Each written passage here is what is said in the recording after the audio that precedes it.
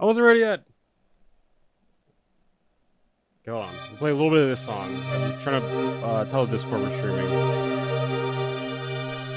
What do you mean, hurry up?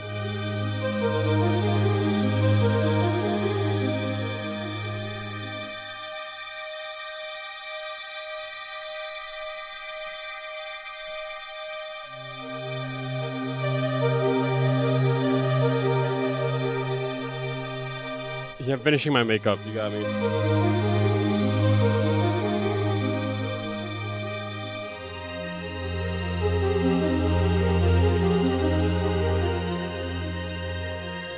Okay.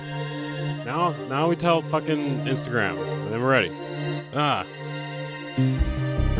So I was trying to start this as soon as possible, but then I had some tech difficulties. We'll talk about it in a second.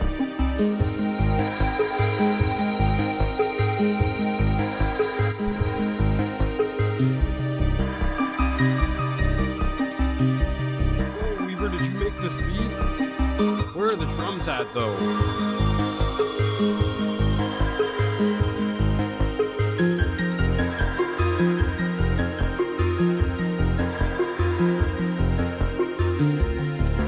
It'd be a lot better if the drums were really hitting.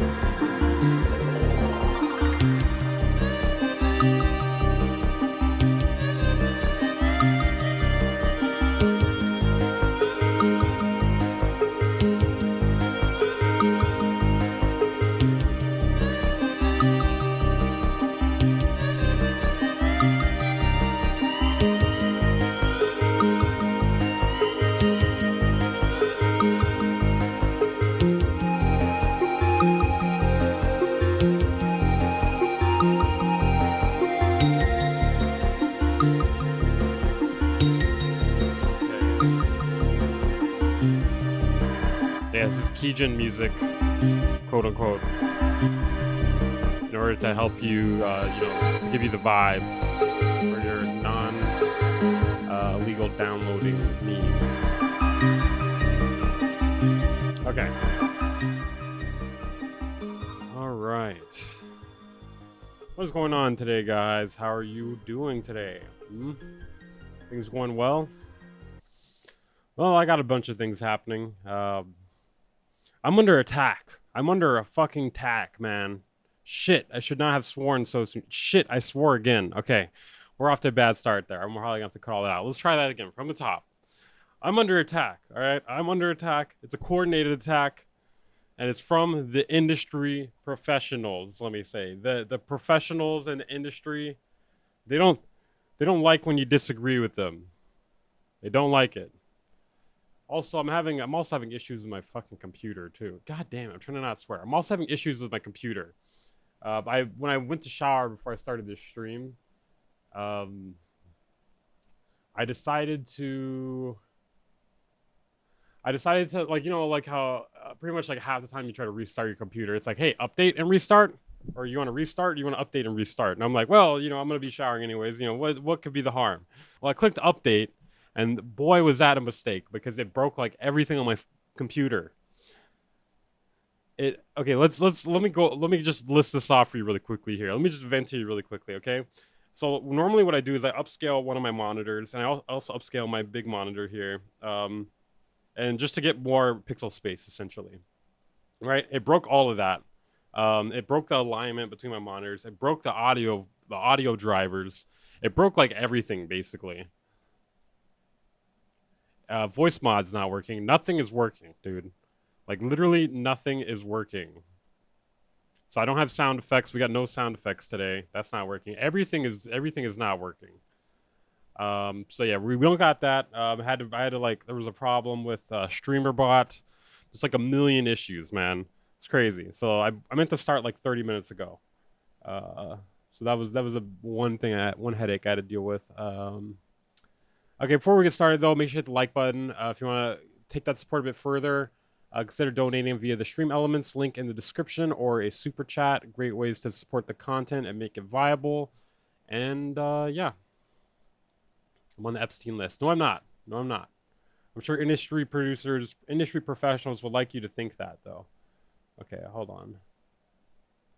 Where is it? Okay. So first little update we have here. I made it to basically the Grammys here. I've made the Grammys, all right? I've made it to the Grammys here, okay?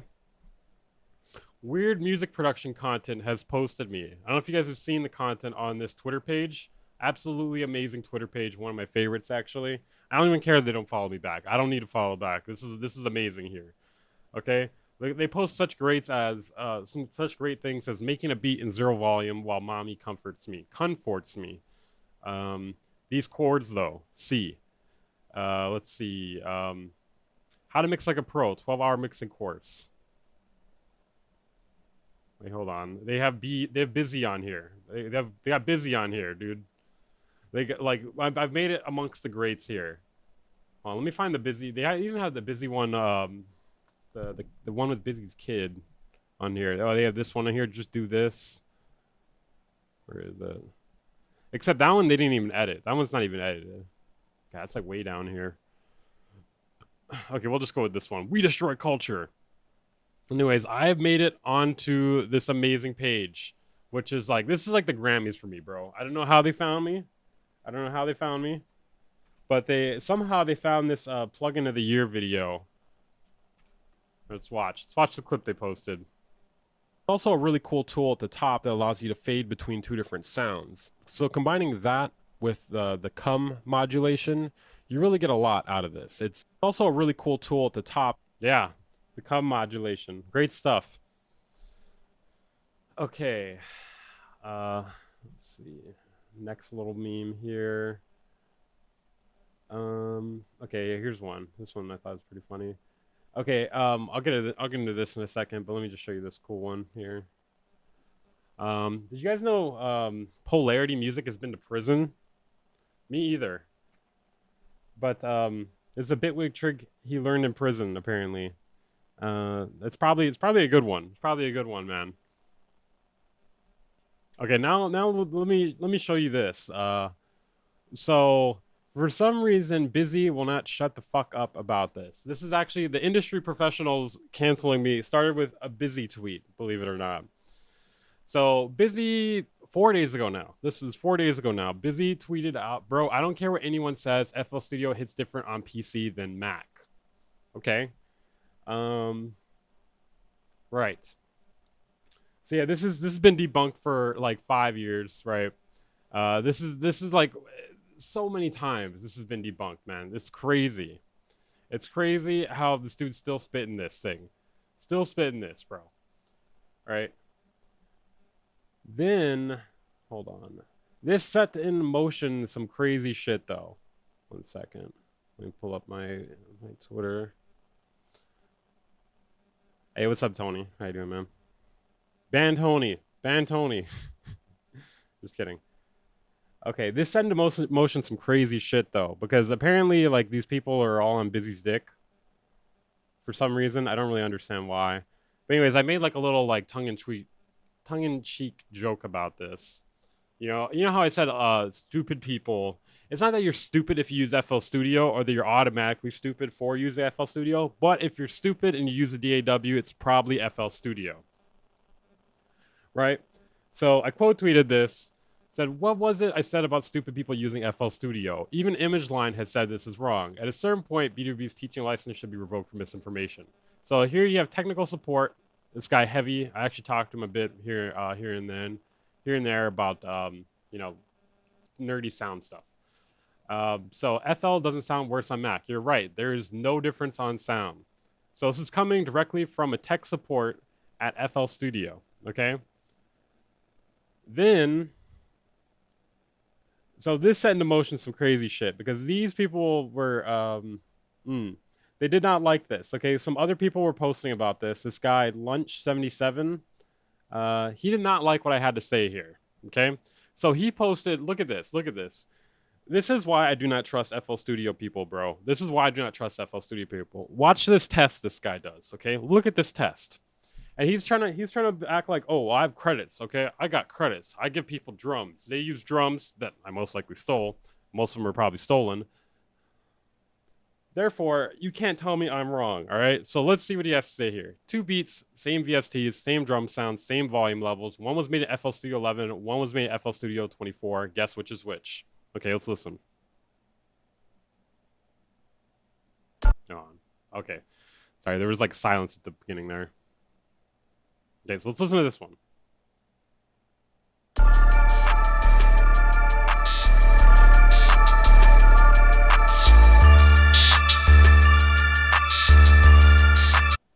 Okay. So surely this is the same beat here, right? No. His drums are stolen. He gives out drum packs and they're all stolen, is what I'm saying. Or a majority of them are stolen.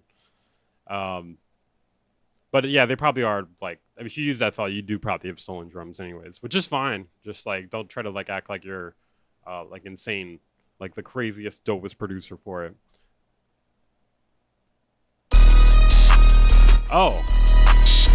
Oh, so we're doing comparisons where we're showing different beats. Yeah, that's what I would call fucking retarded. That's what I would call fucking retarded. It doesn't matter if you're using the same drum sounds, same levels. You're basically tainting this test before we even get it off the ground by using a different fucking beat, bro. It's a different song. That's what I'm saying. Like, bro. And then what I said, right? This is what, keep in mind, I'm not just trying to flex my own, like, argument here, okay? This set into motion some crazy shit, okay? Now, what I said was, I'm sorry, but I don't trust anyone that uses FL Studio to do this test properly other than Ben Jordan.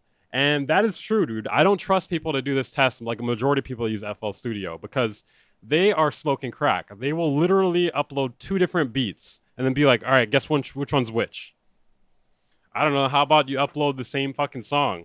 I don't know. How about you show the settings when you're doing it? I don't know. How about you do any sort of scientific fucking test if you're going to, like, make some sort of scientific debate?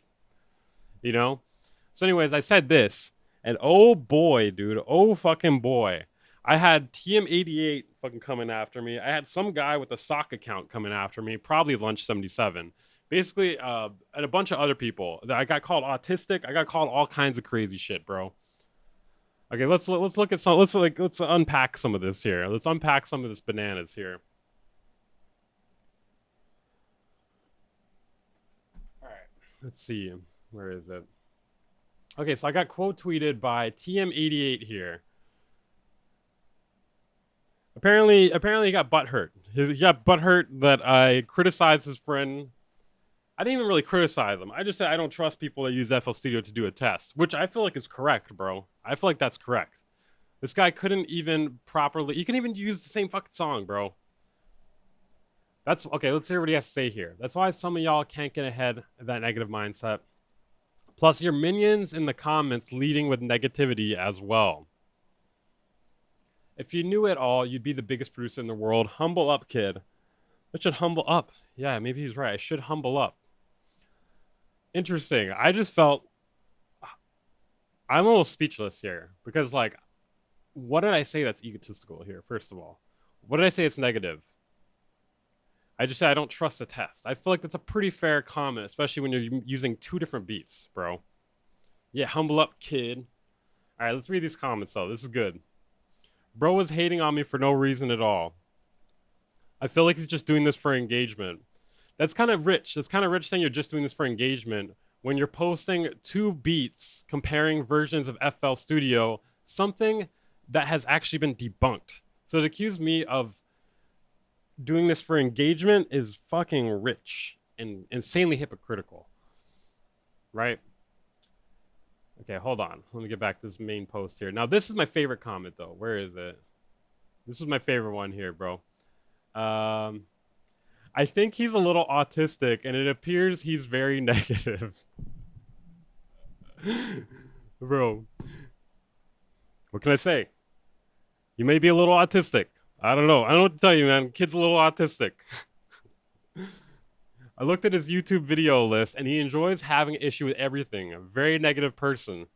You hear that, guys? If you're negative, you most likely must be autistic. There's no other explanation. If you criticize the status quo, I don't know how else to tell you this. I'm a doctor, but you're fucking autistic, all right?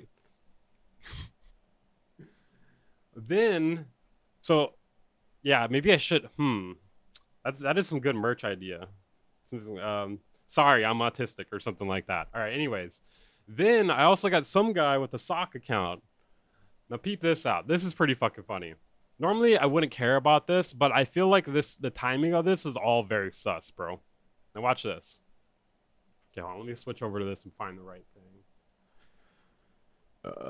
Okay. Being critical in 2025 is negative now? No. Being critical in 2025 is being autistic now. That's what it is. Okay, so I've been having a little bit of fun with this, first of all. So that guy that called me autistic, I couldn't help but do this. I could not help but do this here. I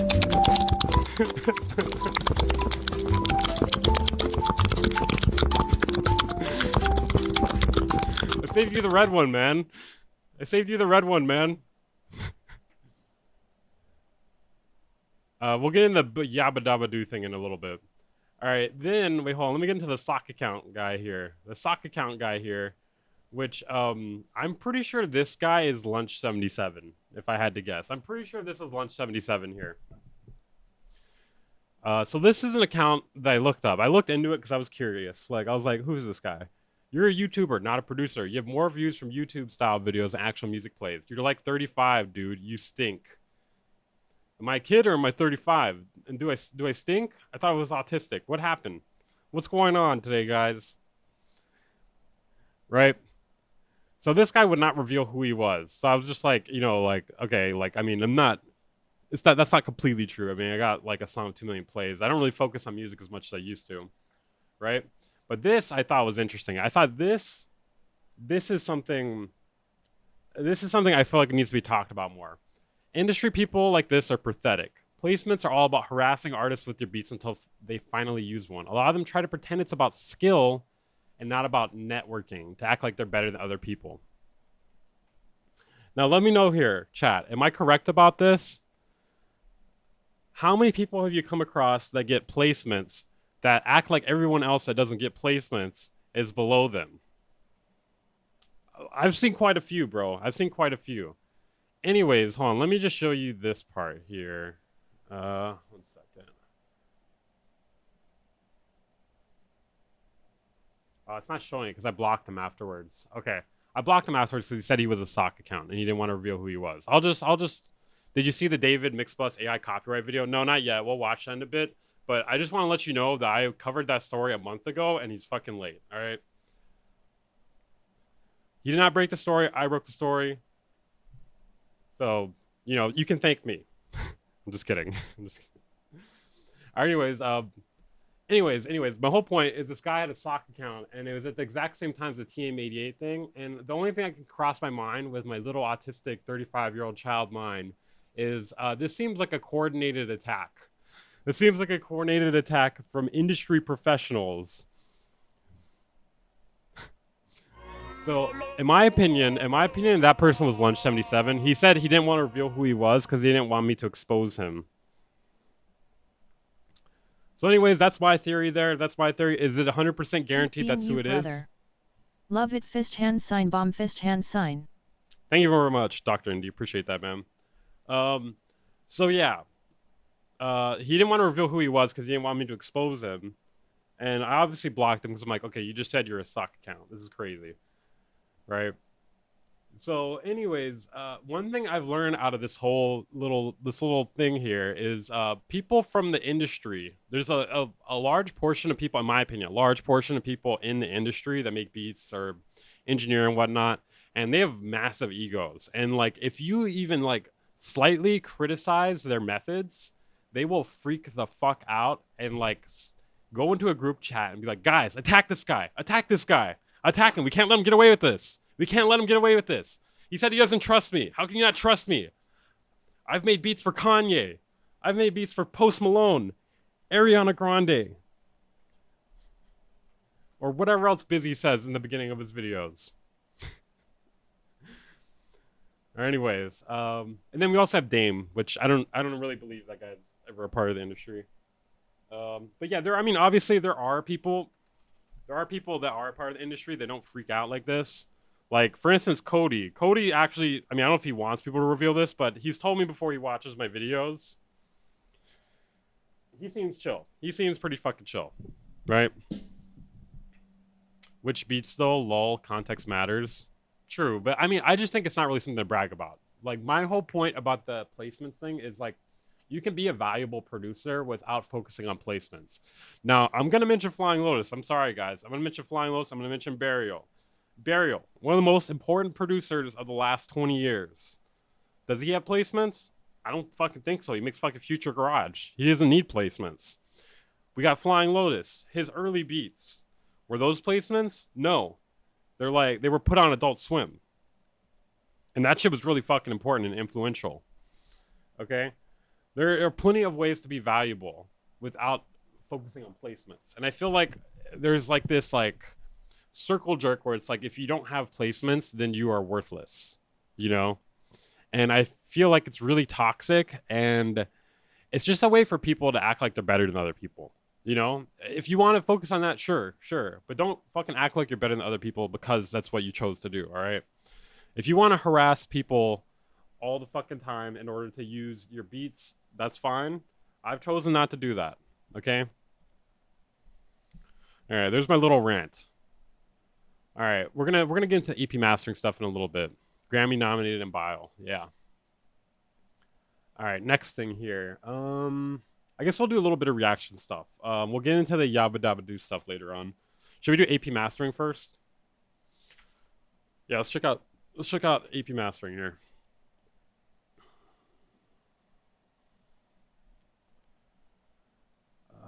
Okay, where is it? AP mastering. So I had to get that off here because like that especially the part about the industry shit, that's annoying to me. That's annoying to me. Yeah, John Wayne's a legend, bro. Okay, so we're gonna check this out here. Audio engineering university degrees are worthless. Audio engineering degree. I have an audio engineering degree. I'm already a little. I'm a little triggered. I feel like I may have to flex some credits on this guy. All right, so let's see what he has to say here. It's a little bit. The viewership's a little bit lower compared to his normal stuff. I'm kind of surprised here. I don't know what happened. You know, I think it's just a topic thing, maybe. In my last video, I said that the night. All right. Let's see what you have to say here. Are you able to do YouTube full time? Does it hardly pay the bills? Yeah, I make a decent amount off of YouTube and streaming. It's more consistent to me than music has been. I will say that. All right. Let's peep this out. Like with Shannon's sampling theorem was taught in a bit of an oversimplified way. Oh shit! Sorry. My shit's all okay. This got messed up with my Hold on a second, guys. This got all messed up with my Windows update debacle.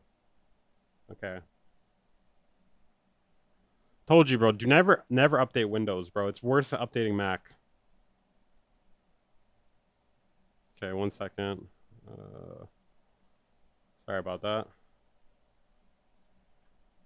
Okay, gotta copy this and then paste this. All right. Professional, by the way, guys. As Weaver and Dane back friends, now we're best friends. All right, let's see this. I didn't actually watch his other video, man, because it was too nerdy. But like, I was thinking maybe we could sometime, and I gotta like do some prep for it because he was wearing a suit in it. So I need to be wearing a suit, and I need to do some prep research. But I think I should. No upscale, no good. Yeah, I can't upscale my monitors. Usually I do upscale my monitors because you get higher quality images for your videos. You know, if you're doing like a video essay, or if you just want like high quality text and be able to zoom in further, it's very useful for that. Okay, anyways. Let's hear this out. Average audio engineering degree at university. I'm just trying to make the point that what is taught at universities on audio engineering degrees today is completely oversimplified and not what was stated by Shannon's original paper. And then I got a bunch of people turn up in the comments saying that I was wrong because when they learnt the theorem at university, they were taught very well when they were studying digital signal processing for their PhD at Harvard. Oh, this is kind of like a similar argument to that Bolo video where it's like, what is it? Just because you're certified doesn't mean you know anything. Way too loud. Okay, I turned it back down. I had to do that because it was too quiet. And that sounds like I'm exaggerating, but again, for some weird reason, my video jumped outside of the comfort of the audio engineering bubble on YouTube and landed up in the feeds of Ivy League University STEM postgrads. Well, that's you got to keep that in mind, bro. When you make a video, it's gonna if it does well, it's gonna go out to a much larger audience, and the people you intended to see it, you know, it's not just gonna be them anymore.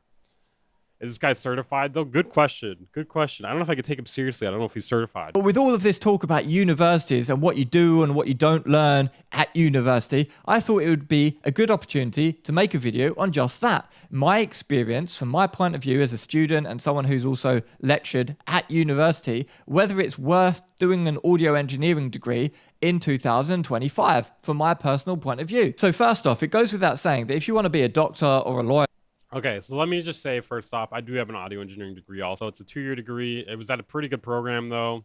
And it actually led to me being able to intern in the largest studio in Hawaii. And when I say largest studio in Hawaii, I mean literally the physically largest studio, like where Kanye, Ariana Grande, Post Malone, etc. all record. But no, like seriously, all like the big people do record there when they come here. And in my opinion, I'll just get this off in the beginning here. I think that like the main value I had from it was working in an actual studio environment with really good equipment and the ability to intern at these places. Okay, that was the only real valuable part in my opinion. And then also it's like something you can like add to your resume, you know. or something which is a protected profession, you need to go to university because these are gate-kept industries and the universities hold the keys to those industries, and there's no way around that. The audio world is different because the universities don't gatekeep them. They are gatekept, but not by the universities. So if you're going and doing an audio engineering degree, what do you want to do? You want to be a mix engineer, a recording engineer, a mastering engineer, a front of house engineer. You want to work with game audio or film or anything related in these kinds of industries. Well, none of those jobs require What did it cost? It cost everything. a degree. In fact, not only do these jobs not require a degree is for the most part completely irrelevant to all of those jobs. And when I had my studio listed on Google Maps, every year after the students graduated from university. Okay, so while it's not necessary, the most valuable thing you will get out of a degree like that are connections. Those like good luck trying to intern in a studio without some sort of degree. Like like am I saying it's impossible? It's not impossible. It's a lot harder though. It's a lot harder to get into that room and be taken seriously, you know? Also, like if you're like trying to get hired, having it does look better, you know. While it doesn't like make you a better engineer for the most part, like just having practice and knowing your shit is all that really matters. So like I said, it's not necessary. It's totally not necessary. Let's cap for most engineering that isn't music. Which part? Universities, there'll sort of be a wave of CVs being sent out to all of the local studios, and I was included in that. So I'd get a bunch of CVs of people just graduated from this institute or that university. They're like, oh, I've got a first or I got a 2-1. Can you give me a job at your studio? And I'd never be interested in the slightest in any of these people who were sending me their CVs because I just don't care whether you've got a degree or not. What I care about is, can you talk to clients in a professional way and not get angry under pressure? Or when you're insulted, can you not get angry? Can you keep calm and can you keep... Well, I think the value of it in this particular instance that he's talking about is that you can set aside whether or not they know their shit. You know, like they've gone through the basic testing and whatnot. They've gone through the books. So that part you don't even have to worry. You should not even have to worry about that on paper. You should not even have to worry about that. Then the only thing you have to worry about is what you're saying and if they're good. So there is some value in it, in my opinion, in the instance he's talking about. Professional. Can you perform at a higher level doing the actual job? Do you have a lot of experience doing it? Have you got a proven track record of doing high quality results? Who have you worked with? Where is your like experience? And if you have zero experience, but bro, that's I mean, hopefully that will lead to experience, you know. I feel like he's kind of being contrarian here because like I do agree that it doesn't mean everything, but there is a point to it, you know. Experience, then go away, do an unpaid internship, build up experience like I did, like everyone in the industry who has a reputation, who's been a T-boy. I've been a T-boy. We've all been T-boys and worked our way up. You don't send a CV off. T-boy, I was a toilet boy. I had to clean the toilet. Is that the same? Was that the same thing? Here's my degree, give me a job. No, I'm not going to give you any money. Why am I going to give you any money? You're probably just going to like scare all my customers off and make my business implode.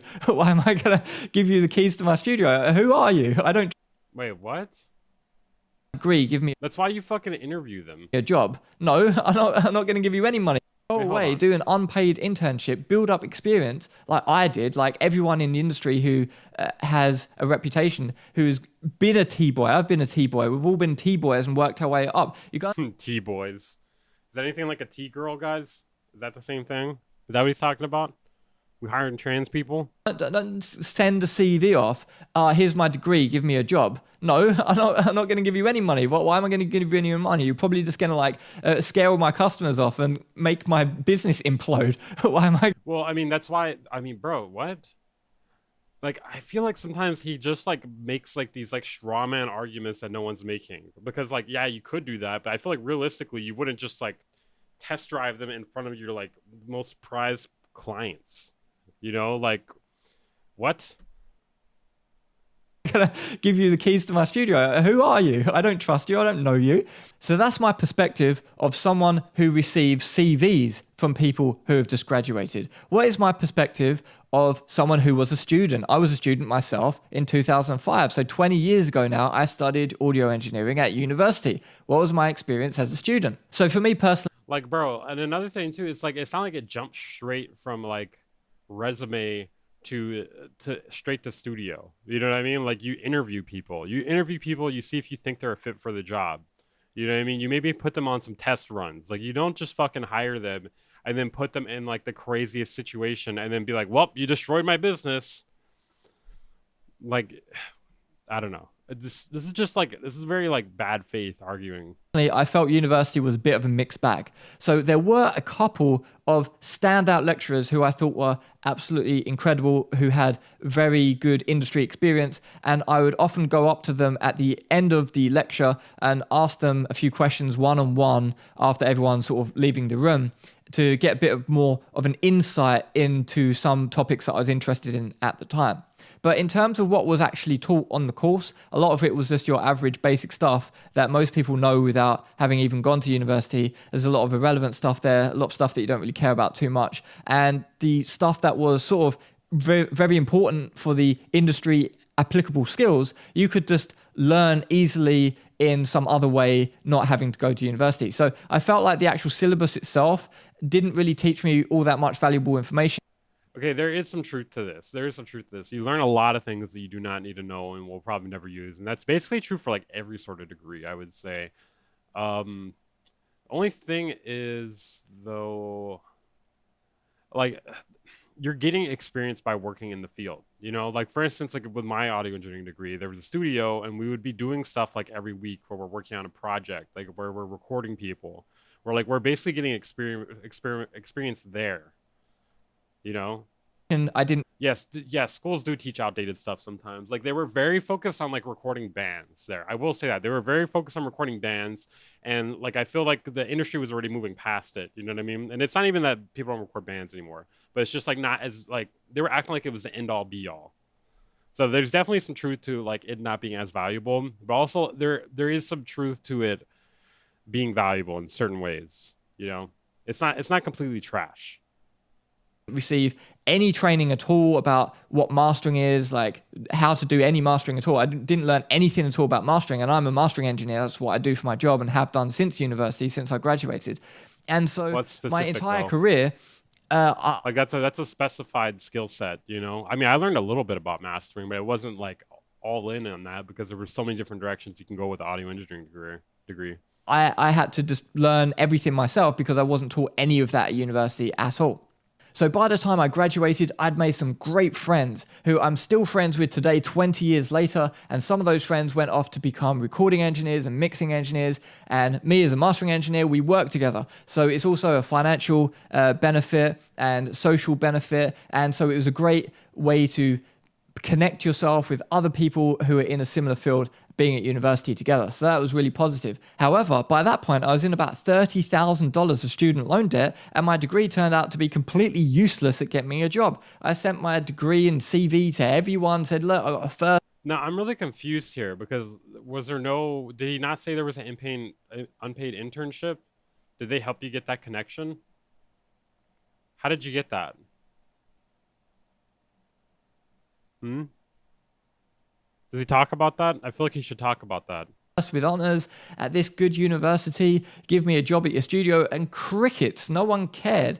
And the only people who got back to me offered me unpaid internships. So I went to this one studio and did an unpaid intern. Yeah, it's exactly the thing you were saying, bro. They don't want to risk putting someone in the deep end. So you have to do an unpaid internship first. And I feel like it would be a lot harder to get that in the first place without a degree. Now, am I saying you have to get a degree? No. Am I saying that it's the only way? No. But I do think there is some value in that. It'll get your foot in the door a lot easier. You can at least have one foot in the door if you want in. You know, they will at least possibly open the door. But initially, I didn't even have travel expenses. So I had to pay my travel expenses to work for free and then pay to get back home. So I had to actually, it was like negative. I was paying to work.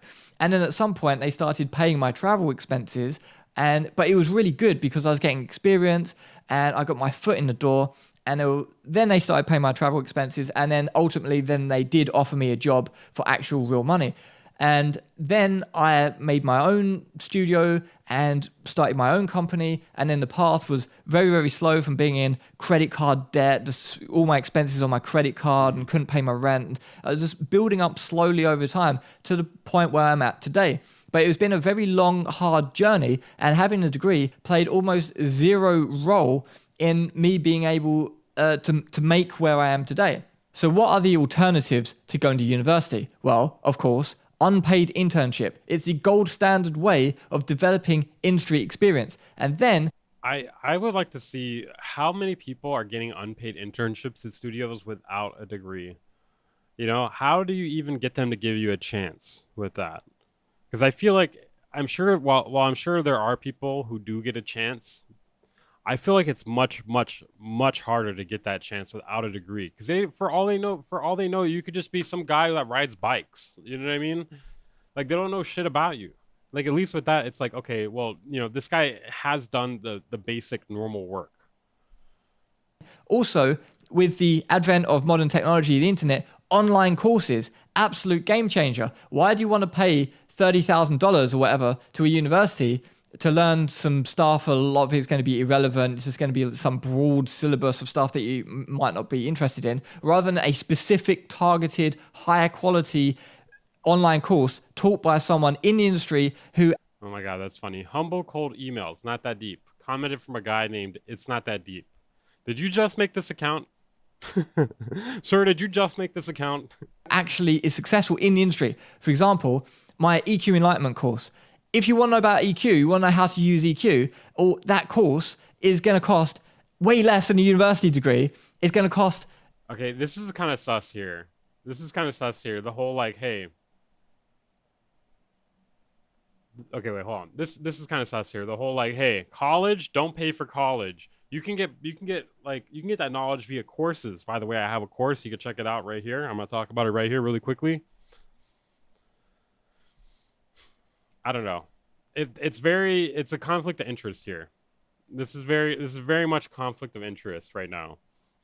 Like, it's kind of hard to like trust what you're saying right now if you're going to like talk about, you're going to show your course in it. You know? It's a little like, okay, now I'm like, okay, can I trust what you're saying? I mean, obviously I'm different because I went to school and like I've been doing this a while, but like for somebody that doesn't know, this should be like a red flag. way less time than a university degree, and the information you get in that is going to be way better than a university degree because it's taught by someone, me, who is actually in the industry, who uses an EQ every day for his job. And so I'm going to teach you everything I know about EQ in one course for a ridiculously low price compared to 30,000 euros for a university degree. Online courses is completely... And I'm not saying courses are bad. I'm just saying it's very conflict of interest to like just bring that in here. It would be much better if you want to actually make your point here, like effectively, you should not be talking about that. Or if you are, like, don't put it on the screen or anything like that. It just comes across as like a sales tactic. Not good. Change the game if you want to get the skills and the knowledge. But in terms of actually experience, nothing comes close to unpaid internships, in my personal opinion. And I mentioned before, although I'm a mastering engineer, I didn't learn anything about mastering at university. And not only that, I didn't learn anything. I don't really think he's a clown, but like sometimes it's really transparent. You know, like I think he has some points to what he's saying, but it really rubs me the wrong way putting your course in this while you're talking about how college is useless and how you should just do a course instead, you know? Like, I don't know. It's like being like, hey, you know, instead of using those chopsticks to eat your ravioli, you should get a spoon. By the way, I'm selling a spoon and I have them on sale right now. I got a trench coat full of spoons right here. Do you want a spoon? Or you want to keep using those chopsticks, you fucking idiot? Got the spoons right here. They're on sale. You know what? It's only on sale for the next 20 minutes, actually. About preparing my music to be mastered at university. So you'd think that you go on this university course, it's going to really give you all of the tools that you need. Well, one of the most essential tools is, if you're making music, how do I get my track sounding good to be sent off to be mastered? Like, isn't that an essential skill? I didn't even get taught at university. So you can do an entire university. Where did he go? I mean, I feel like I kind of learned that. Like, obviously it's a very subjective thing, but they taught me like every like detail about how like EQ works, compression works, when you would use it, etc. And obviously like they kept it in a subjective manner. Like they would talk about it objectively and subjectively. We even got to mix, like, we had like track outs of like famous songs and we got to try to mix them ourselves on a mixing board. And we did this probably like 20 fucking times at least. Like, and then we had like our own projects where we like had to like set out and like we'll find a band to record or like a rapper to record or something. You know what I mean? Like we had like lots of stuff we had to do. And I'm really like, when did he go to school? Like, what? I need to know more information about this. Cause like my experience with college is very different. And I only went to a 2-year course. And so it was much less money. Degree and spend tens of thousands of dollars and not even get that information. Or you can just get that information in a mini course that I've done, which I Oh my God, bro. priced at €2. Like €2 versus 3 years of a university course plus $30,000, $40,000, $50,000. Like €2. Like that's the difference between university versus a targeted online course. Like, even if you wanted to do this, if you want to show your course, at the very least, fucking put it the goddamn in, bro. Be respectful, man. Like, you're totally just destroying your own point here. In the specific thing that you want to learn, and then industry experience actually doing an unpaid internship. There's no comparison. High quality online courses from working professionals who are actually successful in the industry, plus hands-on practical work experience, beats universities every time, paying all this money, being there for all those years. So that's just all my perception and experience and opinion. Is there anything more objective we can say about universities as a whole? Yes, there is. Most of you guys know me as an audio guy, but I'm also a finance guy. I trade options and I'm really passionate about economics and finance. It's another one of my interests. And so we can explain this a bit from an objective economics standpoint. That'd be really funny if the accent was fake. He just gets off camera. He's like, time for coffee. Now, although there are many things that motivate consumer decisions in buying things and selecting one thing over another, maybe convenience and branding and reputation and stuff like this, the main forces at play are price and quality. So if you see 2 insurance contracts and they cover the same kind of stuff for your car. Bro, if he launches a meme coin, that'd be amazing. Let's say. And one's $1,000 and one's 500. You're going to pick the one for 500 because it's essentially the same, but one's cheaper. So that's the price. And quality, let's say you've got 2 shops. One sells oranges that have gone all moldy, and the other one has got oranges that look pristine and tasty, then you're going to buy the tasty oranges despite the fact they might be a bit more expensive because you care about quality when it comes to eating food, hopefully. And so price and quality play the main motivational roles in what we select in terms of consumer purchases. Okay, and this applies to universities, or it used to apply back in the day at least. Back in the day, you would have to apply to a university, firstly, that you could afford, and if you went to the bank to try and get a loan to pay your tuition fees, the bank would be like, well, how are you going to pay this money? Yeah, don't invest in stocks. Buy my new AP crypto coin today. 100% guaranteed money back if it's not rugged. It will not be rugged. 100% guaranteed money back guarantee. Money back. Are you going to get... are you going to be a doctor and you're going to earn a lot of money? Or maybe we're going to give you a loan in that case, but do you have any collateral? Can you put your house up as collateral if you don't pay the loan? A lot of people just got refused loans. Maybe you just didn't bother going to the bank for a loan to go to university. You just work in the summer to pay the tuition fees for university. So the universities were motivated to keep their prices low and their quality higher to attract students in to get the best quality at prices that they could afford. Bro, looks like Destiny the streamer. And a little bit. you only had a few elite places that had really high prices because everyone who had loads of money wanted it's starting to lose me here. I'm going to skip ahead a bit. to the bank, and the bank's like, how much do you want? Bro, this has nothing to do with this. Facility in terms of... I mean, it does, but it's like, it has nothing to do with the point. Like, we're just going off like on some random direction here. The price and quality as you would have done before when you actually had to directly pay the fees and work to earn the money to pay the tuition fees directly. So now the universities aren't really competing on price, and sooner or later they start realizing they're not competing on quality really either. So what happens? The quality start to slide and the prices go as high as they can go. That's definitely, I could see that being true. I mean, you just got to look into it before you go there, you know? Like, the one I went to, I honestly didn't look into it that much, but I didn't really have any other options. Like, this is basically the only, like, engineering course you could take in, or not course, this is the only engineering, like, school you could go to in Hawaii. And, like, I had gone to, like, I took a class at a different college, and it was complete shit, so I stopped going to it, you know? Like, I guess, like, if you realize early on that you're not getting anything out of it, then, like, don't go. Then just don't go. And at some point, the students start to realize university isn't really that great anymore. The quality is declining. And people have been talking about the decline in university degrees since the 60s, since the 70s. People have been joking about underwater basket weaving degrees and all this stuff since like literally the 60s. And it's been going downhill since then. So what happens? Well, now a lot of smart people are thinking, well, maybe I don't really need university. Maybe it's all a bit expensive and takes too long and I could just learn the same thing in an unpaid internship in a couple of weeks and I could get straight into the industry and start earning money quicker without all of this debt and partying for 3-4 years. So if enrollment... Yeah, that is... Okay, true, though. I mean, hey, if you're going to do an unpaid internship, you won't get to party for 4 years. So, I mean, hey, joke's on you, bro. Joke's on you, all right? You don't get to be hungover all the time, so ha.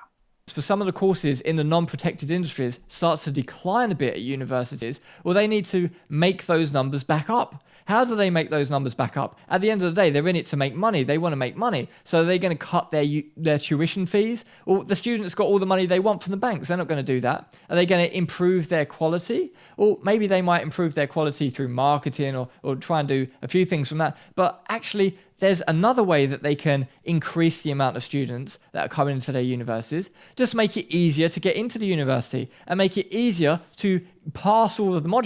I think part of the reason why the school I went to was kind of good is somebody donated a bunch of money to make it happen. Like, some guy wanted people to be good engineers. Like, he put up like millions of dollars into it or something. Like, and whereas like I think universities, like, I don't think it's like funded like that. It's funded in a different way. So I don't know exactly the way it's funded, but the funding like this, like, it was more like grassroots. So because of that, like, I don't know, just there was a lot more opportunity and options and support.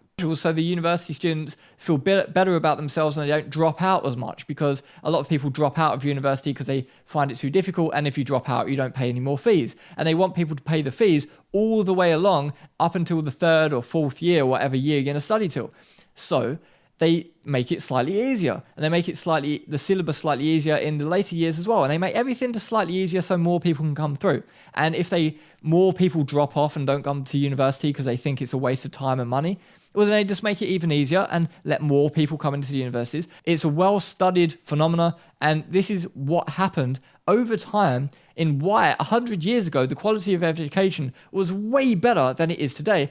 And the root cause of all of this is the government stepping in and securing the student loans. If the government doesn't secure the student loans, then it's more difficult for people to access university, and that might be seen as bad. I'm not making an ethical argument for or against this. I'm just saying the end result of doing that means that the university degrees in 2025 are essentially worthless, and it's a complete waste of time, and you might as well not bother with university. That is the end result.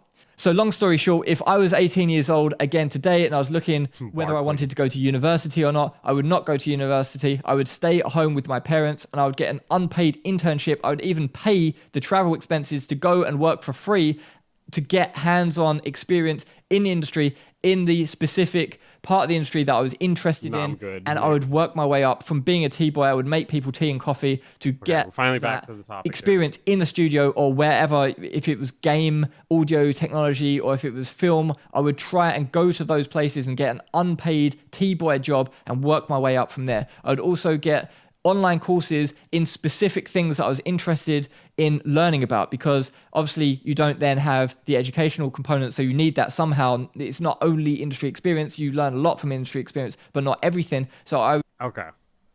All right. What the fuck?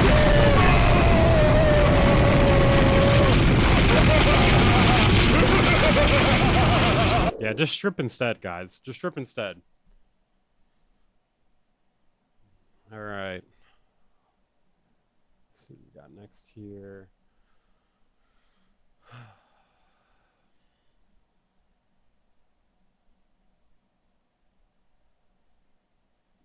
What are you guys' thoughts on that? Overall, he has some points, but I think he also does not have some points. He has some points and also not some points. And also, some of it's like pretty bad faith, and I really didn't like how he was sliding in the stuff about his course. I really kind of ruined it, in my opinion. All right, let's check this out. So I actually know a lot about this. MixPlus TV posted a thing about the end of AI music, which is funny because I already covered this like a month or two ago. What's up, guys? David here, MixPlus. It's funny. It shows you there's no audience overlap between me and him because, yeah. Hold on. Weaver Beats AI. We got absolutely no audience overlap here. I said this shit 1 month ago. Basically, the U.S. Copyright Office made like a document about how you have to significantly modify AI art in order for it to be copyrightable. So I actually know a bit about this. I was still wearing a Christmas hat back then. That's how long ago I did this. All right, let's see what he has to say here. Let's see if there's any new information. I seriously doubt there is. So they are releasing a third document sometime this year, I believe. This was the second document. We hope you're having a great day. Welcome to another video. I just ran into a really important article and I want to read it and comment on it with you guys. The article was posted on musicradar.com. I will January 31st, 2025. Post a link down below, and it kind of ties up very closely. Oh my god, the eyebrows are insane. You're right. I didn't really notice to what me too focused on the hair, bro. Andrew Sheps said in the video that we did together about AI and AI music generators at this point a few weeks ago, and I'll post a link down below if you missed it. The article's titles read, "Want AI to make you a hit song? Bad news. New copyright law means that you will never earn a penny from..." That's actually incorrect, okay? So you can do this, but it has to be significantly modified. All right, let me pull this up here. U.S. Copyrights, AI Art, Part 2. Here we go. All right, we got the PDF right here, actually. Bro, looks like a henchman from a PS2 game. That's funny. Okay, this is taking forever to open for some reason.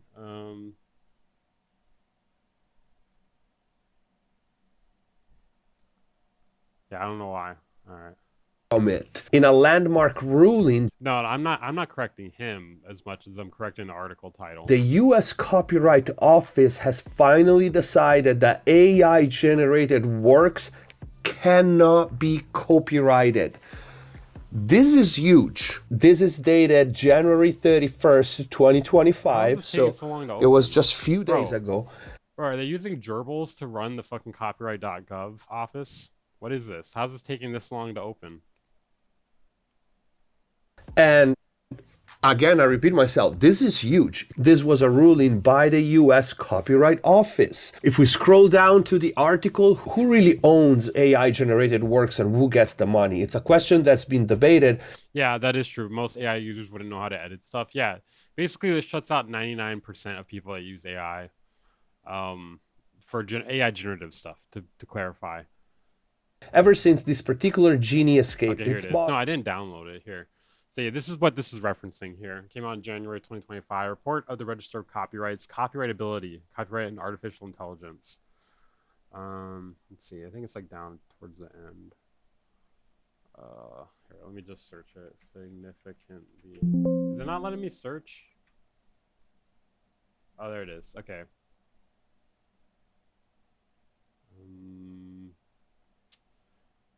Wait, where is it?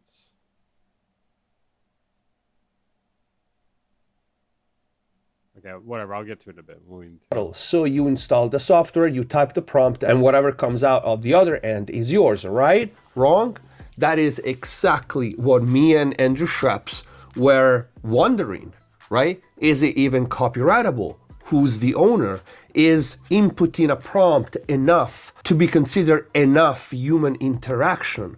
Well, apparently not. The Copyright Office decided that's not enough. In a potential landmark decision for AI... Article says a lot. No, I'm not reading the article, bro. I'm going to the actual fucking source, the fucking PDF from the copyright.gov. It is harder to navigate, though.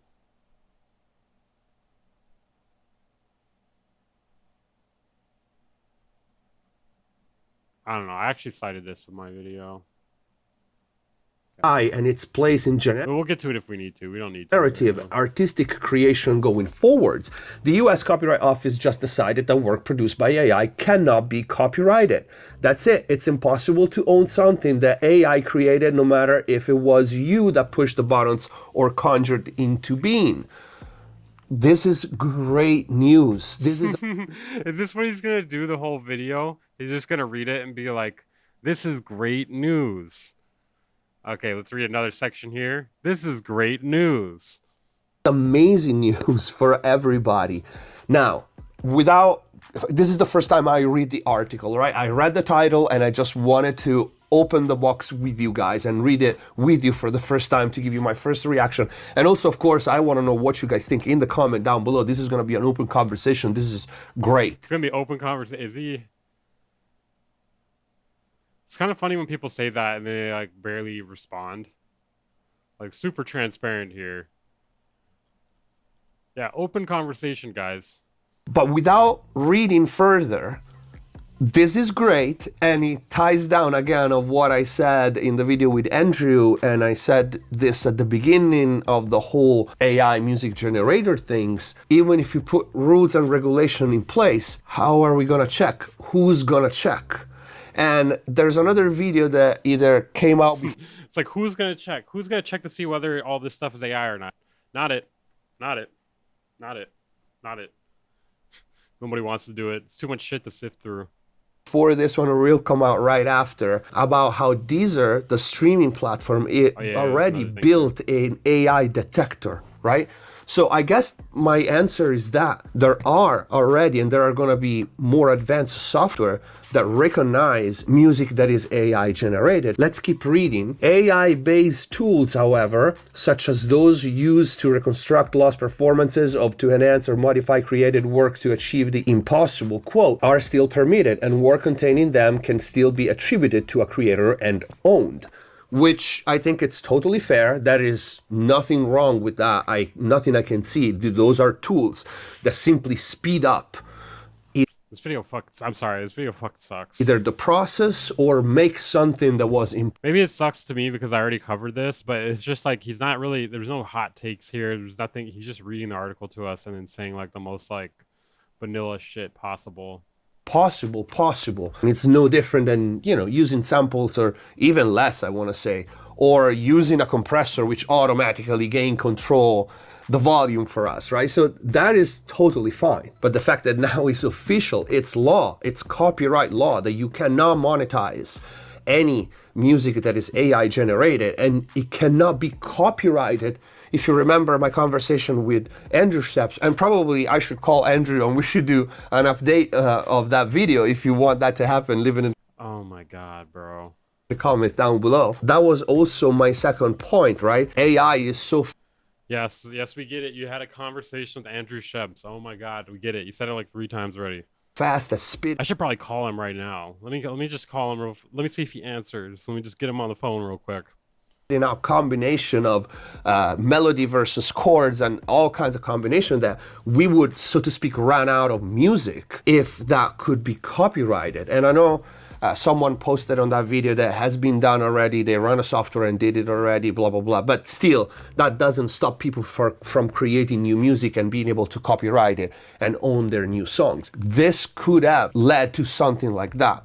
A company which could very well be a major label, stuff a room with computers and just run all the combination, and basically they own music as a whole, right? So now it can be copyrighted, and because it can be copyrighted, you can make money out of it. Well, the new ruling is clearly bad news for anyone currently or planning to get rich while AI does all the work. Most specifically, the platforms and services that were hoping to make money from training AI on existing work and passing it on to users to allow them to run riot. Meanwhile, the subtle distinction regarding AI tools is good news for those offering new technology, allowing progress in the fields of sound enhancement and synthesis to take place. But most importantly, it's good news for musicians and artists creating original human-derived works. The fear had been that with AI's inevitable rise, countless millions of new songs, artwork, video, photography, and more would... I don't know. Should we hit that eject button on this, guys? This kind of sucks. I don't know. In my opinion, this kind of sucks. There's no hot takes here. You're just reading a fucking article to us, one that I already summarized like over a month ago, almost 2 months ago now. Yeah, I'm thinking nuke. We're nuking. What the fuck?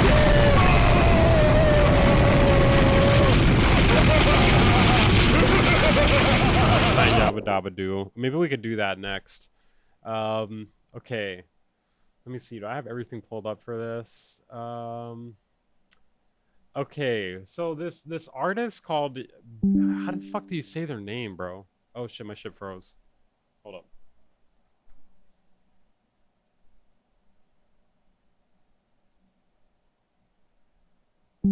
So loud. You know nothing about loudness, sir. I went to school. I know a lot about loudness. Hold on, I gotta unfreeze myself. Okay, we're back. Yeah, the cam froze. G though. Hold on a second. Is the internet good? Is the internet G? All right. Okay, so let's start this off here. We're gonna talk about Beabadoobee. Her name's Beabadoobee. Beabadoobee. I think. I don't even know how you say her name. And it's really interesting. So she's like a songwriter, and she basically makes like Avril Lavigne type music. That's the only way I can really describe it. It's like Avril Lavigne, 1 for 1, basically. I'm not even gonna play it. Out of fear, out of the fear of God, the fear of the copyright gods. She basically makes, yeah. So it's interesting how these articles are framing this, because what really happened is she spurged out. They're trying to frame it in a way that she's getting harassed. No, if anything, like people were making memes about her and Young Boy never broke. The people were making memes about her and Young Boy, about how she can't sing and Young Boy can sing. And she made this very interesting spurred back video. Here, let me show you a few of the memes first. It's kind of funny. It is kind of funny that memes like this could cause someone to freak out. So look at this. Artists who can sing versus artists who can't sing. I don't know what we've done. 되돌아가긴 싫어.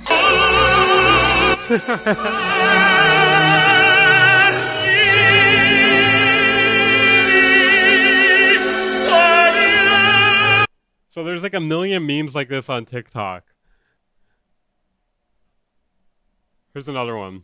Rappers who can sing versus rappers who can't sing. I'm in the middle of the projects with my gun in my hand. Most don't have a choice, so we choose to take a chance. Gambling. Hold on. I got my green ass on.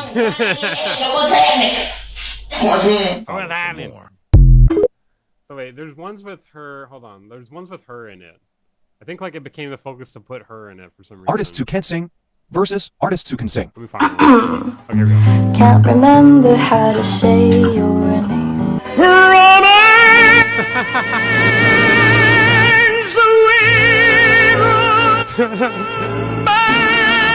So it's got like opera put over it with like young boy never broke with lasers shooting out of his eyes. I know it's loud, okay? They make it loud on purpose because loud is funny. I can't control it. Well, I could with the compressor, but it's too much work. Wait, one more real quick. Artists who can sing versus artists who can't sing. Part 2. Like, it's clearly a fucking troll, bro. This is rage bait to like the highest degree here. You're saying that The Weeknd can't sing and that young boy can sing, and then you have opera. That's clearly not him, right?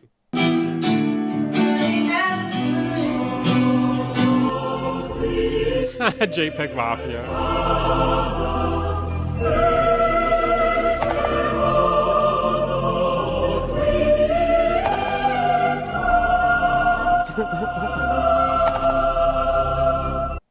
So good, dude. All right. Then she posted this video right here. Now, this is not how you handle this situation. This is absolutely not how you handle this situation. I've seen so many comments about this, but I've never seen the actual videos. But the fucking men commenting, artists who can sing vs who can't. Like, just tell me you don't get no girls. Just tell me, like, your mother didn't love you. Just, like, you might as well just say it. This is, like, this is insanely triggered, bro. Just tell me you don't get no girls. Tell me your mother didn't love you. So she's saying she hadn't seen them, which I seriously doubt. I seriously doubt she had not seen them. She seems to know a bit about it. It's obvious. It's plain. I've stalked your fucking profiles and you're arguing. I've stalked your profile. Yeah, this is kind of a crash out. I've stalked your profiles. Haven't seen the videos, but I have stalked your profiles. Does it hurt me? Not really. Doesn't hurt me, but I am going to rant about it and say how you don't get girls, you don't have a mother. If I'm being completely honest, I know men are mad at me because I probably get. What is she? She is having a fucking problem holding her camera or phone or whatever's going on here. She's like, you don't get no girls. You don't get no girls. You don't get bitches, all right? Your mom didn't love you. Did I mention I'm not mad, by the way? I'm not mad. I am absolutely not mad. You don't get hoes. Hold on, I gotta fix this. More girls in them, and I'm not even gay. I don't even know what I am. Not mad, by the way. Bi, who knows? But in all seriousness, who gives a fuck? Okay, artists, you can sing vs you can't. I still got more money than you. I still got more money than you. Don't care, by the way. And you're still a man. So, also the block button exists. Like, I will literally just block.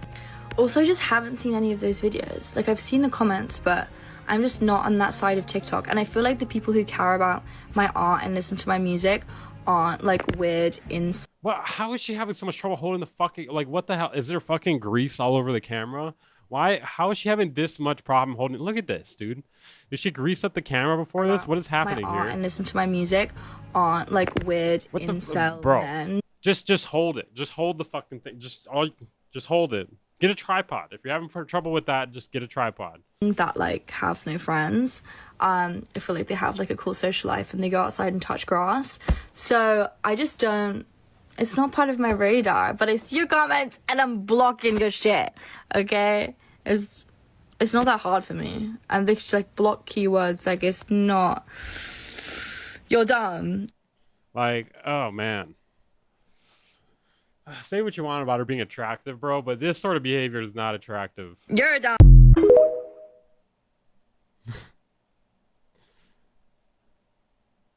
Well, let's see Artist another who one of can't these. sing. This is so funny, bro. Artist who can sing. Can't remember.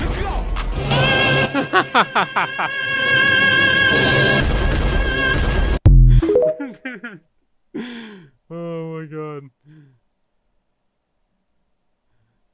What's the big deal? It's just funny. It's just funny.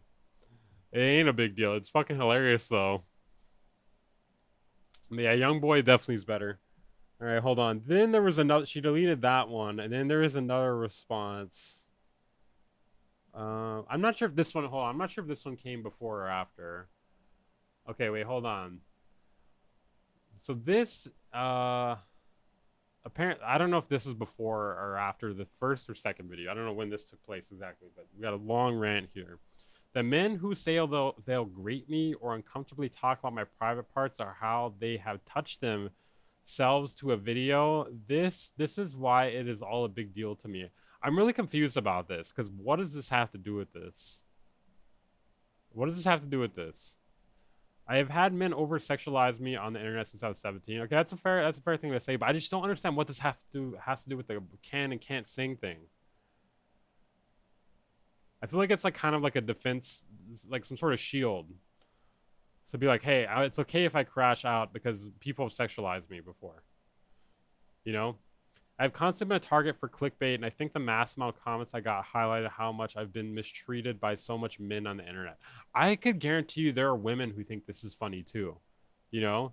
There are plenty of women who probably think this is funny too. There might be some in the chat even. Right? I got highlighted how much I've been mistreated by so much men on the internet. You expect me to sit here and say nothing? I feel like people have a perception that just because I'm a girl, it would be out of the ordinary to snap back and say some unhinged shit. But the reality is that I can and I have every right to when things make me feel uncomfortable. I feel like a better way to go about this would have just been like, yeah, like, it's kind of annoying. You know what I mean? Like, it doesn't have to be like so like insulting, you know? Or like play along with the meme, be like, damn, he really can sing, you know? Like even that's a better way to go about this. I'm not gonna read all this. I'm good on this. Okay. Then we got the next, okay, this is kind of funny here. Okay, so this one is not from a real account. It's kind of funny though. Beabadoobee reportedly upset once again after the crowd at her latest concert was singing opera songs during song breaks.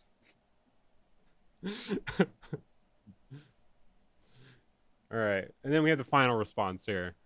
All right, let's see here. We got 4.5 minutes, bro. This is gonna be a waste of our time for sure. But I mean, supposedly this is like a much more rational response. I'm gonna try to explain this as clearly as possible. Yeah, this could be like bait too, because she did get a lot more streams on her music after this too. So hey, this could be an effective way to get your music out there if you want. You could pay people. Think about this. You could pay people to make these memes and then pretend to get mad about it afterwards. Put it on 2x speed. Can you on X? Oh, you can. Okay. 1.5. In the maturest way possible. In hopes that you guys understand, even though you probably won't. I'm gonna use school as an example. I don't know why, but okay. So you're at school, and there's this one dude that just keeps prodding you with a stick, and is saying a joke, and it's funny. I'm like, okay, fair enough, funny. And then it happens a couple more times, and he's like prodding you, and I'm like, okay, this is getting kind of annoying, but it's still funny. It's still funny. And then it gets to a point where it literally just involves your entire life because it's constantly being shoved into your face. Like, that's crazy, bro. Your entire dude, it was funny, but now it's pissing me off. Like, this is rude. This is rude. It's hurting my feelings. And so you get angry, which is very valid. Got angry, and in B nature, in the same way I did that meme TikTok where I'm like, and I stalked your profiles, you're fucking ugly. I did that because it frustrated me. But the one thing she does a lot is this. She does that like after every take. That I failed to kind of put across in that video, despite me saying that I didn't really care. I feel like I never do that. Care about those videos. It was the comments and it was the constant spamming. Was that it shed light to a load of other things in my life that have really truly affected my mental health. When you get incels rushing to your comment section and you get a flood of comments of the same thing, a load of other comments start to surface. Like if you're on the internet and you start going viral, a lot of people will be onto your shit naturally, and it's something that I have struggled with and have tried to come to terms with. That's just the inevitability of being like around, I guess. And I guess my initial reaction is just to take the piss. I'm just like, I get more girls than you. Do you know what I mean? Like, it was a joke. It's not that deep. In the same way we're like, why is she deep singing? I'm like, this dude, same with you. Like, it's not. I don't know if it's the same though. Like, you clearly were mad. You know what I mean? Like, I feel like people doing the young boy thing, like it's in good fun. You know what I mean? It's in good fun. Like, whereas like it came off like super bitter. There's a difference between making a bitter joke, where it's like not really that funny, but it's like, well, technically it's kind of a joke, but you seem kind of mad. You know what I mean? And then there's like people just making a joke where they're just like, you know, there's nothing behind it. There's no emotion behind it. There's no reason to get upset about it. Not that deep. The one thing that is deep is the comments that resurface and the comments that I started getting recently since I've been going more viral on this app from this same incel culture that this. The same incel culture. I don't know, bro. Like, I feel like this is like making a boogeyman here. I don't know if it's incel culture. It's just people like making a meme. You know what I mean? Like, I don't think you can just generalize people like that. Yeah, I have my own quirks too. Yeah. I don't know if they're as like repetitive as that though. I do touch my nose sometimes. This same incel culture. Yeah, the joke is literally a compliment because it's like taking somebody who clearly can sing and then pretending like they can't sing. You know, like you wouldn't have this joke done to you if you actually couldn't sing. They wouldn't actually be doing that joke. Yeah, I wouldn't doubt if this is like some, you know, I think it's unintentional. Like I think she actually was mad. That this meme comes from, okay? And I'm sorry if it feels like I'm grouping like individuals, but yes, it's mostly men. Like, call me sexist, but I don't think a girl would be like, I was micing off to that Beabadoobee video. Like, nah. Wait, what? Sexist, but I don't think a girl would be like, I was micing off to that Beabadoobee video. Like, nah. I was micing off to the Beabadoobee video. I feel like we've totally gone in a different direction here. At first, we were talking about young boy, like young boy can sing, you can't sing, and then somehow it's like turned into like what, bro? Like, I don't know, man. Like, no, that's not cool. That makes me feel like shit. And like, yeah, no, that isn't cool. But I feel like we've totally gone off in a different direction here, bro. A flood of these comments from this one like silly meme video that I have been commenting on. Okay, this is another thing. This is what's so funny to me is if you go through this like the artists who can't sing, who can sing videos, I have commented on them. And this is the thing, like I feel she said she hasn't seen it. Like my comments just get hidden, but you can go and check. I have commented being like, this is funny. Like, this is low-key funny to me. It was just like this spamming, dude, and just like everyone from that community coming to my account and saying so much more weird as shit. And I'm sorry if I didn't like put that across in my rant video. Okay, I've had enough of this. Next. What the fuck? But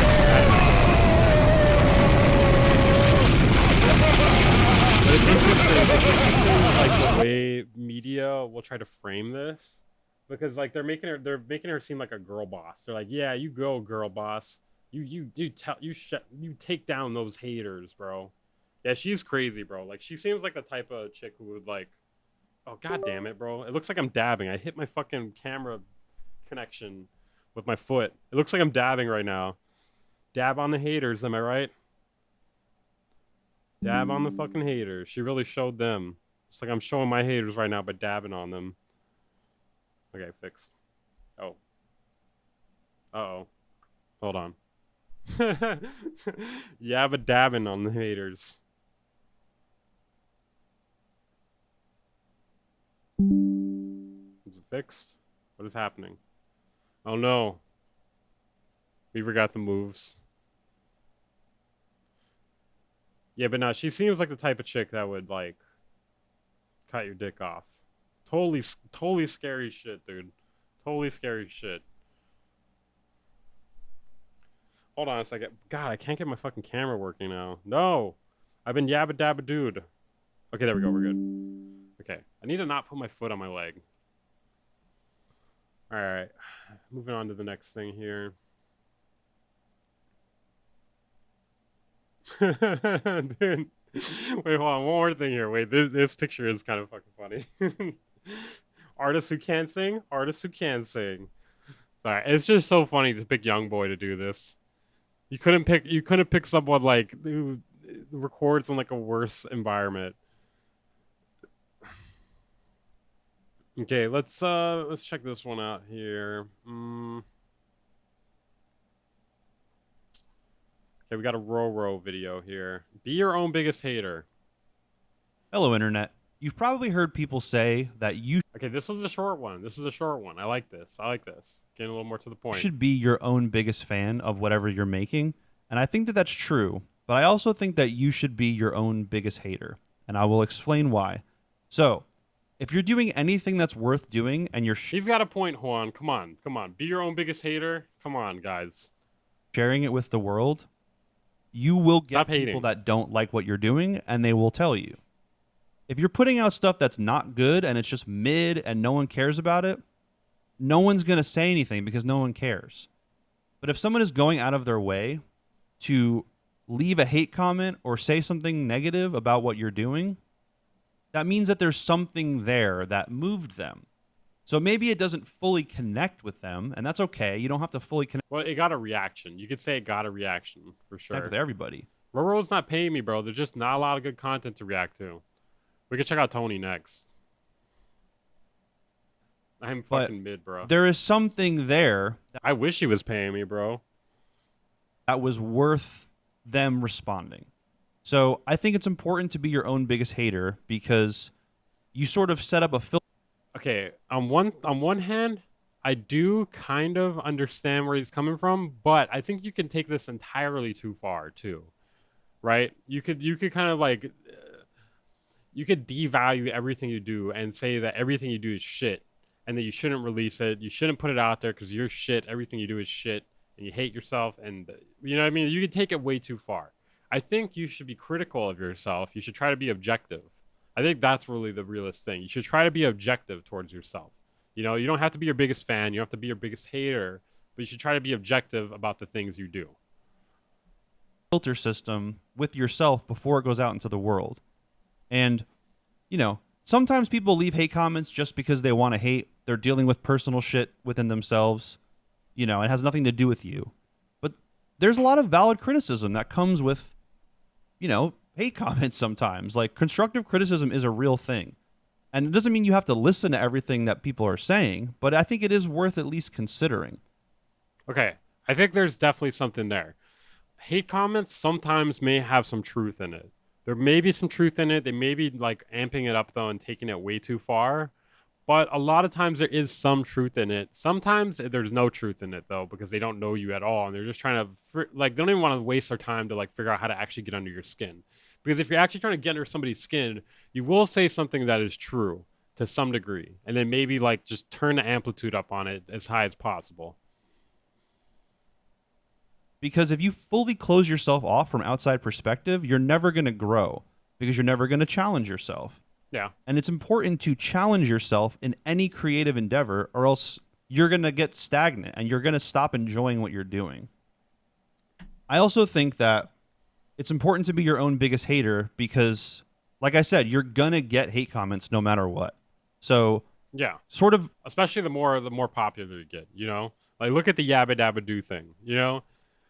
She wouldn't have been getting that unless she was like fairly popular to begin with. Like after that whole thing happened, I actually saw on Twitter that she reached like 5 billion streams or something like that.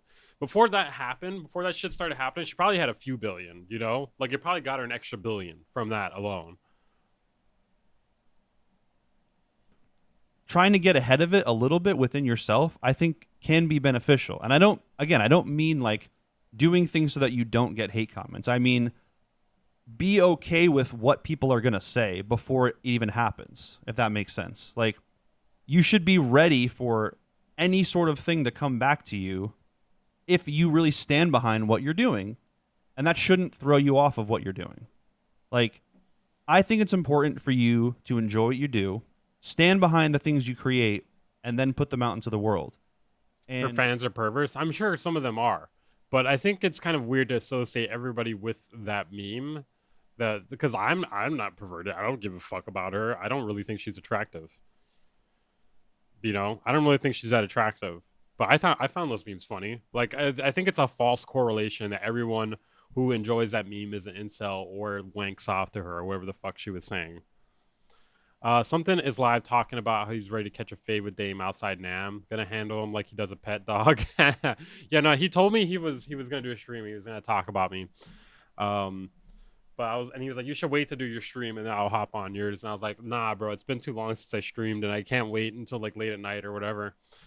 Plus, we need content for the second channel. The second channel is very dry at the moment. We are running out of stuff there. We need stuff ASAP. Casey is thirsty for some content to edit. If you're getting hate comments for that, again, that is just inevitable. Like, I've been getting a little more attention on my channel lately, and I've been seeing certain comments that people leave of things that I do that they don't like. You know, like they don't like that I don't use my mic stand. I don't know why. It's really not that. Oh, yeah. I forgot. I really spit when I do this. Hold on. Haktua. Thank you. I'll be here all night. Big of a deal to me. This is how I feel comfortable making videos. They don't like that I wear this hat. You know, dude, everybody said shit about that in our chat. They've said shit about the hat and the holding the mic. I think you guys, this is your guys' fault. But I don't know. This is just what I like to do. This is how I like to make my videos. But that doesn't mean I didn't consider it, you know. I will say this. The tech deck looks like it has not moved. The tech decks look like are you a poser, sir? Are you a tech deck poser? I'm starting to think you may be a tech deck poser because those two tech decks looks like they have not moved since you started these videos like a couple months back. That doesn't mean I didn't like completely ignore it and be like, why would they say that? Why would they think that? You know, like I don't edit my videos. I just record rants because that's how I like making videos. Oh my God, bro. I feel like this is... Are you guys commenting this on there or is he talking about me? Which I'm fine with. But I feel like I have said that. I've tried editing videos in the past and sometimes it came out okay, but sometimes it didn't. And, you know, like, I don't really like editing, so I don't edit because I don't want to. No, I feel that. I don't really like editing, too. I only like editing when I'm editing stuff that's funny and, like, the editing is contributing to the humor. And I feel like a majority of editing is actually tedious and you don't actually do that, like, very often. It's that simple. But there are things that people have said to me that have made me, you know, change what I do a little bit. Like, my camera, my webcam, is like an AI tracking webcam. I turned it off because I've put out videos in the past where people have said it's very distracting. And I've gotten... I said that. I said that. I feel like all this stuff is just stuff I said. Fun fact, AP Master did mastering on some burial releases. I'm going to need to see that. I'm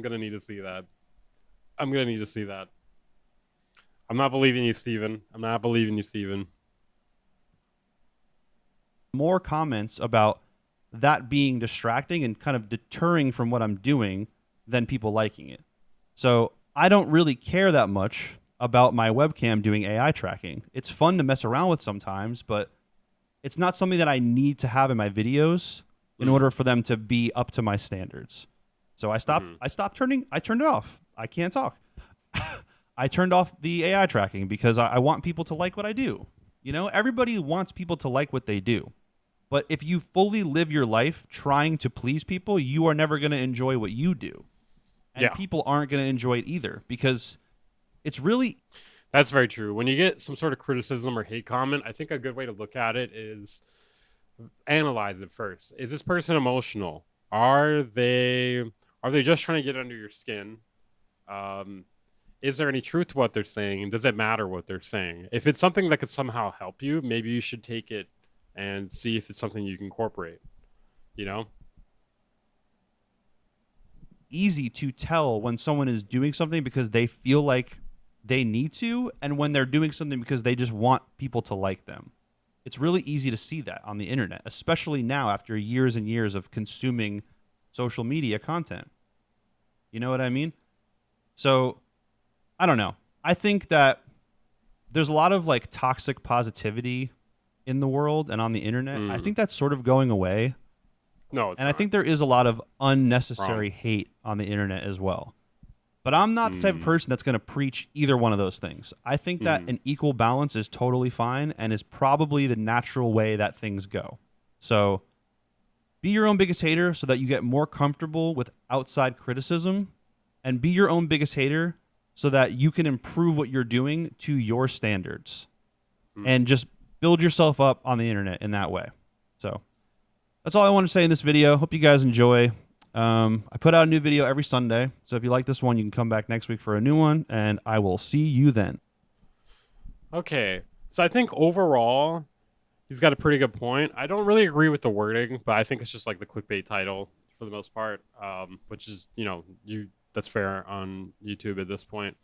Yeah, be your own biggest analyst. You know, you be your own biggest objective critiquer. I think being your own biggest hater is putting it a little too strongly. I don't know if you want to be your own biggest hater, like I said, because at a certain point, like, you may get in your own way a lot by doing that. But it's definitely good to try to put yourself in the shoes of somebody objectively critiquing it or objectively enjoying it, you know? Fuck having an ego when you're trying to be a persona on YouTube. True. It's time for Weaver to hate on my finished track now. Pretty soon, guys. All right, let's see what else we got. That will not get a nuke. All right, let's see what Tony has to say here. You know, the music industry loves a good cabal. I'm noticing Tony, this is a shorter video from Tony. Let's see. This might be one I like. Ooh, we actually may have to check this out. How I earn money in the music business. I'll open that up for later. From Kara. One of my favorite creators on the internet. All right, let's see here. On my Friday night live streams, I tend to talk about complete random variety of things, if that's the right way to do it. One of them is, and it's in reference to a Mad Men clip that I'll play, a Don Draper clip. Well, I hate to break it to you, but there is no big lie. There is no system. The universe is indifferent. I think some trolling is awesome. Awesome. What a terrible word. I think some trolling is dope. I think some of it is fucking stupid. I don't know. I feel like you can't really group it all in together. You know, for instance, like that young boy, the can't sing thing. I think that's a pretty good troll. That's a pretty good troll. You know, it's not really like super heavy-handed, but also it kind of like triggers people, and it's kind of funny. You know. That was pretty good. That was pretty good. To people that I talk to all the time about the music business and the entertainment business. We talked a bit about the Kendrick Lamar album and who was involved in that. And some people were questioning whether there's some type of cabal. Cabal is a secret plot or a small group of people who create such a plot. Titles are thrown at cabals. It comes from the word Kabbalah, C-A-B-B-A-L-A, also spelled with a K, which refers to... Definitely. And the cabal is trying to destroy me. They've been trying to destroy me for as long, well, ever since today, actually, or yesterday. To the Jewish interpretation, tradition of interpreting texts. Where's that all heading? I'm trying to explain that people work together. Groups of people work together. Individuals work together. They come to agreements. They come to, if you want to call them plots, or some type of, it's not a system. Are they conspiring? Somewhat. But that doesn't mean that you can't be in the music business or in the entertainment business and go about your business and just have that affect you or not affect you in a, let's just say, you don't have to be connected to it or in it for yourself to benefit from it and to not benefit from it. So it's there. There's some things that are there. There's agreements that are behind the scenes. There are collaborations that are behind the scenes. These are business collaborations. Hey. Don't let the producer Illuminati take you down. Hey, thank you for the $20, Wasam. I appreciate that, man. Goated. Appreciate that, man. You're very generous. Yeah, internet would be boring. The internet would be boring without trolling. I agree. I don't know. It just depends. Like, there's just levels to it. You know what I mean? Like the Chris Chan trolling that kind of stuff, it's gone entirely too far. Entirely too far. You know, the Beabadoobee trolling, that was not bad. It's kind of funny. I don't know. It just really depends, man. I think there's levels to it and there's nuance to it.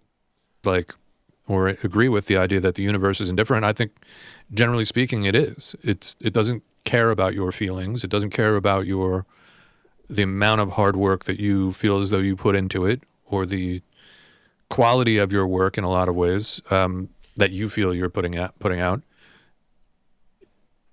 There is no, especially in something like the music business, or bro, I agree, pun. I watched some Chris Chan documentary stuff, and it gets really depressing, bro. It gets really depressing. There are some funny moments, but a majority of it is just like, damn, bro. People have gone way too far. They've gone way too far with this. in the arts, there are no strict rules. Your interpretation of what is great art has nothing to do with someone else's interpretation of that. And if that person or persons are at the wheel driving this product that you're trying to be involved with, or that you've developed, you're at the mercy of that cabal, that group, or that individual who makes the final decision. And then ultimately it goes to, in the case of the music industry or entertainment industry, it goes to the public and it goes to the customer. Then the customer is the cabal. The customer is conspiring to make your product successful. Yeah, it is funny to troll narcissists because they're very usually aggressive towards other people. Like, it's funny to troll people that are dickheads, you know, because you don't really feel bad for doing it, right? Like trolling Beabadoobee, it's kind of fun because he's a dickhead. He's a dickhead. He puts down other people all the time. He was harassing Curtis King before. He was let's see, what else has he done? He made those weird videos about me, you know? He's like not a good teacher. I don't know, like, you know what I mean? It's trolling him is fun. Trolling somebody that's like completely harmless and like maybe if you do it, like it's like a one-time thing, but it's not something you just like keep doing because that's just fucking mean, dude. That's just bullying. Full or unsuccessful. Yeah, that's one thing I don't really like about this video. It's too metaphorical, you know? Like, what are we talking about? Can we hone in on a specific thing here? They'll either get it or they won't get it. But generally speaking, they're indifferent. They're either going to like it, not like it, be literally indifferent and not care. One of those things that you have to wrap your head around and understand that to some degree, it doesn't matter. It's going to be there. It's going to affect what you do. You can make the choice of whether you want to be involved in the string pulling side of things. If you want to work at the label or work for a label or work for a management company or run a production company, then you're up a little level of being part of the conspiracy. Let's call it a conspiracy. Bro, this is too metaphorical for me. I don't know what the fuck you're talking about. Not gonna nuke it though, because it's Tony. Let's look at this. How earn money in the music business? Let's see how Kara earns her money in the music business. My name's Kara. For those of you who don't remember this, hold on a second. You know, I'll play this real quick so you guys can get a refresher here.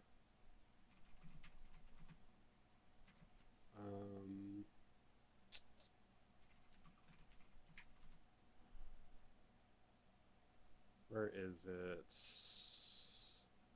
Wait, do you guys know? Wait, what is the name of the video, bro?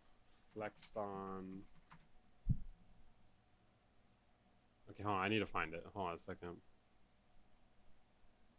Money in music. What? That's possible? Bro, this video, where is it? Here we go, bro. I didn't even spell her fucking name right. Okay, hold on a second. Here. You guys catch up on this real quick. I'm gonna grab pizza out of the kitchen. Just it's gonna take a second, so you guys can get a little refreshment on why this may be good content here. Also, you may recognize this thumbnail face. This is actually where that came from. Oh my fucking god, dude! This is $12,000, $13,000 fucking dollars. Like, they couldn't be to do the math on this. This is not $100,000, man. This has to be like $1 million at least. Okay, anyways. My name's Kara, and I'm an artist, songwriter, and vocal producer. And this is my This is a very nice studio. home studio tour. Yeah, I am envious for sure.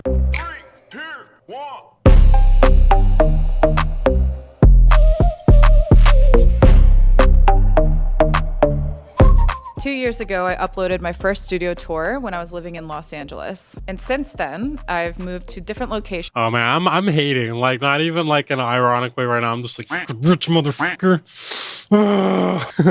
Weaving, is this is Reed Stefan's wife, I think, right? Prove it. Reed Stefan is like the puppet guy on YouTube. My studio is a laptop and a MIDI keyboard. I can't believe she lives with a puppet. I know, dude. I mean, this guys, if she has sex with a puppet, don't worry. There's someone out there for you, okay? She's with the puppet, man. So you don't worry. There's someone out there for you, okay? And refining my workspace. This space takes the phrase home studio to another level. This space has multiple workstations, so Dude, it would have been way funnier if like they just had Reed Stefan's picture on all of these here, on all 6 of these fucking absorptions. Can't think of the fucking word right now. Absorption panel. Duh. that my husband and I, Reed Stefan, can work on multiple projects for music and video production. Every room is equipped for both. One thing I'm always salty about Reed Stefan for though is like his videos could be funny. They could be so funny, but they're just absolutely unentertaining at all. Like the idea with the puppet, it could be so funny. There's like so many different skits and things you could do. Recording sessions. He's just too grown up for that, but he's not too grown up to not do the puppet thing. He's too grown up to make jokes is what you're saying. Like I don't really get it. So he never shows himself in the flesh. Yeah, but the thing is, if you look him up, you can see him. Reed Stefan face. You can see this is his face right here. Like it's not like it's like hidden or anything. He looks like a EDM star. Although I feel like this may be an older picture too. That'd be super funny if like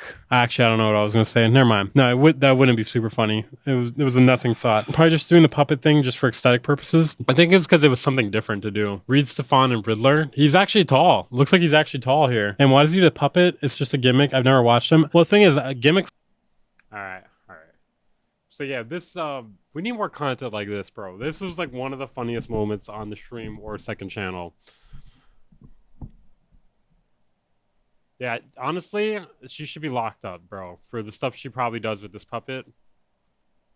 Disgusting, absolutely disgusting. Okay, let's find out how she earns money in the music business. Just prepare, guys. You're gonna get flexed on pretty hard here. I already know because I'm aware of some of her credits. They make bank, dude. They make bank. I've pocket watched, all right? I've pocket watched big time. Like, she's been in Tony Hawk. She's got, like, top selling, like, splice packs. Like, they don't need to do YouTube. They definitely don't need to do YouTube at this point. I'm an artist, songwriter, and music producer, and welcome to my home studio. Today, I'm going to be answering one of my most frequently asked questions, and that's how I earn money in the music business. Now, back in the day when I was living in Los Angeles as a full-time songwriter, I would make these little posts called Advice by Kara, and I would basically just be documenting my experience as a songwriter in Los Angeles and helping people with how to negotiate splits. Bro, who is that person? Jesus, bro, she's like unrecognizable. And basically how to do business with... Bro, what the hell? Wait, hold on. Quick comparison here. How's that the same? That's crazy, bro.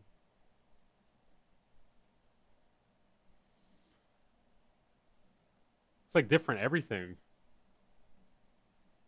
We all love to be a part of creating something beautiful and magical, but there is also... Bro, the chain, bro.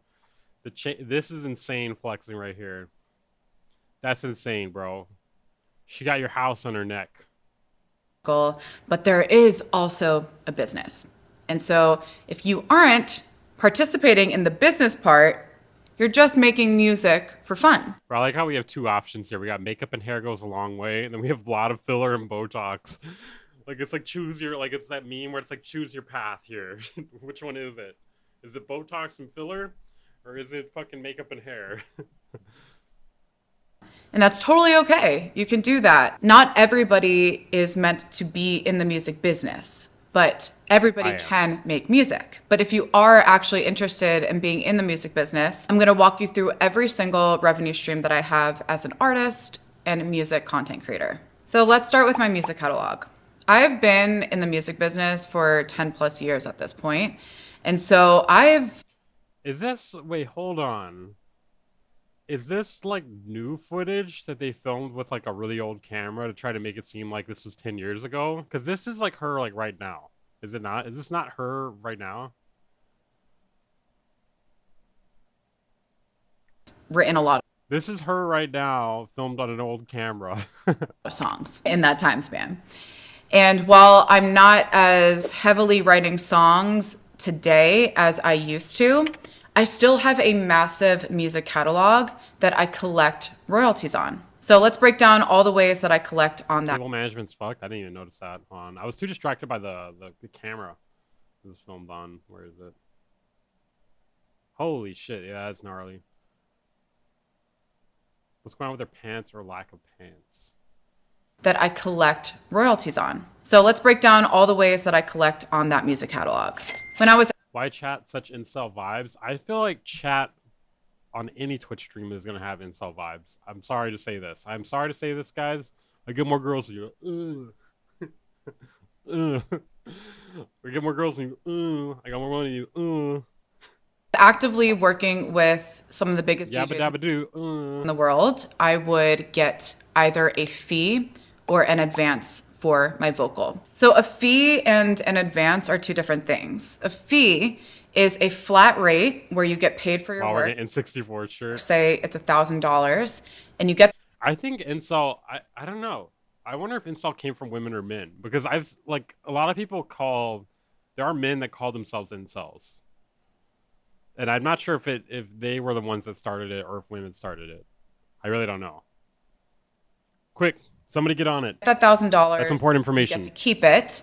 And according to whatever deal you come up with for splits on the publishing and the master, you would collect on that in addition to your fee. If you got an advance, say they gave you $1,000 advance, then you wouldn't be collecting royalties until that $1,000 was collected on their end. When that song comes out, you have to recoup that advance before you actually see any more royalties from that release. So don't get confused between those two things, a fee and advance. Make sure when you are making your contracts with your co-writers and your co-producers that it's very clear on what you'll be receiving. Okay, moving on to royalties. There's two sides to every song. We have the publishing royalties. It's okay, Bijou. I'm taking anyways. All right. Which is the composition.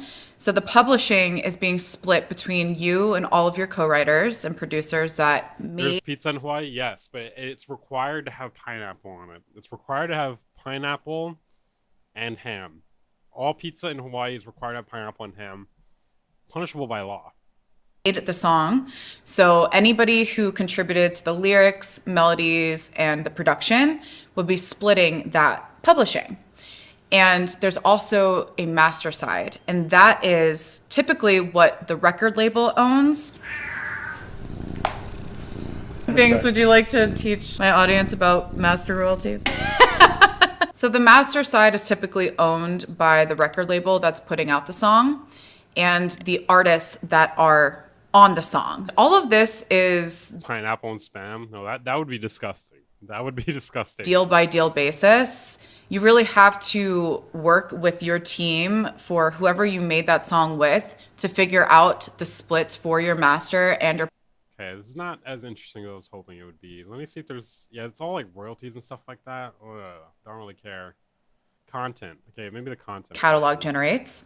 Let's talk about content. I actually started this YouTube channel during the pandemic because I wanted to solidify another revenue stream for myself and actually build a platform independently so that I could keep 100% of the profit.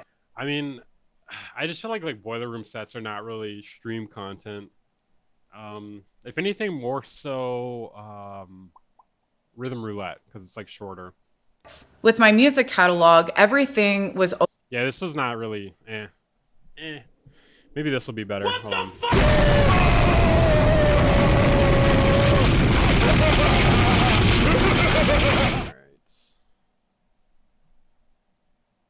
All right, we got Andrew Huang here. It's some sort of noise making. Yeah.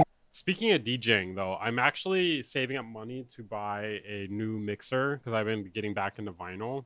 Been buying like a bunch of classic vinyls like Burial and Aphex and stuff like that. And I wanna get back into mixing. I've been pretty into DJing, or I used to be pretty into DJing. Play some rhythm roulette. Okay, maybe next. There's only 7 minutes, guys. Chill. Pretty good choice. And it's like really wet at times.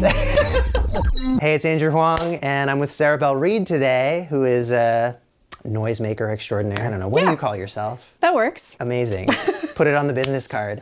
Extraordinaire. Oh, he doesn't DJ? Okay, yeah, I don't know anything about it. We're gonna play a game today where we are going to take turns patching the modular synth, and each turn consists. Bro, it's like it's a total scattershot, whatever Andrew Huang is gonna be wearing in a video. I swear to God. It's like in every video, he has a bet with someone. Hold on, let me see. In every video, there's like a bet whether or not he has to wear some insane shit. Like, here's like a normal thing he has to wear. It's either gonna be this, or it's gonna be a fucking or dress. Like, you never know. It's gonna be like a normal shirt or a dress or chainmail. You never know what you're getting. You never know what you're getting with him. You got a denim vest here, like, bro. He's like, he never wears the same thing. It's crazy. Which one was the one where he's wearing chainmail? Hold on. Got a plain shirt there. Where's the chainmail? Here it is. Here's the chainmail. Bro. Means you also have your second. You never know what you're getting, dude. Like, what the fuck? Oh, shit. I'm frozen. No one told me I'm frozen. You never know what you're getting with him, bro. You never know what you're getting. Oh, God. Hold on a second. I can't see myself. I'm gone. I'm blind. Yeah, you never know what you're getting with him, though. You're going to get this. You're going to get a regular t-shirt. You're going to get a dress. It's really hard to guess. It's really hard to fucking guess. I don't know why this is not fucking working. Well, let me try this. Okay, there we go. Boom. Who cares what he wears, though? It's just interesting. It's just interesting. My point is you never know what you're going to get. I don't care what he's wearing. It's just something to point out that every fucking video, you never know what you're going to get. I'm not saying like, oh, he's gay. Like, I don't really give a shit. I don't give a shit if he is. I don't give a shit if he's pansexual or fucking metrosexual. A thing I never hear anyone say anymore. It's just funny as hell. It's just funny as hell. Like, it's just, like, bro, it's not even hating. How am I hating on him? I'm just saying it's funny that it's like he has a bet in every single video, whether or not, or he has like some sort of like thing, like one of those like spinning things, and then it's like, oh, I guess I gotta wear a dress in this video. It landed on dress. I gotta wear a dress. Of making 3 connections and changing 3 parameters, and we'll see where we get. Yeah, that's it. Sweet. A lot of the modules are new to you, but I was thinking... That's one thing that's kind of annoying to me. Like, sometimes I'll make a joke about something, and people are like, why are you hating on this thing? And I'm like, okay, am I not allowed to make a joke about something? Does it always have to be hate? You know?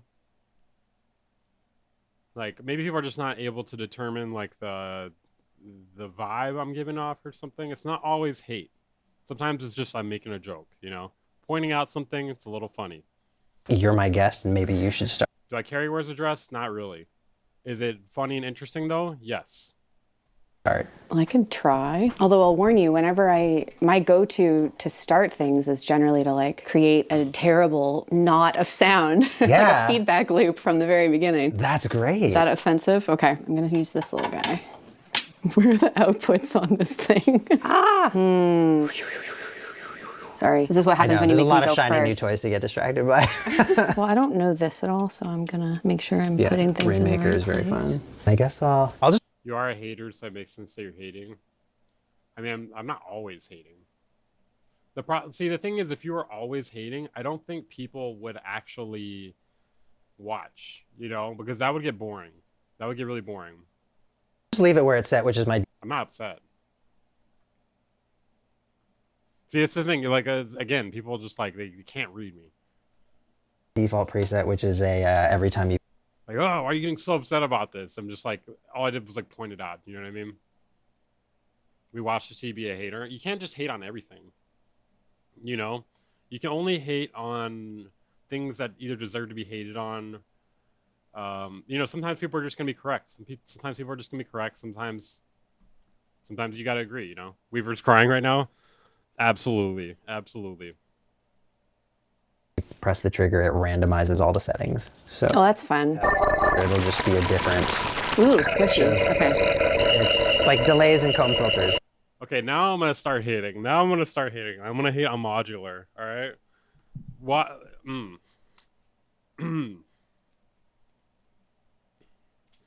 Why would you need to spend $500,000 on this? My washing machine can do it for free. Fuck! I fucked up the joke, dude. I stumbled over my words. Damn it! Why would I pay $500,000 for this? My washing machine can do it for free. Okay, sorry. Fuck. I hate when that happens. When you have a joke and then you like say it wrong, like you stumble over your words, and then you're just like, the delivery ruined it. The delivery fucking ruined it. So yeah. Nice. Oh my god, I did it again, dude. Okay, now I'm hating. I'm hating on me freezing my camera. That's something I'm actually legitimately hating on. Okay, there we go.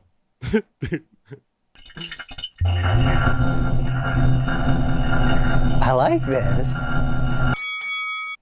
Bro, that's funny, dude. Wait, hold on. That's actually really funny. Wait, hold on. I like. This is like a meme format right here.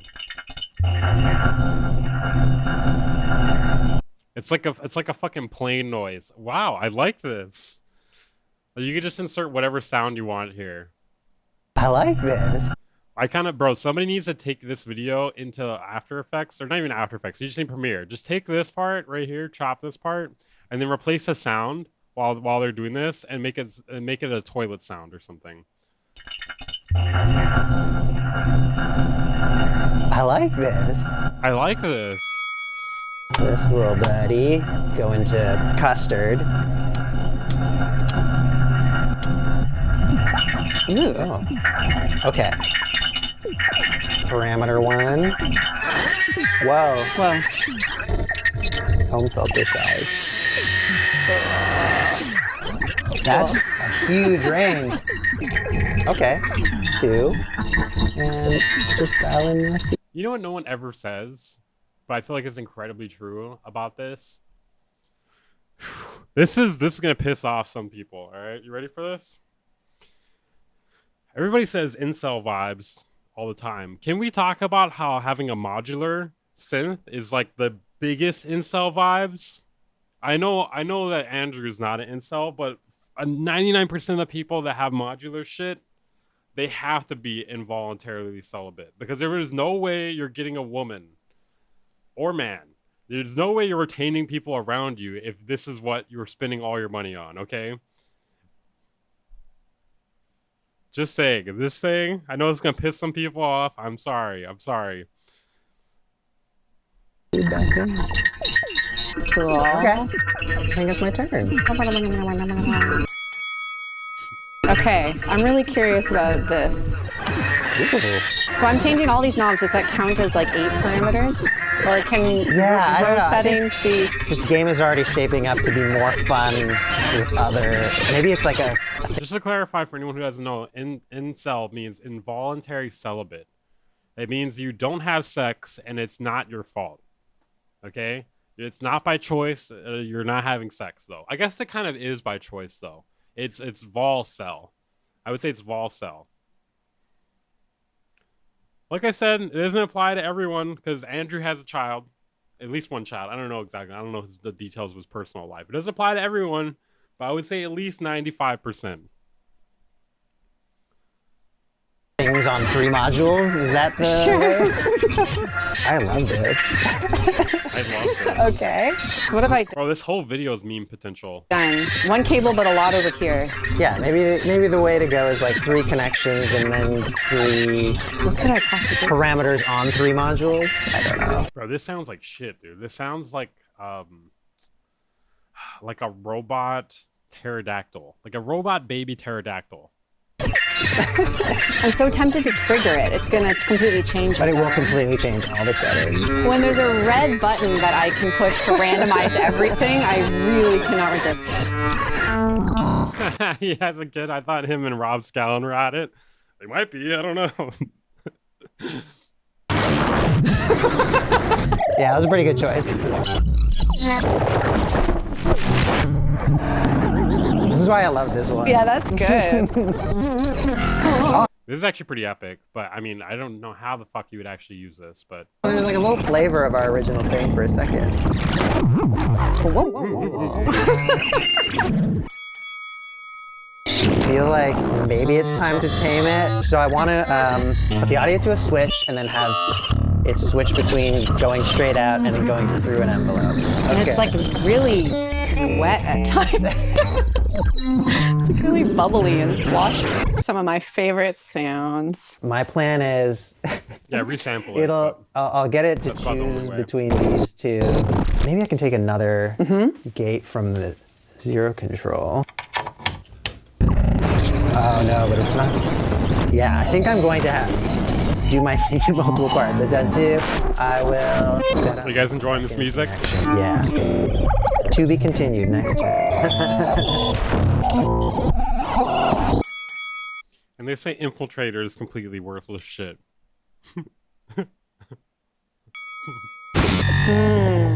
Then explain this. Explain this, alright? They say that Infiltrator is the worst thing you can do to your music. What about this, alright? That's a great performance tool. Whoa. Whoa. That's kind of cool. So that I can trigger that manually, I'm going to bridge together this. Does that make sense? Yeah, so now could I use that sounds pressure? terrible.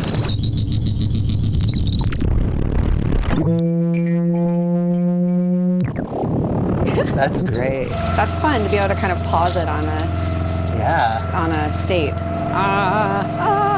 So I bridged these two things together. Oh yeah, what was the function of that? It was so that... Really makes you think, doesn't it? Really makes you think about not spending your money on modular gear. It would send... What really like motivates people to get into modular? I can't really understand it personally, because when I see stuff like this, I'm just like, wow, that seems like an incredible waste of money, you know? I feel like the only way that I would ever end up having this shit would be if it got sent to me for free. That's the only way I would end up having this shit, and there's a good chance I'd probably just sell it for money, for more money, to have more money, and spend that money on other things. Like a trigger or a gate to ping the filter when it's in sequencing and also when it's being used. Like, you actually might be better off spending your money on a Lamborghini than on this, which is crazy, because I don't know if you could ever justify buying a Lamborghini or some sort of insane fucking car. As a touch controller. And what I want to do is try to find something to send the pressure output to, but I don't know what that could be. Like, I feel like part of the reason people get into this is it's like such a gatekeep. You know what I mean? This is such a fucking gatekeep. You know, only so many people can do this. You have to have, it's like an insane financial barrier in order to get into doing this. So automatically you become more unique by buying this sort of stuff. Yeah, it sounds like shit. It does sound like shit. You're correct. Oh, that's pretty. Comb feedback was pretty fun before, right? Yeah, let's try. I guess I'll maybe start it. Ooh.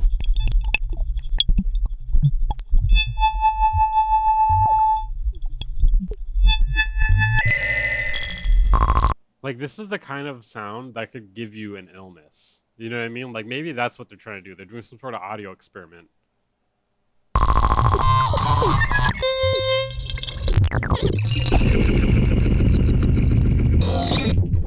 Oh, that's so fun. Yeah, this is giving me diarrhea, bro. I think I'm gonna have to use the bathroom here pretty soon. Cool. Okay, I think I'm... Wow, this is great. Over to you.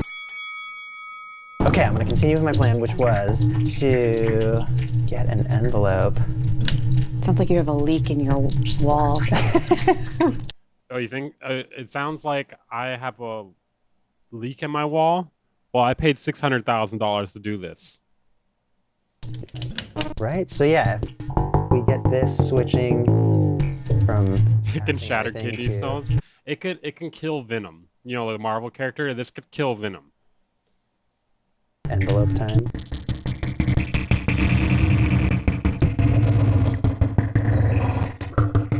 Yeah. Did I do one? I don't know, maybe I only did two. I think you did, yeah. I also have not really been keeping track of how I know, many maybe it should just be like, take turns to do something. Yeah. She gives me more like pianist vibes. Like, I'm kind of surprised. I'm curious about this woman now. She doesn't really look like a modular person.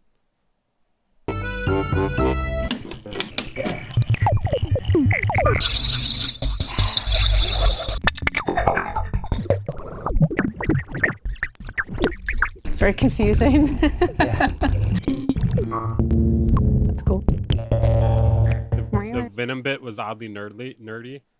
Mostly because I was recently watching it. I've actually never seen the Venom movies, and I got inspired to watch it recently because I was watching the most recent Spider-Man, the one that had Doctor Strange in it. It just came on the other day.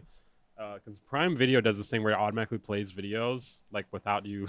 It kind of does like a YouTube thing where it just recommends stuff.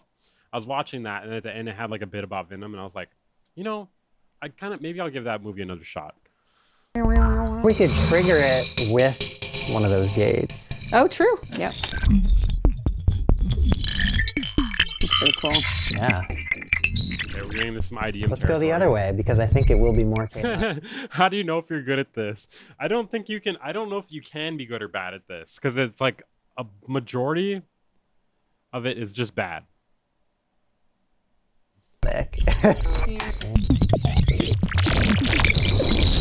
Okay, I'll look that up. I love how much. What do you think of Venom Weaver?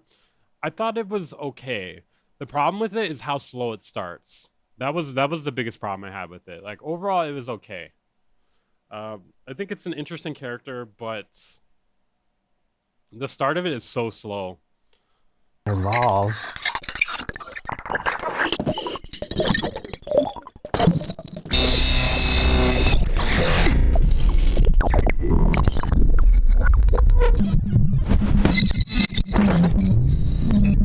I guess we can tie this up. It's funny that you can like use this to make IDM music pretty well because IDM is like one of the most niche genres there is. So like you're basically spending a ton of money to make something that no one's gonna listen to. This was super fun, and also you can probably do this with way less gear. There's probably a version of it you could do with plugins. Yeah. VCV I'd say rack. so. This is Andrew from the future. We recreated what we did today in VCV rack. This is okay. That doesn't sound like a waste of time. Free. Details on how to get this are in the description. Also wanted to mention. Yeah, hey pores. Hey pores. You can recreate this at home, you fucking pores. Link how to do so in the description. That if you're interested in learning modular synthesis, Sarah has a fantastic course that I'll be linking there as well. Check it out. What we kind of did without talking about it was we just chose a few modules, right? Instead of just adding more stuff, Bro, watch Busy use Voltage Modular. No, thank you. Although he's probably just as qualified as anybody else to do that. Seeing what more you can modulate or what more you can control or change on just a few things. Try this game at home if you have a friend. No, I mean, if you have modular gear, let's be honest, you don't have any friends. You're probably one of the only people with modular gear that has a friend, maybe two friends, Andrew. I know it's not easy for some of us. I feel like I should be better at outros after 15 years. I'm sorry, I had to sell my friends in order to get my modular gear, Andrew. But I never am.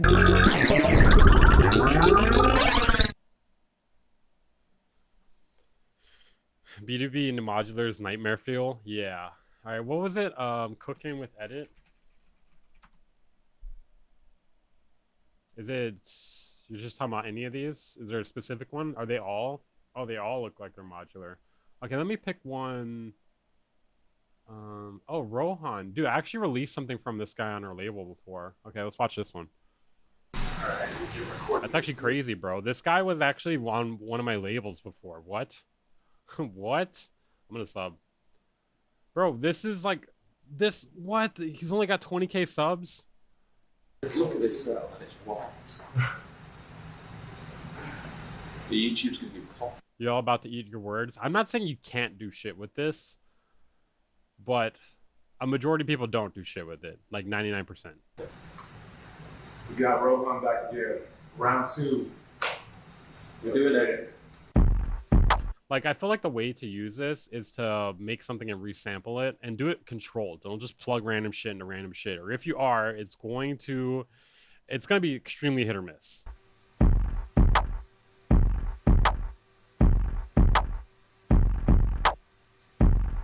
Buy your course about selling courses. That sounds good. I don't see a problem with that.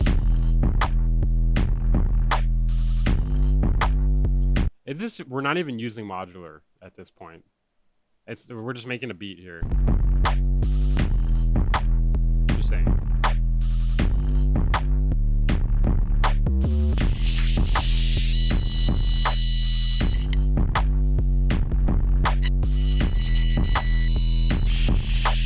So what they're doing differently here is they're making like a backing beat, and then they're using the modular to like edit something over the top of it, coincidentally, by this guy named Edit. He's a part of Glitch Mob. He's still a part of Glitch Mob, right?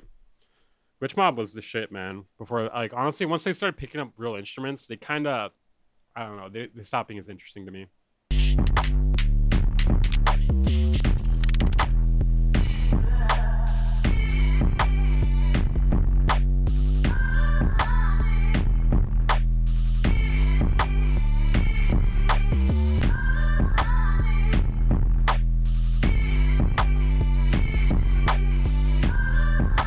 How do we OTT on this thing?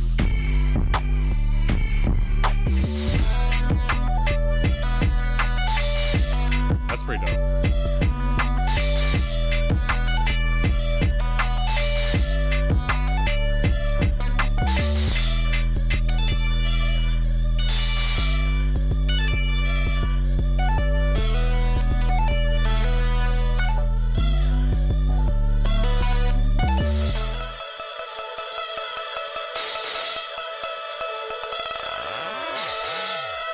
Bro, this guy's haircut is pretty wild. Pretty wild haircut.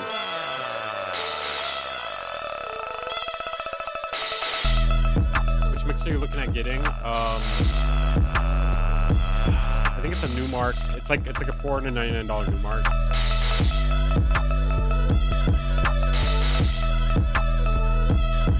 I mean, this is fine, but let's compare it to like Glitch Mob's music or Edit's music. Like, it's fine. Don't get me wrong. Let's see. Glitch Mob.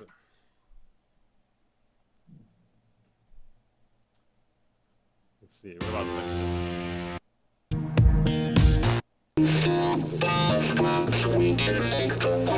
vibes? But yeah, I mean, I don't know.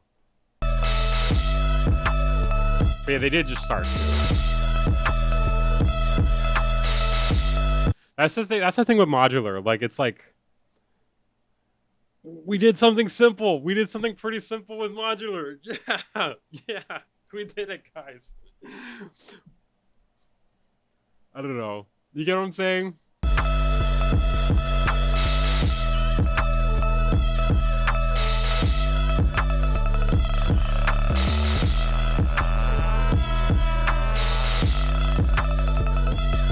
The new Mark Scratch for Serato. That might be it. It's like $3.99 or $4.99. Hold on, let me look up. It's the one that has the buttons on it.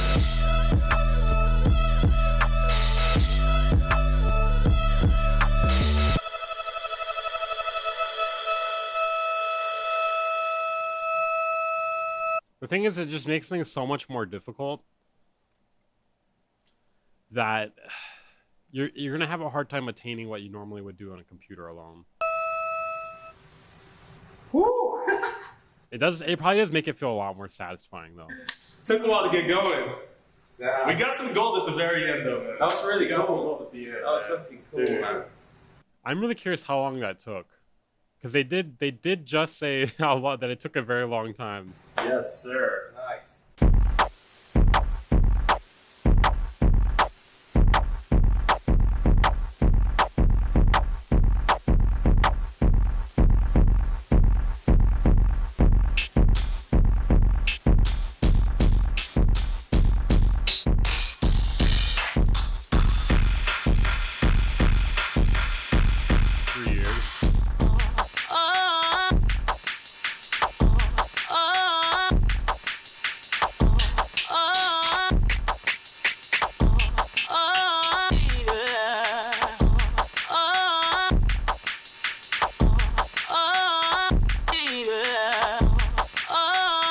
I got pizza.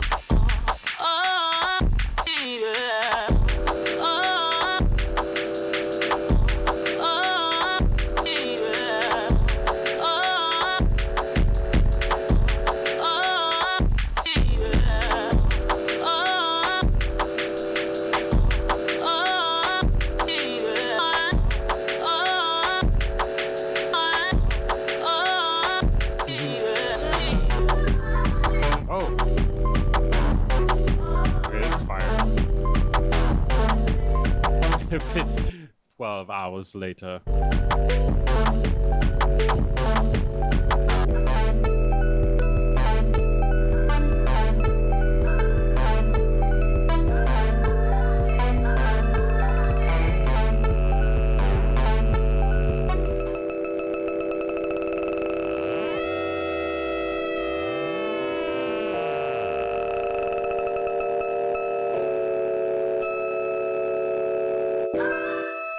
I mean, that wasn't bad. Well, let me see one more real quick. I'm not gonna play the whole thing, but I'm just curious, like, if this ever goes to, like, insane places. Edit has some great music, though. This is a really good one from here. There's no way this was made on Modular. I seriously doubt it. Not that it couldn't be made on Modular, but I doubt it.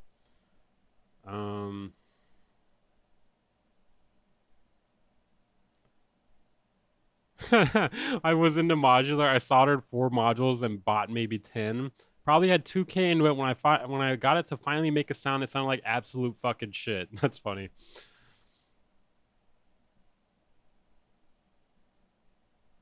Like, I think the thing, God, I had some. Wait, hold on. It'll come back to me. You know, let me see if there's anything else here. Didn't have to create vaporwave in 2002. That sounds interesting. Alright, so to begin building today's video topic, I want to tell you about a song called Touch of Corporate by the lesser-known vaporwave If I ever make it to Toronto, maybe at some point, I don't know. That'd be cool. artist Airliner Thank you, Hidden Material. 95, and you'll see why in a little bit. The track is really... Okay, here's what I was gonna say. I think with Modular, like, it's such a large investment to get into that it causes a lot of people to go into, like, this denial where they have to, like, continue to justify it to themselves, you know? Like, if you don't continue to justify it to yourselves after being like $5,000 to $10,000 into it already, you're gonna be insanely depressed and unhappy, you know? I think that's kind of partially what happens. That kind of, yeah, sunk cost fallacy, yeah. Nothing too crazy. Like, you're just like, if I keep spending money on this, it'll get better. It'll get better. It has to be worth it. Fuck Modular. Yeah, that's basically the whole takeaway here, Noir. Touch of Corporate samples the legendary Anita Baker, a nice little slice out of her song Been So Long, starting at just before the 2-minute mark of her track. Okay, so a reminder, did MF Doom create Vaporwave in 2002? I'm very interested in this. I am, like, so dialed into this right now. Airliner 95 gives the sample chop a bit of a high pass to make it feel as if the track is playing high above you, watching you as you walk down aisles and aisles of store brand products. And this track has your classic, excessively grand supermarket commercial synths, little accents of some guitar picking in the corner, a simple foundation of drums to hold it up. Yeah, there really isn't much to discuss here about the track. Literally, it's pretty much your single shot dosage of classic vaporwave. What makes this track interesting though is that... Wait, what is the name of the song? Airliner 95? Wait, hold on. The track is really nothing too crazy. Alright, so to begin building today's video topic, I want to tell you about a song called Touch of Corporate by the lesser-known vaporwave artist Airliner 95, and you'll see why in a little bit. The track is really nothing too crazy. It came out a pretty long time ago, especially when comparing it to other releases on a vaporwave timeline of sorts. What's also... Okay. Blank Banshee never really felt like... I don't know, it never really felt that vaporwave to me. Actually, no, I've talked to Vapor a little bit. Interesting is that the artist had... Bro, I like how... Wait, hold on. This is kind of hilarious, bro. Like, so Floral Shot came out in 2011, and then in January 2012, someone made an album called Vaporwave is Dead. Like, fucking 1 or 2 months had passed since then. It's such a, like, a counterculture. It's like, oh, one thing from this got popular. It's dead. It's dead. It's dead now. It's dead now, guys. The artist had absolutely no intention of labeling this as a vaporwave release, as a name was definitely not even coined yet for the genre. And you know what else is interesting? Touch of Corporate isn't the actual name of this song. As a matter of fact, Airliner 95 isn't even a real artist. I'm sorry for lying to you, but my friend, what I'm talking about is a track titled Zatar by the ever so fascinating, fan favorite rapper, songwriter, producer MF Doom off of his 2002 Special Herbs box set. Okay, hold on a second. I gotta hear that real quick. I don't think he's gonna play it. MF Doom, Zatar. I think it's I don't think it's something named MF Doom though, but it'll probably come up. Okay, here we go. Yeah, I saw Bass Nectar was live. This song? I know this song.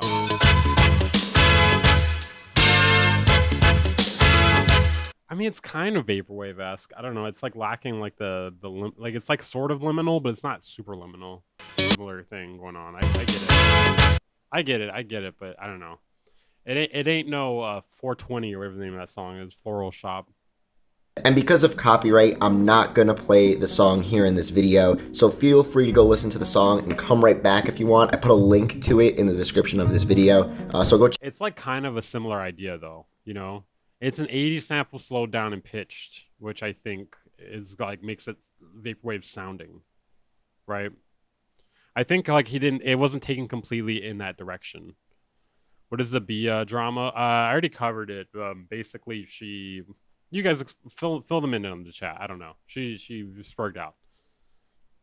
Check that out and then come right back. I'm watching you. Come back. So this begs the question: did MF Doom create vaporwave back in 2002? This track titled Zatar would without a doubt be a song many would consider to be a vaporwave track. And like I said earlier, there isn't much to discuss about the literal song itself, as it is a sample chop and loop, a very simple one, but the track does formulate. So I feel like it is, but it's not taken completely in that direction. Like if there was a scale from 1 to 100, it's like 25% there, or maybe 40% there at most. Whereas 100% would be something like Floral Shop. Some interesting perspective on music production, technology, and intention. Let's dive a little bit deeper. And real quick before we do, hit that subscribe button. You know I want to see you at the next video. So it's not slow, that's all. Yeah, that's what I'm saying. It's like lacking the reverb, like it being slowed down, maybe pitching it down more. Never in modern music history, or for what I at least know about modern musical history, have we ever been in a time where so many people are truly obsessed and fascinated with going backwards to achieve a sound of outdated technology. And of course, we'll always find simple inspiration. Well, I mean, that makes sense. I mean, like, it's like the more you uncover, the more likely you are to go back and try to do something old, because things are going to get more and more monotonous, right? From the past to create something new, and history repeats itself, hence the 80s 50s principle, for example, the belief that every 30 years styles and cultures cross paths once again and return to a similar fashion of what it was 30 years ago. But for many these days, it's become beyond being inspired by the past, and more so purposely ignoring modern technology. In the 1960s, bands like the Beatles were revolutionizing music production with albums like Sgt. Pepper's Lonely Hearts Club Band.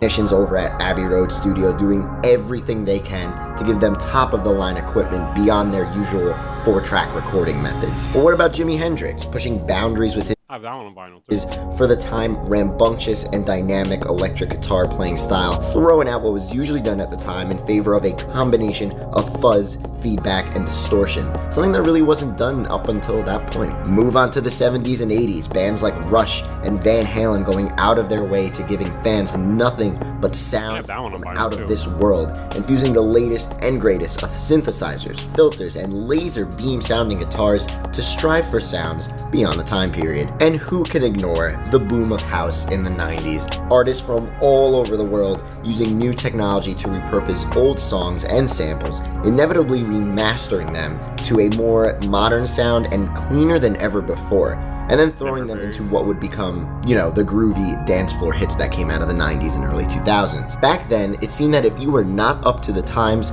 you would be left in the dust. I mean, even with musical mediums, too, in history, from vinyl to cassette to CD and then the digital age, it was always as if we were looking to the next big thing. But now, didn't hear Barry on Flying Lotus mention that. It really feels like we're going backwards. Vinyl crackling and popping isn't necessarily a nuisance anymore, but a lot of times soothing and warming for many music fans when it's laid as a texture on top of a track. 24/7 lo-fi hip-hop radios to study with. Yeah, this is like, bro, this is too much history here, bro. Like, just give me, I'm just here for the MF Doom shit. Intoxicating visions of the past was something people the past, having these little of of music bounced back from its once abandoned depths, all in a time where the convenience of digital music is a click away. People these days, it's simple. They find charm to old gear and lesser quality recording styles of the past, having these little nostalgia trips to older days through music, aesthetic, and textures. When Daniel Lopatin dropped Chuck Person's Echo Jams Volume 1 in 2011, the overly we might have to watch this next time. Meet Hip Hop's Biggest Loser. It's about academics. We're gonna have to watch this next time. I think we're gonna do music review next after this video. Intoxicating visions of the past was something people grabbed onto really well. The album became quite a discussion piece as people found a connection with the feelings it was trying to invoke. This album is what many truly believe to be the first ever vaporwave album, intent on trying to ironically explore the romanticized visions many of us have of the past. And while there were albums and songs and artists before Echo Jams Volume 1 that was maybe doing something very similar to that, it never picked up in regards to this vaporwave style community being built around that piece of music. The internet was definitely not as big as it was today, and most people were not really coming together via the internet to create a community around this concept of reconceptualizing songs to fit a narrative of returning to the past. And you can look at a lot of other tracks on this box set that would even fit like a lo-fi hip-hop vibe, for example, or other Doom releases like Operation Doomsday and Food, where yeah, my biggest problem with these sort of videos is it feels like so much of this is just like discussing the past for almost no reason at all, you know? That's kind of my biggest problem with like these sort of videos. So many of them have like pointless sections to it that make up like, especially this one, it's like a majority of the video. Like this like thing about whether or not MF Doom created vaporwave, we've barely touched on that so far, and I'm kind of pissed off about that. I'm kind of regretting subbing to this guy. Maybe I'll watch another video in like not right now, but off stream, and I'll determine if I want to stay subbed because I'm a little bit I'm not sure. Samples of old superhero cartoons and other sample sources that many vaporwave artists would use today can definitely be heard. It's fun to discover tracks from years ago that were made with such a vaporwave style. There's nothing wrong with a history lesson, but the problem is like it's like not even really relevant, you know, or like the relevance of it like was maybe like 10% of it. Like it was almost just put in there to extend the runtime. Yet nothing really came out of them as significant as what happened with Daniel Lopatin's Chuck Person's Echo Jams Volume 1. Echo Jams is a great showcase of the current state of this decade's music listener, producer, and online community. And I'm not saying everyone is fixated on achieving a true vintage style and imagery with their music nowadays. The background music in this video has been pretty awesome though, like pretty fitting and pretty abstract and unique sounding. Not something you would hear in a lot of videos. But let's be real, nostalgia has never sold more than how it does today. This track, Zatar by MF Doom, is definitely really cool to listen to. With all the vaporwave that's out today, you know, for anyone who's watching this who's in the ChatGPT script, is it really though? Vaporwave scene, you know how much there is, and it's cool knowing that even in 2002, something that would clearly fit in today's world, in today's vaporwave world, was being made. So I highly recommend checking that track out. If you have any other tracks from the past you think heavily fits the vaporwave vibe. This is a shitty drawing too. Like at the very least, like turn up the contrast on it and shit. Like it's like this is like the colors are off. I'd love to know. Let me know in the comments below. Like I said, I find it a ton of fun to explore all these songs from years ago. Also, remember to throw a like on the video and okay. All right, guys. All right, next up, we are going to do music review. Maybe for like 2 hours or so. Drop a like on the video. If you want to skip the line, make sure your music is, or if you want to play more than one song, consider donating via the Stream Elements link in the description. The information will be put on the screen right now. Hold on, I got to put the chat back on. Chat's missing. Okay. I gotta make this smaller. So send in your music in my Discord to stream feedback. I did not make the channel yet. I am about to right now. Probably gonna do this for like 2 hours or so. Alright, let's see. Where is the Discord? Boom. So but if you put in the stream feedback already, it doesn't count. I'm starting it over right now.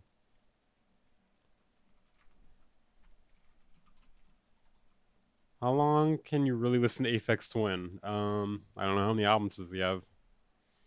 How long does that total up for? Alright, let me notify the Discord that we're doing this. At here, I am now doing music feedback. And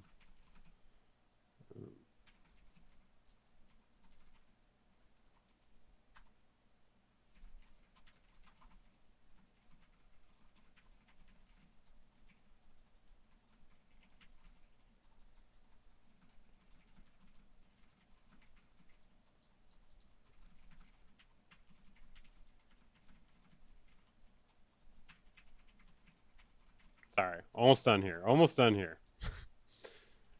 All right.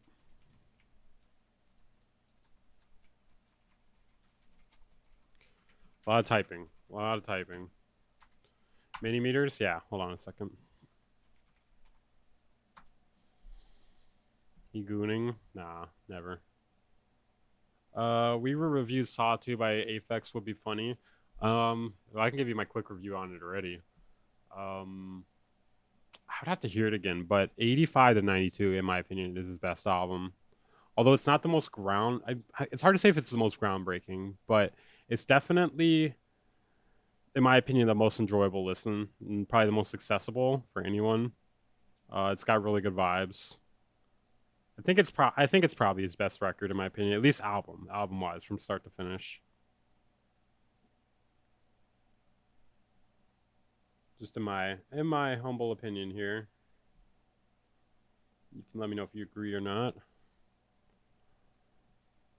Saw 1 is one of the most important electronic albums ever, in my opinion. Yeah, that's kind of what I'm saying, but also in terms of listening to it nowadays, I think it's probably it's the most palatable and also the best in terms of like an album listening experience. I don't know if I would say it's like the most I mean, Drugs is fine too. I don't know. It's one of the most groundbreaking ambient records. I'll have to go back and listen to it again. It's been a while. All right, let's see. I actually bought Saw 85 to 92. It should be coming in the mail pretty soon. Oh, let me message one person. One person was curious about when I'm doing this again. Streaming feedback right now. Okay. All right, let's do this. All right, MF Doom Port Grind by A-Way Beats. I'm assuming it's a remix. Is this vaporwave? Keep your mind on your mask, kid. Horror form a classic, it's drastic. Oh, interesting. Filling the hydrochloric acid, splashed it. Pull a knob, reached it and blasted. Pow! Pinstripes on a basket. New York style, wow. Cheddar grab easy. It's only entertainment though, when thought out completely. Sad demeanor could get him the dropping bag cleaner. Master schemer, expert in that arena, puffin' Pasadena. He read the grass was greener. Black Beamer, IH, gyrate. Rubbing shoulders with pigs who don't fly straight.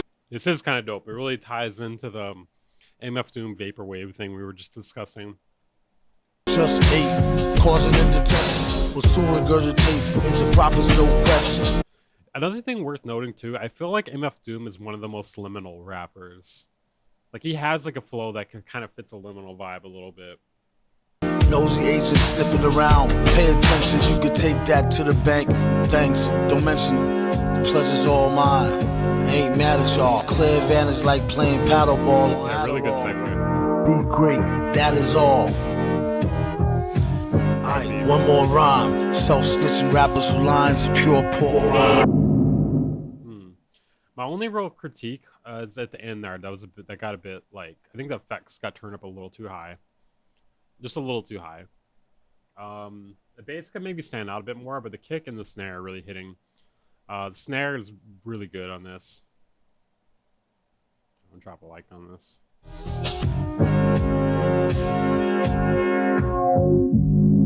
Keep your mind on your mask, kid. Horror form a classic, it's drastic.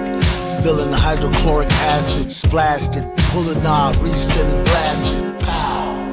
Pinstripes on a basket. New York style, wow. Cheddar grab easy. It's only entertainment though, when thought out. Yeah, the snare is sick on this. Main thing is like the bass could hit harder in my opinion. It's not really like kind of do the mix as well as it could. We're doing music feedback. All right, Caxer. Hold on a second. Let me change the title on YouTube and Twitch real quick. I guess I'll do it while it's playing. All right, cactus.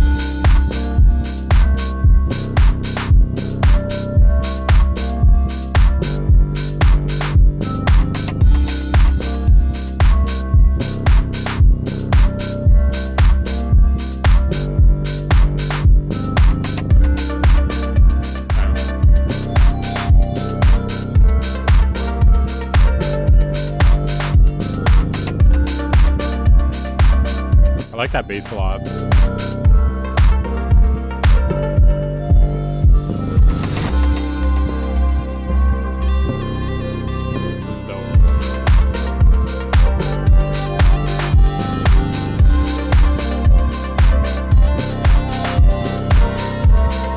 Yeah, this is sick.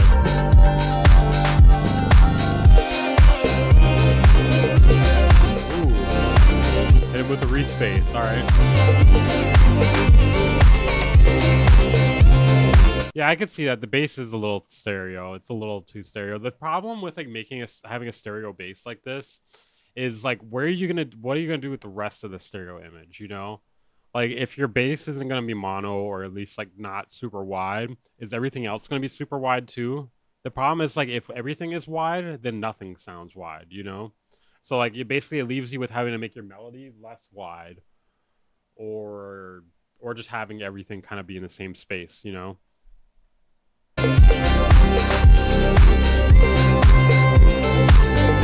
Love the respace. I love like pretty much everything about this.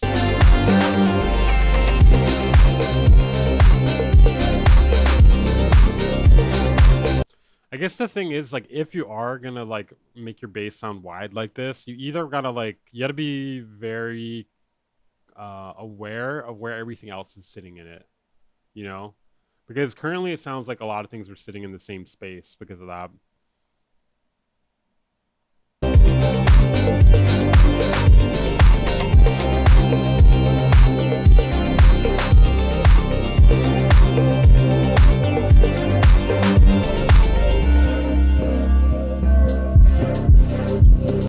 I guess part of the problem with doing like a stereo bass too, I'm sorry to like kind of rattle off about this a lot, but another problem with this too is, okay, with like melodic instruments, generally there's a lot more of them than there are basses in the majority of songs, not all songs.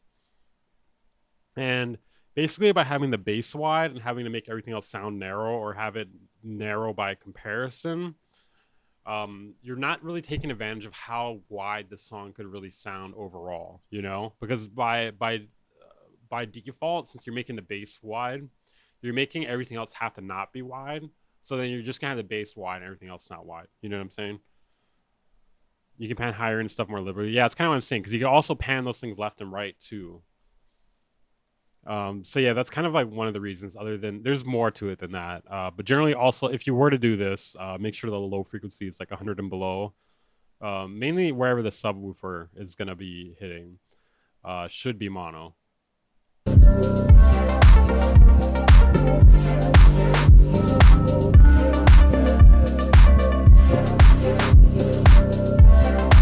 I'm really enjoying this song itself.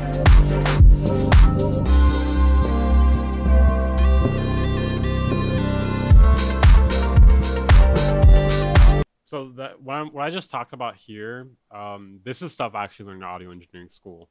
Like, so, I mean, and I'm sure you could probably learn this on YouTube too, but I feel like I never see people talk about that. And I do think there are certain things you do learn in audio engineering school or music production school or whatever, if you're going to like a good school, that you won't learn on YouTube, because like usually it's a lot of the stuff that you hear on YouTube is people repeating the same shit that they hear from other people on YouTube, you know? So just quick, yeah, I'm certified.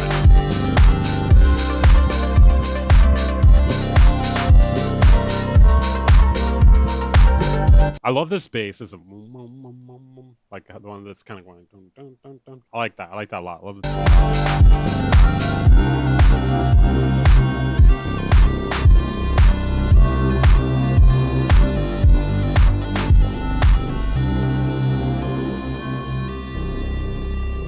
Okay, I want to pick this apart a little more. This is really good. So overall, the composition of this is fucking fantastic. I love like everything about it. I think the mixing is the main thing I would work on.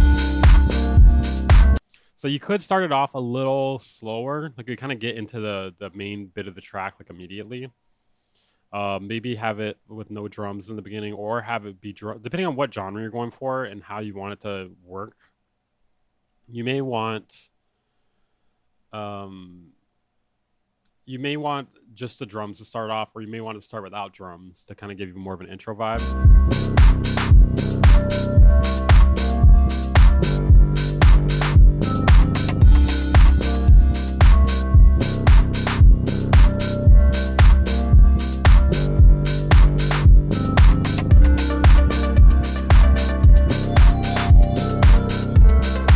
Yeah, I like the melodies, I like the percussion. It's all really good.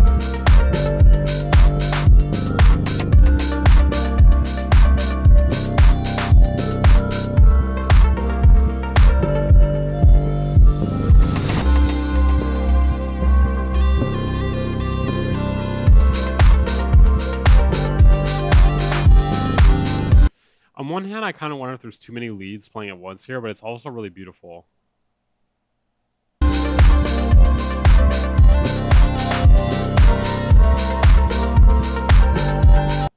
Okay.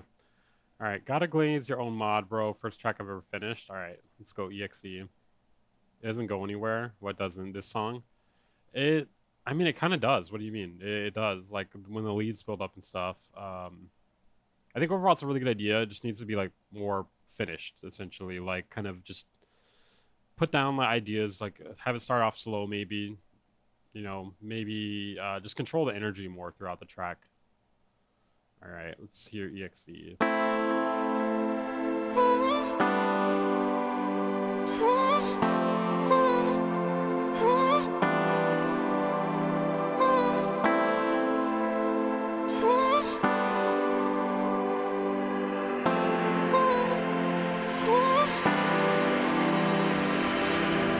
Sky's the limit, I tell her. Spread it out like a Marcellus. Leave all my wallpaper so cold. Being on this case on my own. Pull up cause I've got the skrilla. Kind of reminds me of Young Lean a little bit. I feel like having multiple vocal layers would work a bit more with this type of sound. Maybe a little less auto-tune. Feel like that box by me, Sawyer. Thought I'd be leaving my home. The world spins but I sleep alone. I want to say the bass could be like more saturated or something. Thinking about losing my soul. Think about hiding my low. Cause of my own. Think about losing my soul. I got the bars of my own self. Oh, no. I like the snare a lot. Think about losing my soul. Think about hiding my low. Cause of my own. Think about losing my soul. I got the bars of my own self. Oh, no. I've been lost in myself.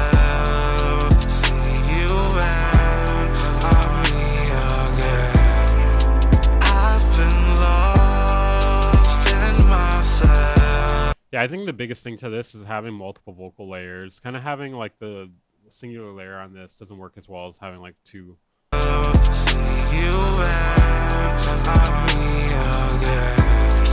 the limit, I tell her. Spread it out like a Marcellus. Leave all my wallpaper so cold. Being on this case on my own. Pull up cause I've got the skrilla. Feel like that box by me, Sawyer. Thought I'd be leaving my home. The world spins but I sleep alone. Thinking about losing my soul. Thinking about hiding my low. Yeah, even if you didn't want to have like multiple layers for the entirety of it, having layers come in too over time would be good. Think about losing my soul. I got the bars of my own self. Oh, no. Think about losing my soul. Think about hiding my low. Cause of my own. Think about losing my soul. I got the bars of my own self. Oh, no. I think the vocals are not bad. The vocals are not bad. They just like they need more production and more layers, in my opinion. I don't really like the high vocals though. Cause of my. Just never a big fan of the mosquito shit. Cause of my.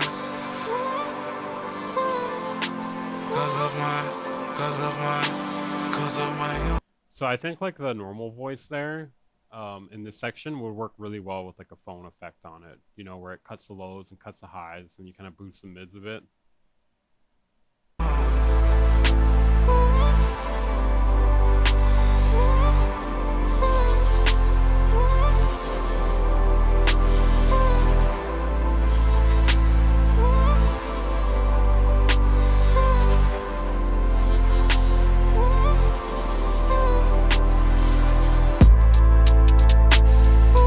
This shit got me crying and shit.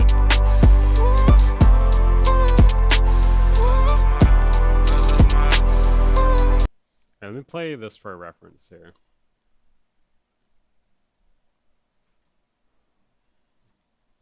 I think Young Lean is a pretty good reference for this. Really reminds me of that.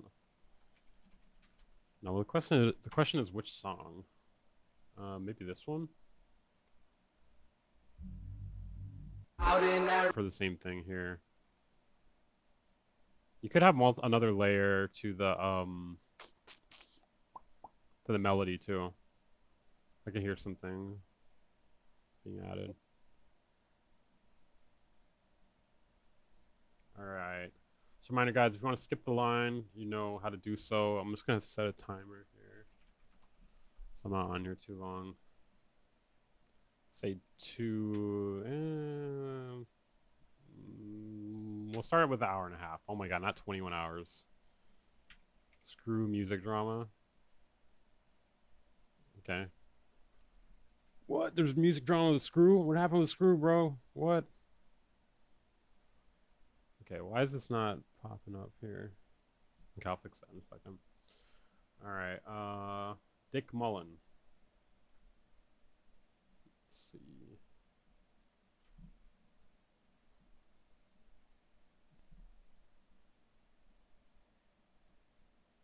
Okay. Jesus Christ, this is 10 minutes, bro.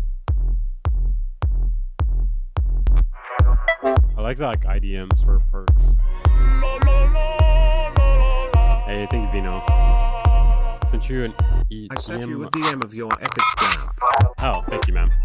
Did you have a song you need played? It just starts off so slow, bro. Nice slow build up. I mean, on one hand, it's a good thing, but on the other hand, it's a bad thing. Like, if you're actually trying to listen to a song, it's kind of a bad thing. Kick could be punchier. Well, you know, the kick's always going to sound like shit when it's uploaded on SoundCloud. The transit gets destroyed. Yeah, how are we going to talk about the transients? Yeah, you really cannot. You really could not. The kick could be punchier. Yeah, that's because it's on fucking SoundCloud. It's never going to sound punchy on SoundCloud.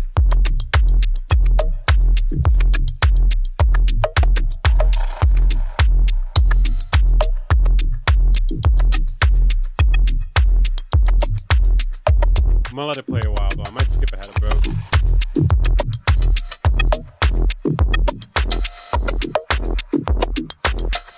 Yeah, I already did a video covering it, Pun Pun.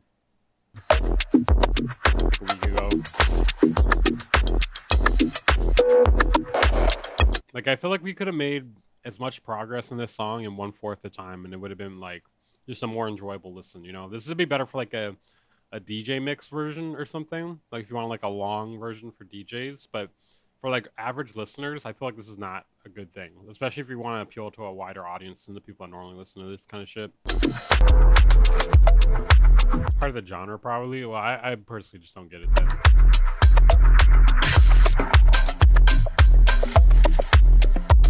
It's probably for a dark rave. I just feel like it's not even dark.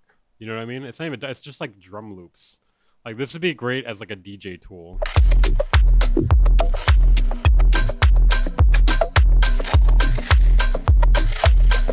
Just wish there was more happening, you know? More shit happening that wasn't just like IDM percussive elements or, you know, drones and stuff like that. I just want like, you know, some sort of melody or chords or something.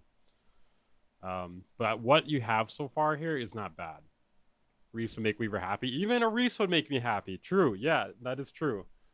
I would not be mad at that. Okay, hold on a second. Let me find Vino in here.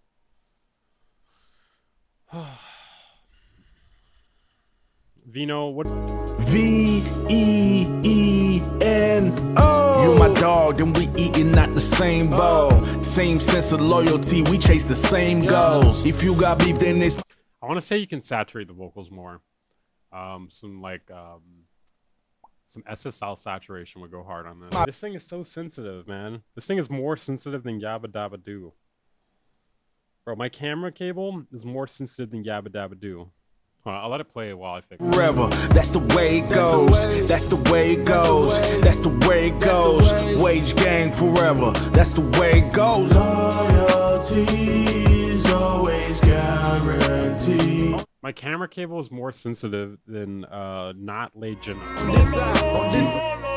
Hey, thank you 04, baby. Real with you as long as you real with me. And that's the way. That's the Okay, one thing I think you could do here. So in this section, the chorus section, I think you could do like a stereo imaging. So if there's just one layer, I think there's multiple layers. So you could take the multiple layers and pan them a little bit more left and right, or you could take a group of them and put it in milliseconds or something. It'll make it sound way wider. And that's the way. That's the way. That's the way. That's the way. That's the way it goes. That's the way it goes. That's the way. That's the way, that's the way. Actually, had my back during the bad times when I know everybody else would have folded. Hey yo, homie, thank you for having my back during them hard times. But let's get back to it. Tick tock, on a mission, yay, on a mission, a click lock with precision aim, pit stop, never switching. For some reason this has like kind of a demo quality to it. It's hard to tell if it's because it's SoundCloud though. Lanes, never switching. I just got trolled. What do you mean? Lanes next. You're talking about the busy thing? I knew that was a troll. Stop. Hottest in the game. Hottest in the game. Loyalty. Yeah, I got it working like. You're talking about the crucial parts thing. A 9 to 5. You ought to be real if you plan on jumping. It could be like a combination of mud between the vocals and the melodic elements. That's the way. I think the whole thing's a little bit muddy. Like it just needs like subtractive EQ. Like worked on a bunch of it. It goes. Wage gang forever. That's the way it goes. Loyalty's always guaranteed. On this side, on this side. Real with you as long as you real with me. 100. And that's the way. That's the way. That's the way. That's the way. That's the way it goes. That's the way. I think the beat just needs to be turned up a little bit. Usually vocals are pretty loud, like nowadays or in general. Yeah, that hurt. You hurt me. You hurt my soul there. Hold on a second. That was painful. Alright, let's see. 1 second. Hopefully I'm logged into the right account. Yes, I am. Oh, you fucking bitch. Hold on a second. Okay, there we go. Got it. Does 1080p make audio quality sound better for the stream? I don't think it does. I'm not. I'm pretty sure it does it separately. 04, baby.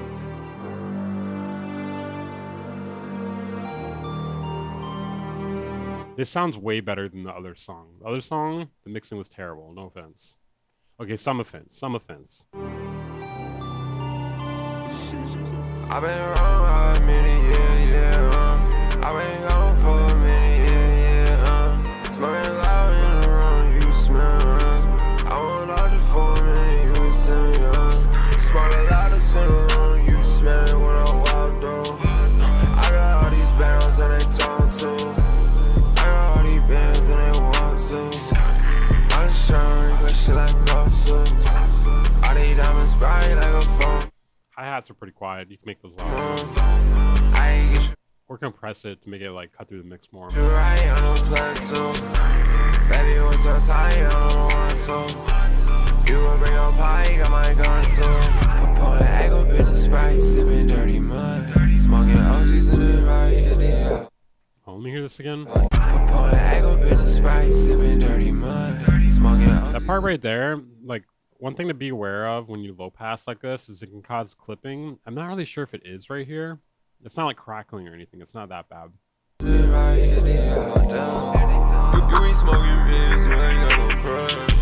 Okay, wait. I think it is right there. Do you know if the low pass filter is after the like maximizer / limiter / clipper? Because it sounds like it should definitely be before it. It should definitely be before it. I've been wrong, I've been gone for a minute, smoking loud in the room, you smell wrong. I was lost for a minute, you was telling me I've been wrong, The crashes could be louder too. I've been gone for a minute, 04 baby, you didn't really answer my question, but it's fine. Just trying to help. smoking loud in the room, you smell wrong. I was lost for a minute, you was telling me Yeah, it definitely kind of reminds me of Yeet a bit. Yeet clone. for a minute, you was telling me smell a lot of sin, you smell it when I walk though. I got all these bad. Overall, it feels like the whole thing is like lacking some like crispiness, maybe a little too much mud. A little too much mud and not enough crisp. I got all these bands and they want to. I'm just trying to wrinkle shit like Lotus. All these diamonds bright like a phone. I ain't get you right on no. No, I got that part, Burrito, but my question was like whether it was after the clipper / maximizer. Baby, what's your time? I don't want to. You will bring your pie, got my gun. Because if you put it after it, then you will get clipping sometimes when you filter it way low like that, because it makes it louder. So, put an egg up in the Sprite, sipping dirty mud. Smoking OGs in the right, 50 down. You ain't smoking me. Like right there was like a clipping. There was a clipping artifact on it. Are you still chewing the pizza? No. Pouring lean on my eyes just because I could. I've been wrong, I've been gone for. Overall, the song itself's pretty good. I would consider saturating the vocals a little bit. Just a tiny bit, like 10 or 20%. I was lost for a minute, you was telling me I've been wrong, I've been gone for a minute. Then the hi-hat could be a bit louder. Maybe saturate that too, or compress it and turn it up. All right, let's see what we got next. Amethyst.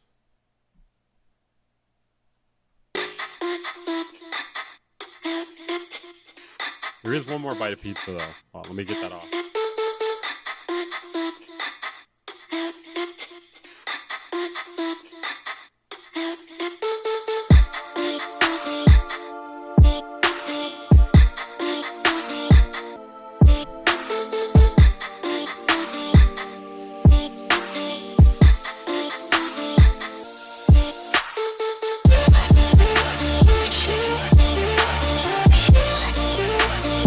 Yeah, this sounds so much cleaner than the past few songs. You can really hear the difference between like a well-mixed track.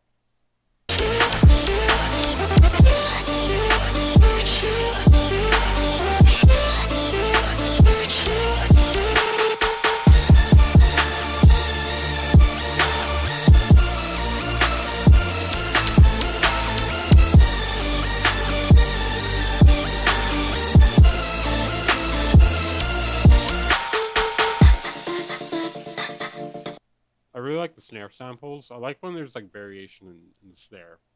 It kind of makes things sound less programmed, you know?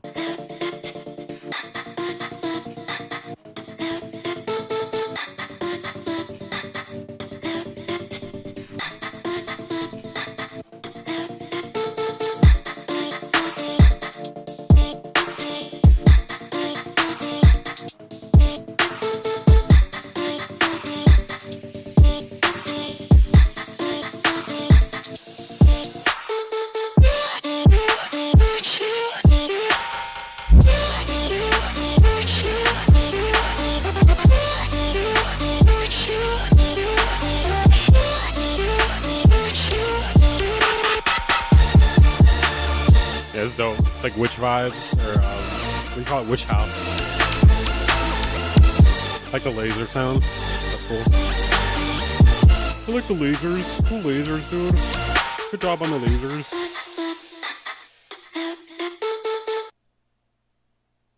Okay, hold on.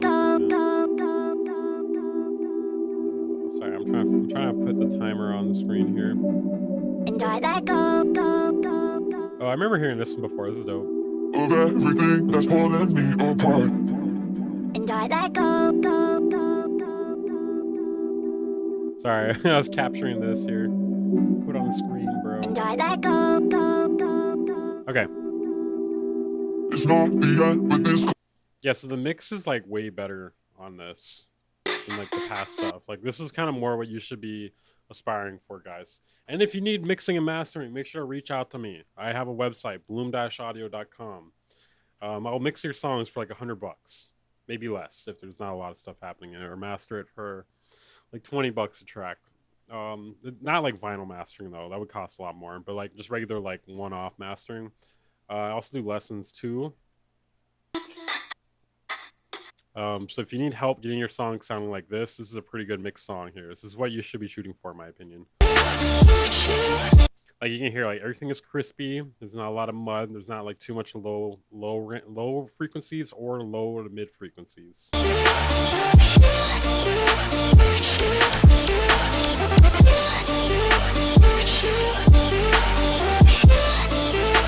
One thing I would consider doing, like maybe the hi-hat is not really cutting through enough. Like it could be panned a little more, and it also could just stand out in the mix a bit more, maybe compress it a bit, or cut some frequency range, like carve out some frequency range to make sure it cuts through.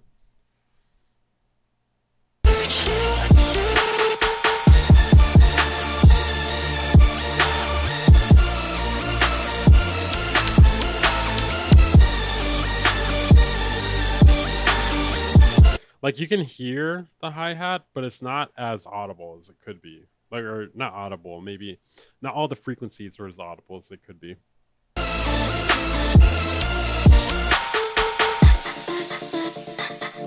OTT works good on hi-hats. Yeah, definitely if you use like a little bit of it. Even just like just a compressor, just one compressor and turning it up a bit could be enough sometimes, you know? It really depends on the hi-hat. I think like a lot of times the hi-hat just needs a little bit. I can mix better than the majority of people here with these shitty headphones, Steven. I would not shit on the headphones, okay? Like, I don't matter. The headphones don't matter, bro. The ears are what matters, all right?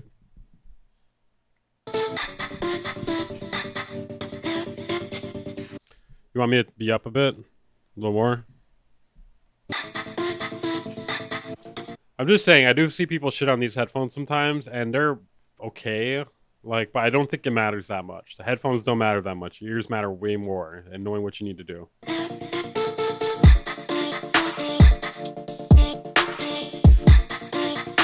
And another thing too is like listening on different things too.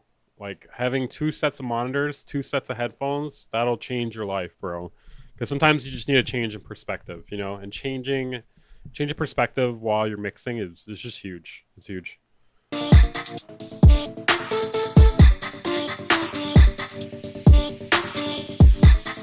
Yeah, overall this is pretty dope, man. The mix is like almost perfect in my opinion. I would like pan the hi-hat a bit, maybe compress it a bit and turn it up a little bit with the compression. I listen with 2 different ears, 2 different sets of ears. Epic. Got robot ears. Wrath of Wood. Got a trippy, weird one here. Thanks for doing feedback. No problem. If you guys are enjoying the content, if you enjoy having feedback, if you're appreciating the feedback, consider donating. A great way to support the content, keep it viable. How long have I been live for? Been live a while. Alright. Make sure you hit the like button, though, at the very least. Okay, let's see. Phantom Grower, why do you just keep saying random fucking things in the chat? Are you hoping we'll listen to them?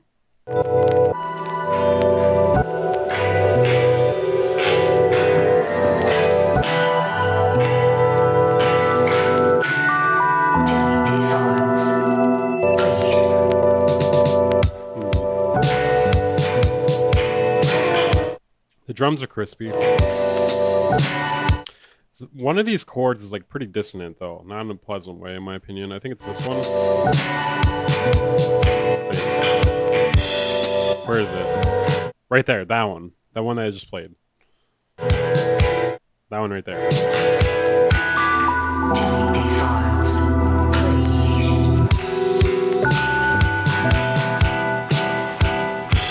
I like that percussion a lot in the background.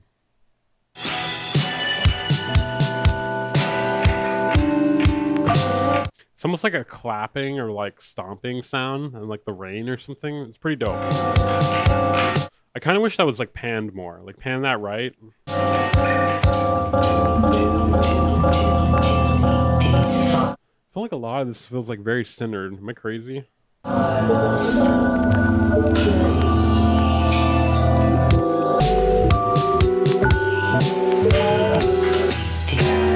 I feel like this has potential, but like a chord or two of this is like a bit I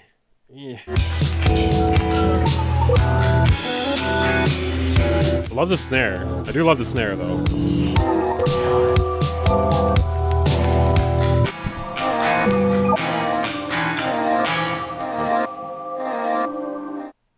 I'm not sure how I feel about that like vocal chop too.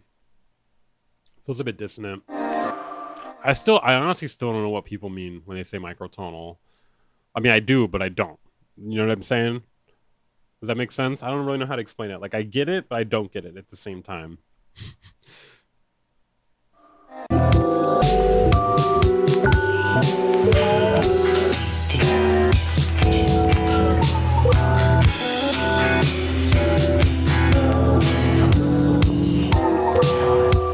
The drums are really fucking dope. They mean off key. I mean, like, is it not like a different tuning or something like that? Smaller intervals and semitones. Yeah. But it usually sounds like shit. Like, I feel like a lot of times when people call something microtonal, it still sounds like shit. It's like an excuse for it to sound like shit.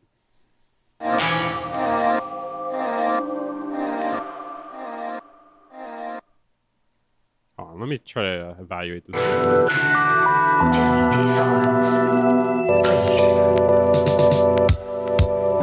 So it's like synths, right? It's like we're going by synths as opposed to like full semitones.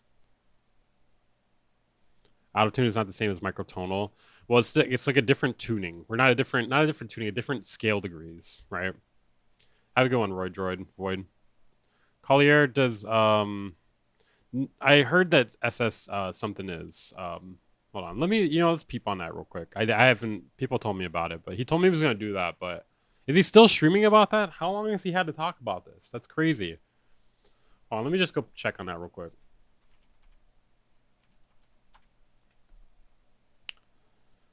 Let's see. Okay, this is I don't know why YouTube is taking so long to load.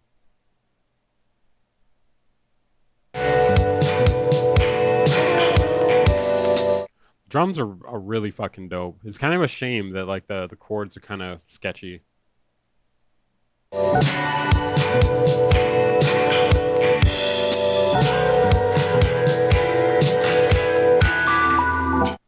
Three hours. I think he's off topic now. He's only been streaming 3 hours. I feel like I've been streaming longer than that.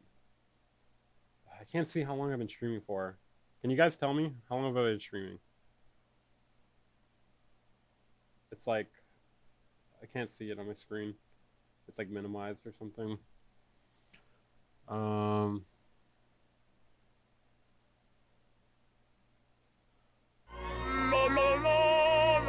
Hey, thank you, Seven Sounds. Certified audio engineer. Either you have a great ear, you don't. Okay, it's kind of a joke, Bijou, but I do have an audio engineering degree. Just not that finished really your matters a doll lot. list. Hey, Reason thank you, user ma'am. and I am not depressed, just always disappointed. Same thing. Studio One heals me for a moment, then back to reason. It might be an abusive relationship. It is. It is. Salute Weaver. It's not as abusive of a relationship as it is Pro Tools users, though. Bijou, it's kind of satirical because I'm making fun of this thing where Bolo, the producer, he was talking about people flexing their certifications in the comments and stuff like that. Yeah, so it's kind of a joke. Where did I go to school? Melee program, audio engineer. Here, I'll show you. Not that it's like super important, but this is actually, if you need an affordable audio engineering degree, or if you want to go to school for it and you're trying to like get into it, this is a pretty good place. Somebody put like millions of dollars in this. How long is the freaking chat? freaking line. I'm not sure. Where are the pictures? There's not really a lot of pictures here. But yeah, I mean, it's not as bad. Like, bro, this fucking picture right here. This dude, he's really happy. How to get the best quality sound right out the gates. Professor in the discipline of audio. Bro, this guy's my teacher, dude. This guy's dope.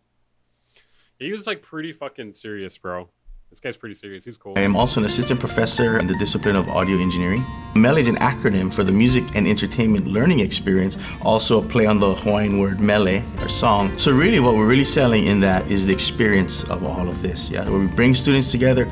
Well, I mean, the good thing about going to school, in my opinion, just is you, at least for me, I was able to get into an internship because of that. Like, I actually got a really good internship at the biggest studio here.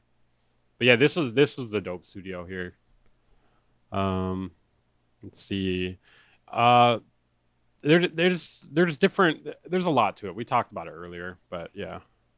Oh, let me show you where I fucking real quick. Island Sound Studio. I think they closed this place down in the past couple of years. They have a pretty big library for an audio school. Let's see. This is actually where I interned here, bro. This place is crazy, dude. They have 2 studios like this. 2. Like one upstairs and one downstairs. And it was like on the water too, bro. This place was insane. I used to clean the toilets here. And I had my own room to like jam on like a Moog and stuff like that. It was pretty tight. Yeah, I used to clean the toilets here and get yelled at. I remember he played my music on these loud ass monitors here, these loud ass loudspeakers here, and it sounded so fucking terrible, dude. Like, this is like my music was like not mixed that well at the time. Like, I was still learning, and like, bro, it was so fucking obvious. It was so obvious on those monitors. It was crazy. You mean the expensive studio you're in doesn't have a boat? No, it does not, sadly. Looks like a fun school. It was a pretty fun place. Yeah, the only thing that wasn't really fun was the electronics class. Did you have something for me to mix 7 sounds? Thank you for the donation, by the way. I appreciate that, man.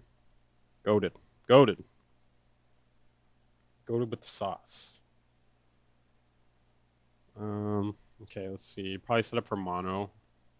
They're set up to be really fucking loud. I will say that. All right, next up we got Burrito 1121.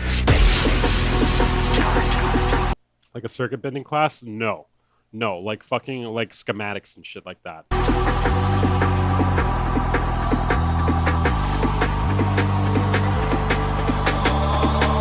It was terrible. It was absolutely terrible.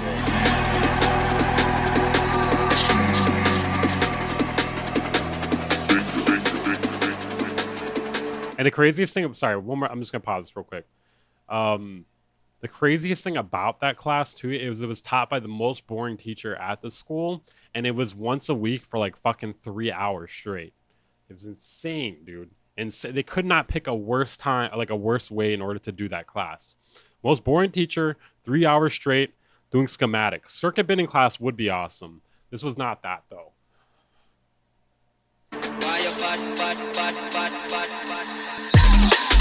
Ooh.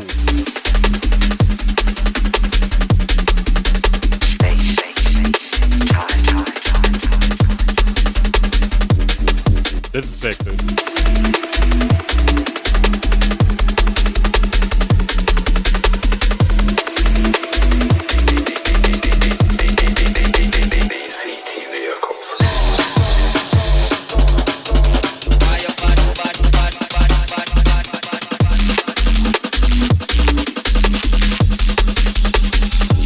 This is sick as fuck, dude. So this is like kind of jungle-ish, right? Because it's like, it doesn't have like the straight rhythm you get in drum and bass on the snares. So like it's kind of switching it up a bit. And like, but it's still heavy. It's still fucking heavy. It's awesome. I love the bass sounds in this. It's crispy. It's good, dude.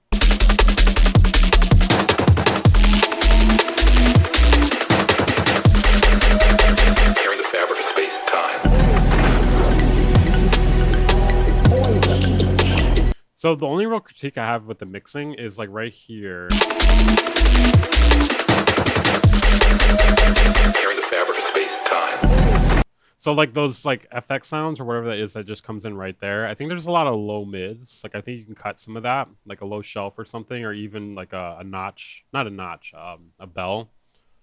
Because it kind of feels like an abrupt change in frequencies, and it doesn't really make sense to have those frequencies, especially when we got this like clean drum and bass going on here, right? Like there's none of that here. Then all of a sudden, like it just feels, it feels like it needs to be a little more controlled right here. Right there. See what I'm saying?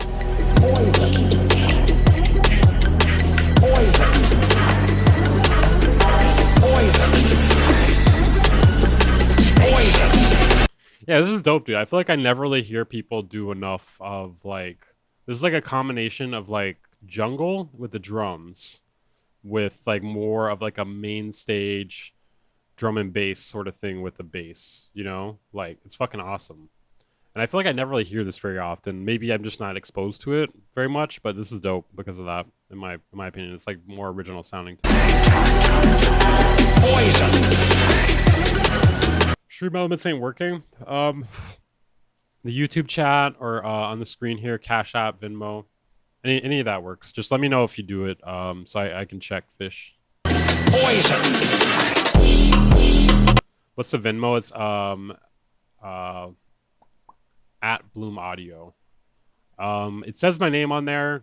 Try it, or it may even, you know, it may ask for my number even, actually. If anything, possibly do Cash App, because it may, you know, I don't know about the Venmo. All right, let me put PayPal too.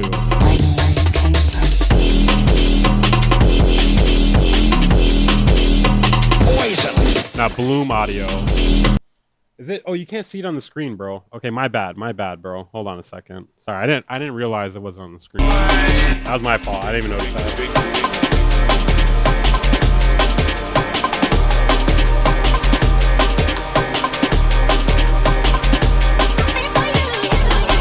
Oh, then we got the vocal chops. Bro, I don't want this song to end.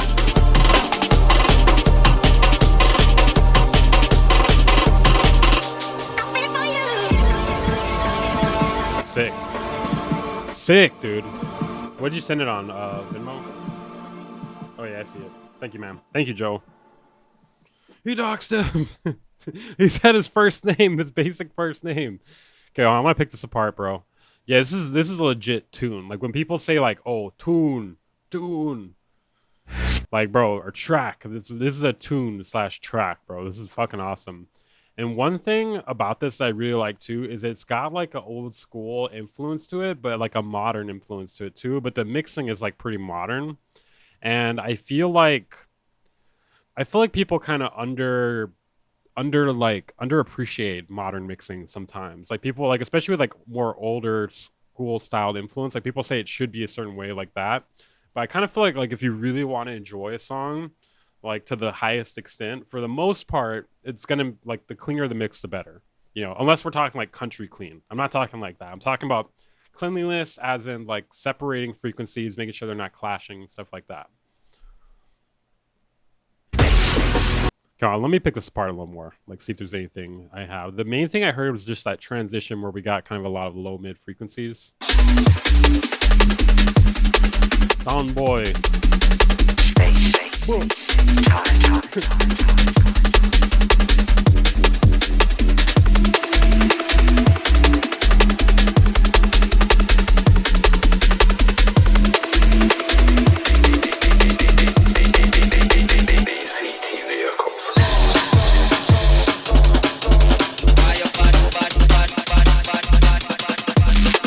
Yeah, his drums are like super crispy and good.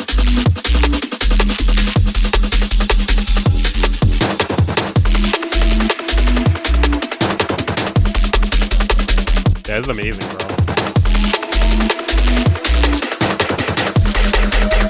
Tearing the fabric of space and time. So yeah, what I said before about the frequencies there.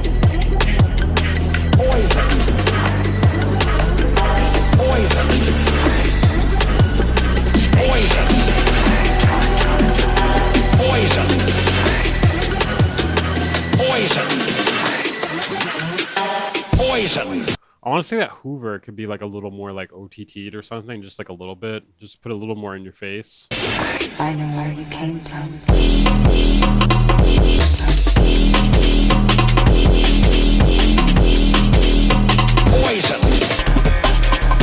So personally, I'm not as into this section here. I'm not sure exactly what it's lacking. Maybe it's just like it kind of feels like more like an outro or something. Like I'm not sure for like quite at like the outro portion of this. Maybe it is supposed to be like an outro, like for like mixing here.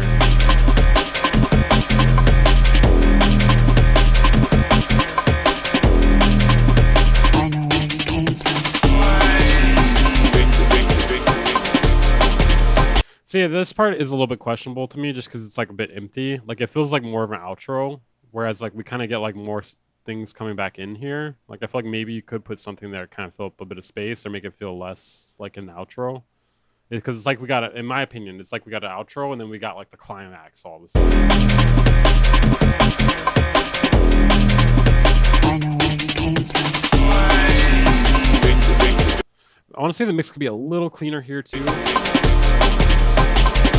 Like for some reason it was like right here. It was like it got a bit muddy. Where I know where you came right here.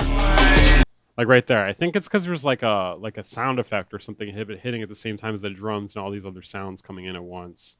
Like I want to say it's like there's like a boom type of sound effect or something that's kind of like mudding it up a bit there.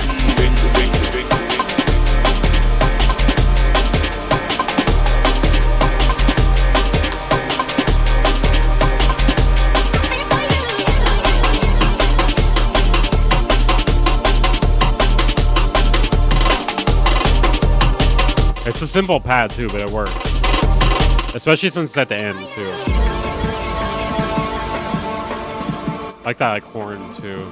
It's awesome. Yeah, overall that's like a 9 out of 10, bro. Overall that's like a 9 out of 10. Sick. Alright, let's see. Proper PS1 racing game pad. Yeah, definitely. Alright, Fish, did you send your song in here? Oh yeah, here it is, Fish.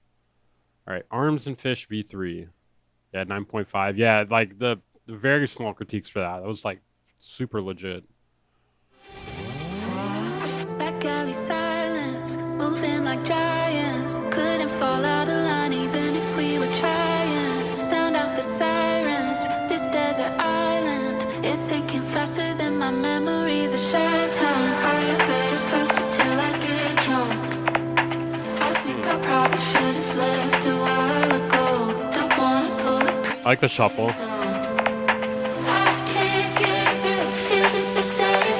Okay, wait. Sorry, I'm sorry to pause right here. I kind of feel like this like vocal phrase right at the end here, it felt a little bit out of time. I'm assuming this is a remix. So it's fine here. Right here. This part I feel like is a bit offbeat.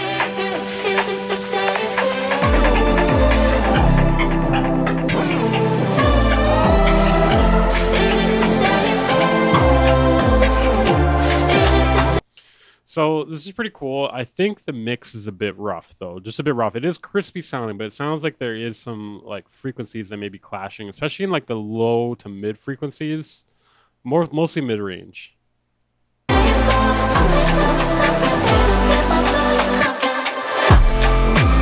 Ooh.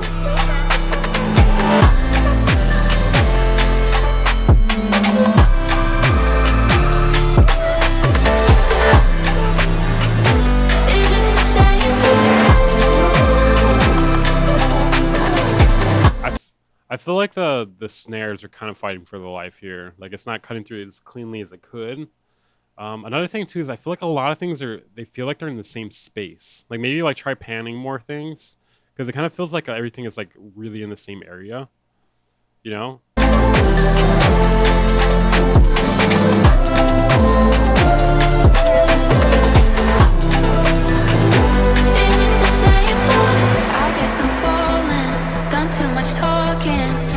I really like the way like something has reverb on it and it rings out into the next section. I like that. It's a vibe. The world would stop revolving. So sound the sirens. This desert island is sinking faster than my memories of shy town. The synth and the vocals a bit, and maybe like the reverb or something. I savior. There's no one to save you. Think I could fly, but I'm feeling high. Better first until I get drunk. I think I probably should have left a while ago. Don't wanna pull the pretty place down. I can't get through it. Yeah, and then this same vocal chop right here, the one that's playing like right where I stopped it, it has like, it feels slightly out of time with the rhythm. Like I would check that a bit. Maybe like just throw a metronome on and like kind of like see if it's off.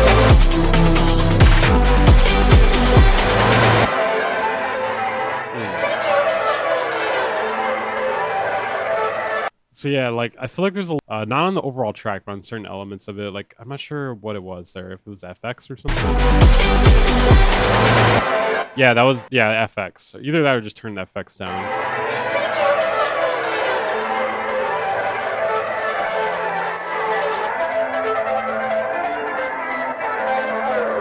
I might go over the timer here. In general, like that was just like a starting timer. Because I don't want to like be here all night doing feedback, and it kind of gives people a little more incentive to skip the line too.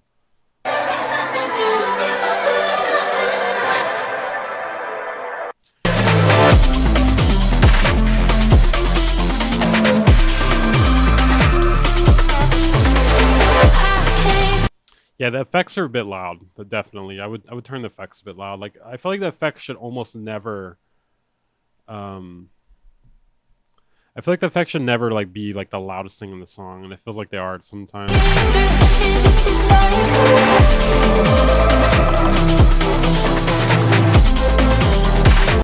I'll just work on the leveling overall a bit. Okay. Was there anyone else I missed in the line skips? Alright, let me play the next one here. So yeah, if you want to skip the line, that ensures your track will get played. Sorry.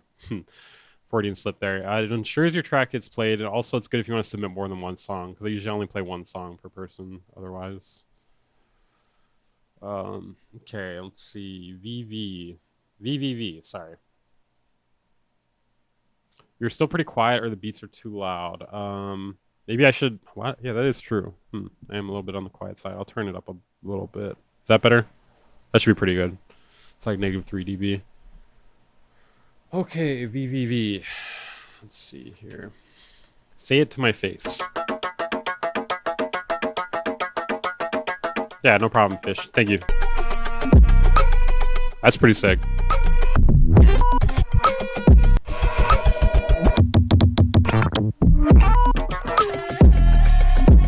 So this is fucking dope. I don't know if it's personally me, but generally, like if I have to pan one percussive element and there's only one to pan, I usually will go left. I don't know, instead of right. But I don't know if that's just me.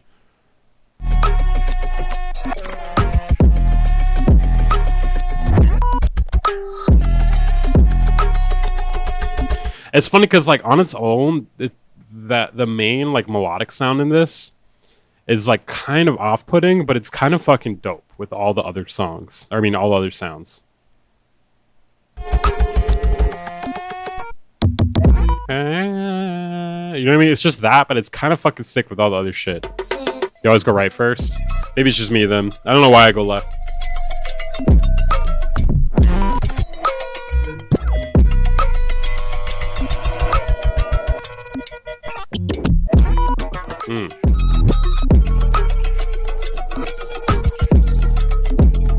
The bass goes hard on this.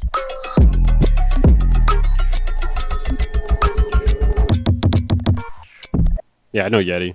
Yeah, that was very interesting. Okay, one piece of criticism I have is this, like this little percussive loop, and all of a sudden it's like, boom, you get hit in the face with it, which sometimes is cool, but I think high passing it, maybe like some delay, some break or something, you know what I mean? Like something. Just try something.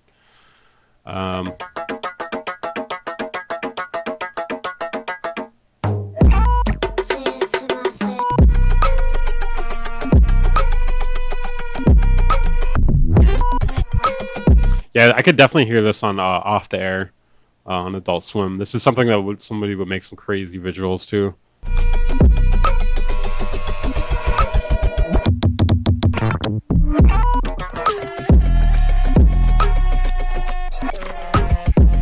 Yeah, it's fucking tight, dude. Love it. Love it. Okay. Alright, next up we got Echo.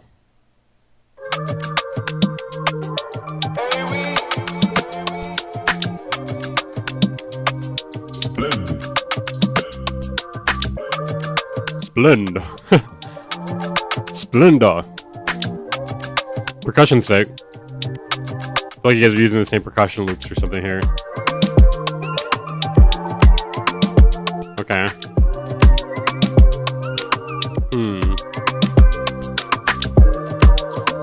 Okay, so one thing I'm noticing here, I feel like it's not super clear where the snare is supposed to be, like, emphasized, you know? Because there's a lot of, like, percussions happening, and there's not, like, one really, like, element that sticks out amongst all the other percussion there, right?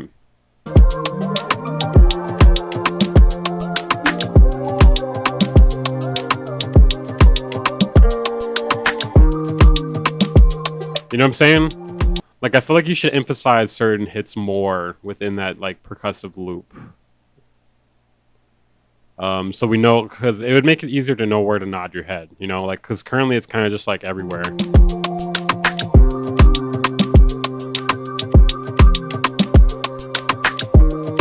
Yeah, dynamics, basically, Corey. Like, I feel like there's that, like, clap, but it's, like, the same volume. Or like the same emphasis as the percussion loops. Even having like it, if the clap is supposed to be the emphasis, then maybe have the percussive loops duck from the clap. But if that is the case, you probably should make the clap not pan to the right. You know what I'm saying? Because like generally, one reason why, like usually like at least for like a kick and sometimes a snare and clap.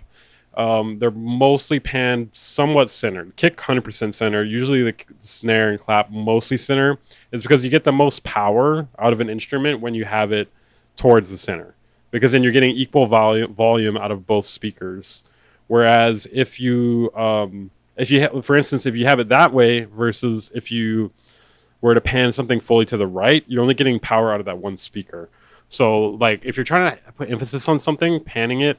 Well, not everyone knows Steven, okay? So that's one reason it's good to not pan things fully left or right if you want it to hit hard.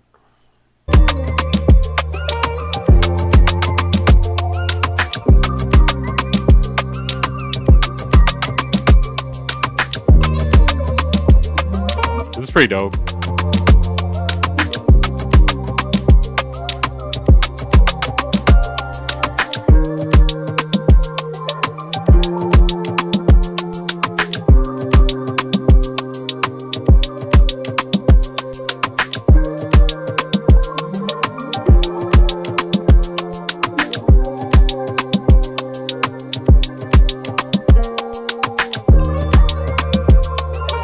Melody and the bass are sick.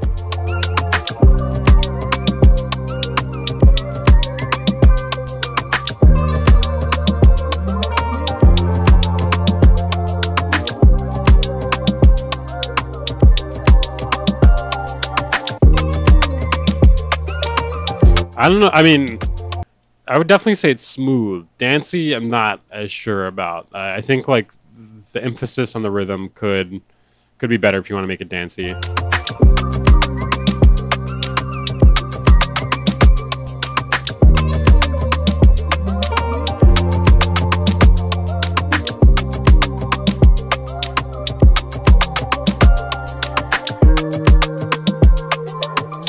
Yeah, it does make it kind of hard to bob too.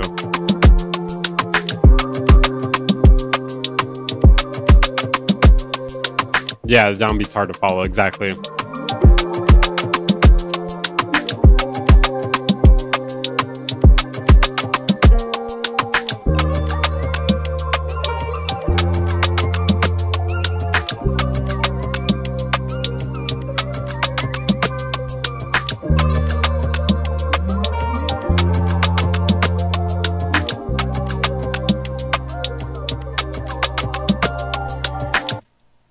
Pretty cool, pretty cool.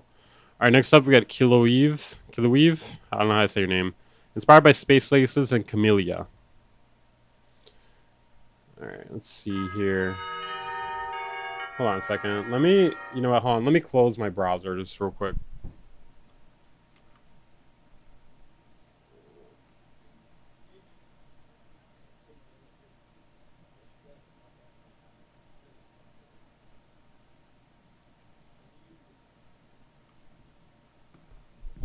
Sorry, one second.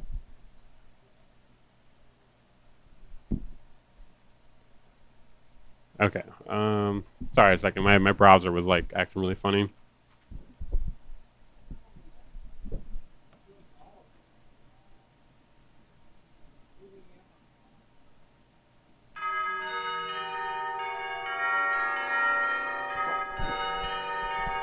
Okay.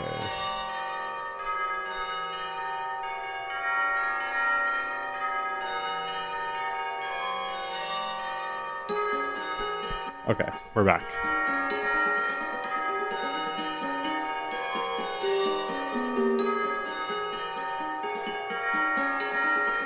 Cool combination of sounds.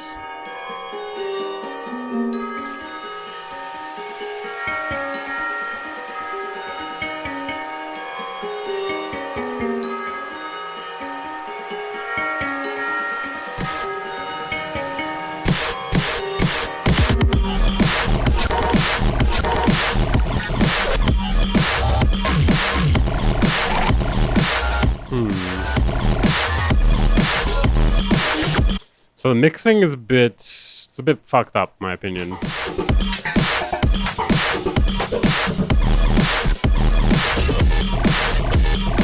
Like, it feels like the fill sounds between the bass sounds get way too loud, in my opinion.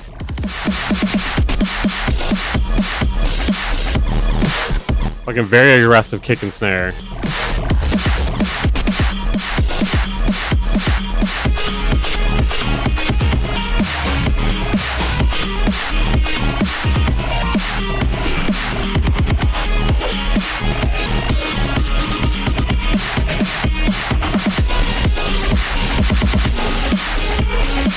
The mixing is fine? How? That's one thing that always bothers me, when people like state an opinion but don't like back it up with any sort of reasoning. Hey, thank you, Danny. Appreciate that, man. I'm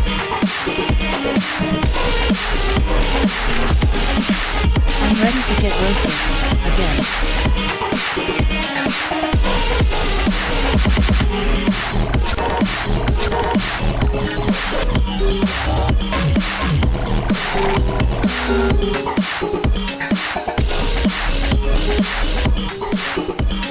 Nah, I forgot to watch the new Kyle Beats battle. We'll do that in the next one. Yeah, it's clashing like an MF, and then like the volume fluctuation is not happening in a healthy way. Yeah, the snare is a bit aggressive too. Like the thing with like an aggressive snare like this, if like everything isn't like tuned correct, not when I say tuned, like I mean when everything isn't set up in a way that's most optimal for the song to hit hard, it becomes like aggressively annoying, you know?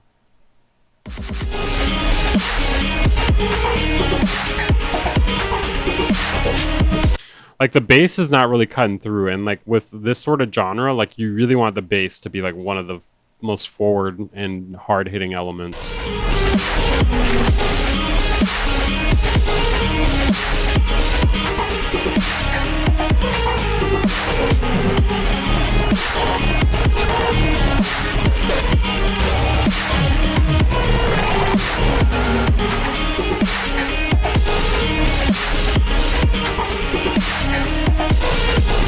Yeah, I'm trying to be constructive here, because like you can, you know what I mean, you could just shit on it, but it's not going to help somebody by doing that, you know? That's kind of one thing I hate about Timbaland's streams, his music feedback streams, because like he just like will be like, nope, and it's like, okay, well you're not helping anyone by doing that, you know?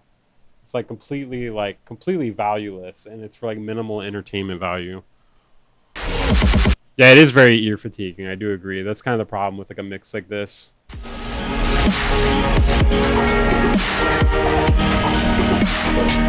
I'm gonna turn it down a bit.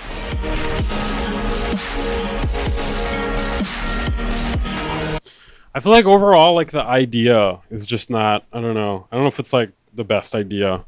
Like at least in terms of like the bass sound design, like the melodic elements are not bad.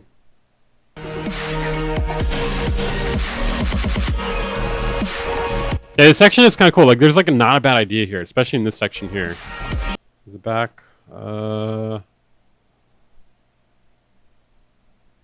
Is it back? I think we're back now. Oh, that was a close one. Good vision, maybe improper execution. I agree. Yes. Okay, we're back. Turns out this was the early Drake track. Who would have thought? Yeah, I think there's a decent vision here. It's just the execution, and then also the mixing. That's kind of like one issue with like heavy electronic songs. If the mixing is not done right, and you try to like make it loud like everyone else, then it absolutely ruins it.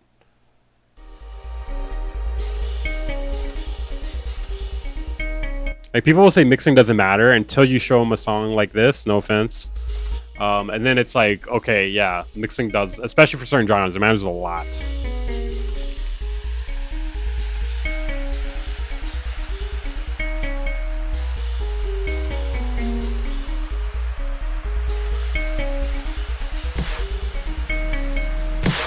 Twitch died? Oh, okay. Good idea. I should put that back. I forgot it does that when it disconnects. Alright, Twitch is back up. Yeah, bro, it's these bass sounds, man. The bass sounds are not, that's not it in my opinion. It's like really, they're just not good sounding bass sounds, you know?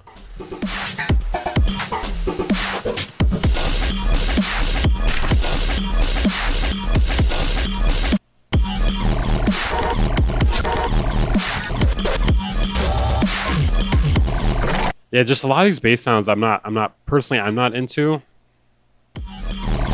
Like, I don't like I kind of like this like square, is it a square or saw wave? Like that one thing that happens there is kind of cool. But like some of those like glitch sound effects, like I don't know.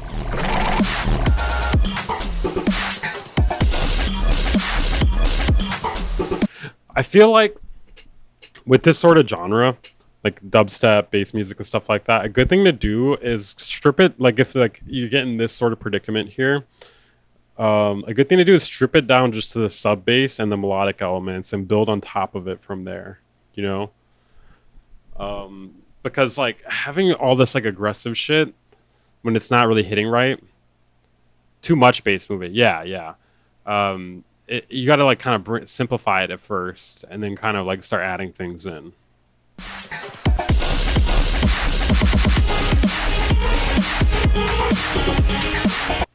Okay, I think we get the idea of that one. Let's see. Okay, there's this chord. Okay. Okay, Danny. Let's see what you got, Danny.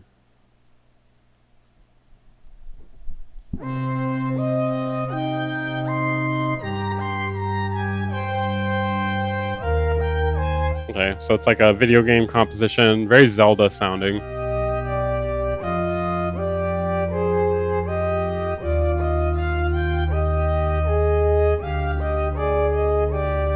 Personally, for me, like I feel like 8-bit sound effects, sounds would sound really good on this. Like, you know what I mean? Kind of replicating like old Zelda games or something. Yes, me lord.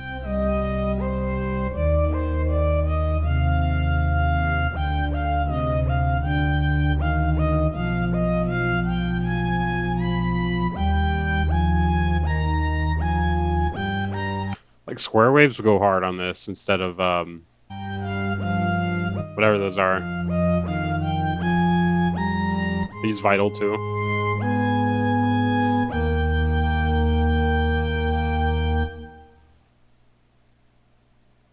Let me listen to that again. Yeah, like going for like a more of a chiptune sound with this would be great. Composition wise, it's great.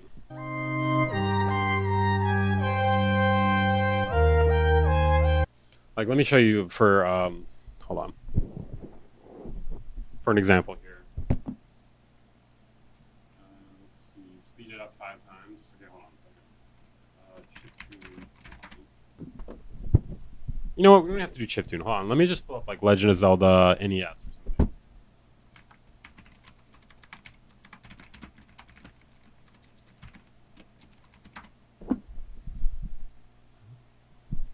I think this has it, right? Not like that.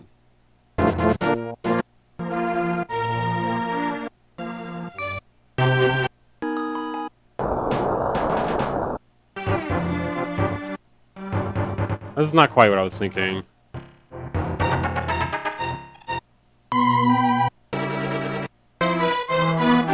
Yeah, this is not what I was thinking. This is still like 16-bit. Sounds 16-bit. It doesn't sound like 8-bit. Here.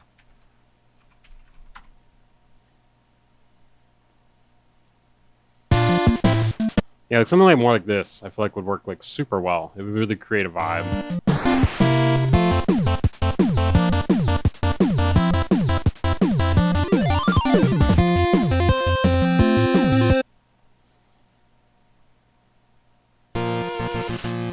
Yeah, like this will go hard as hell on this, dude. Something like that would go crazy on this. Imagine that. Imagine this, but with that instead. Put on sea shanty too.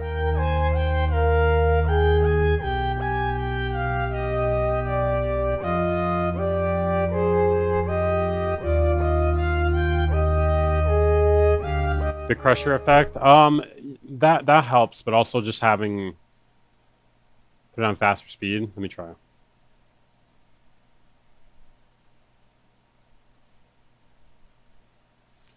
Alright, let me see. What do you think, like 2x?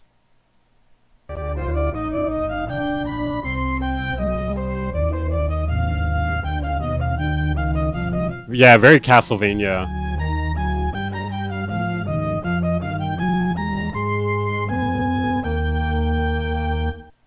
Really good though. Really good composition in my opinion. I think just the sounds you're using could like make it much better.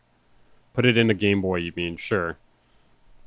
Yeah, downsampling and also using like basic waveforms.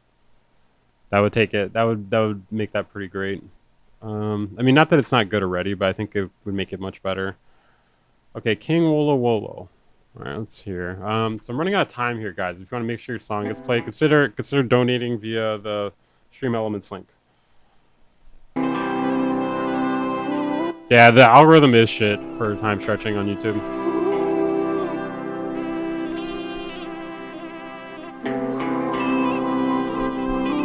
This is dope as hell, dude.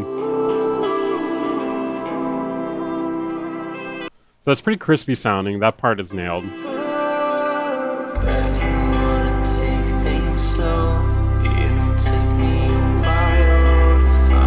Are you running out of time? I have other stuff I want to do tonight. I might go a little bit over this time, though. I don't know, I've been streaming for like, it's got to have been at least 4 hours, right? Oh yeah, I think it says 4 hours here.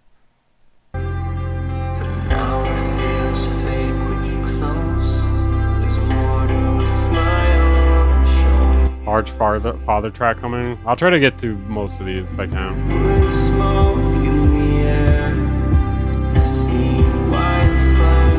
You could saturate the vocals a bit more. Some SSL saturation would be really nice.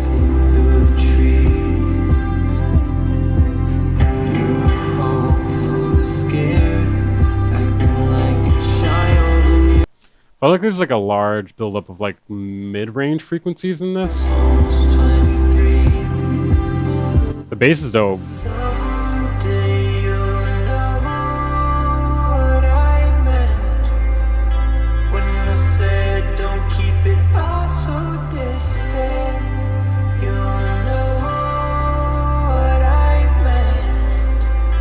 Vocal harmonies are nice.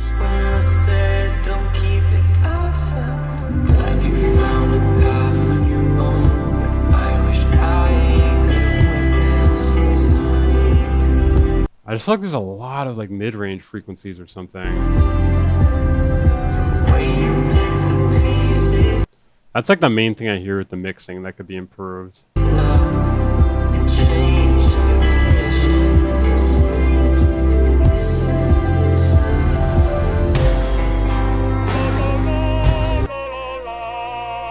Hey, thank you, Anonymous.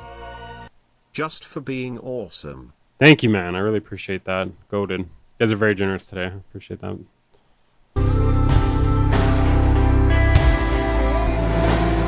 The hi-hat in the background is like very, very quiet. Yeah, it is very pretty. This is a great song. Like, definitely try to get the mix more correct, because that'll make a big difference with this. You know, like a good way to think about mixing and mastering is like translation. Like the more accurate you translate things between languages, the more likely people are to understand it. So you're taking the original idea and translating it in a way that the average listener can understand your idea, you know? So the better the mix is, the more likely people are to understand it.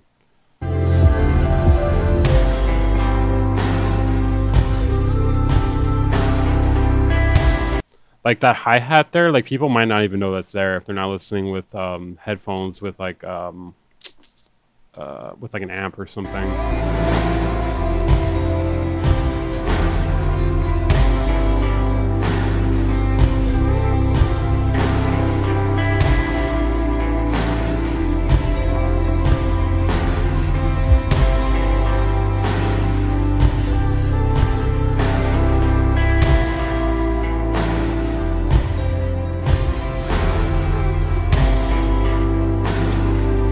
Vocal harmonies are awesome. Yeah, the verb's nice too. I think overall it just needs more frequency control, like knowing when to cut some frequencies, knowing pretty much that's that actually. That's about it actually. Like especially with the reverbs. I think like part of the mud is from the reverbs.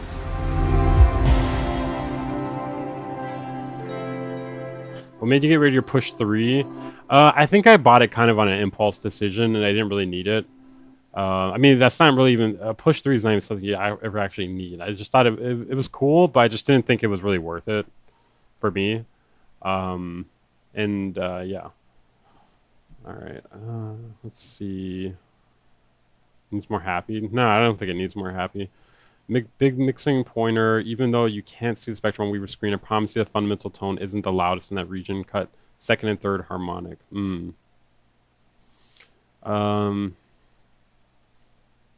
Okay, let's see. Why? Okay, you know what? I'm going to do a little roll call here to try to get through as many people as possible. YRA, are you here? Valanci Pex, are you here? Large Father, are you here? Gemini, are you here? Cremisette, are you here? Flowheat, are you here? Okay, Wyra's here. I'm going to do whoever answers. Crem here. Okay. Flowheat, I'm here. Okay. The kick is very clean in the mix. Gemini here. Okay. Snare could be... I'm not sure if it needs to be a bit louder or if it needs to just cut through the mix more. But sometimes it feels like it isn't cutting through.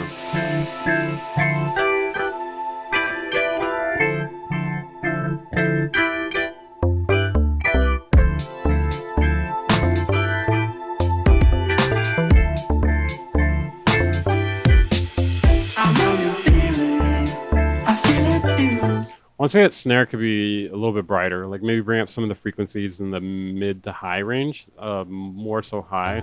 If someone's breathing, vibrant hue, let's be clear here. I wanna know, baby. That is true, hold my beer. Vocals are dope. We will be just fine.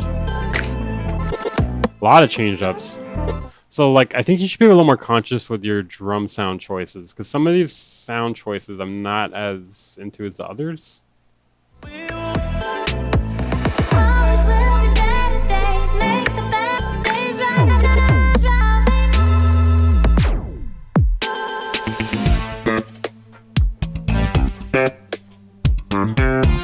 No low end, yeah, sometimes.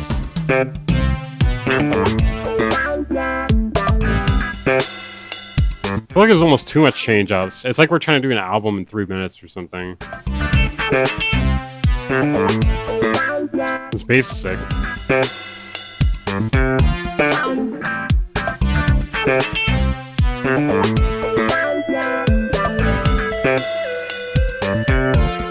Yeah, snare needs to hit louder and needs to be brighter, in my opinion. I know you feel it, I feel it too. If someone's praising, vibrant hue. Let's be clear here. I wanna know, I wanna Yeah, sub information would be good. on your mind. We will be just fine. Be just, we will. Always will be better days. Make the bad days right. I feel like triplet hi-hats would go hard on this part, on the 808 part. Like just triplet trap hi-hats only for the part with the 808s. Just saying. Okay,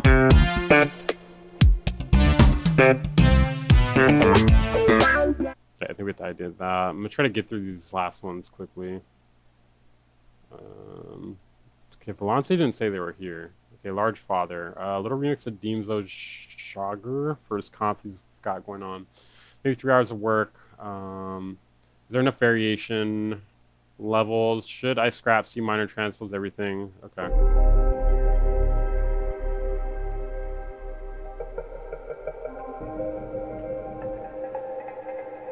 Quack. You guys used to play Quack? Quack. Track name was Retroject. Retroject. Okay. It's a pretty cool sound.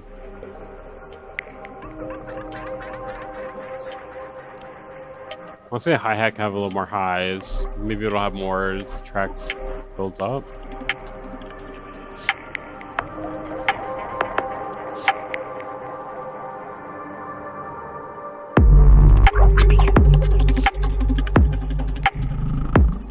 Like the snare choice, like the rim shot sound, the bass is cool.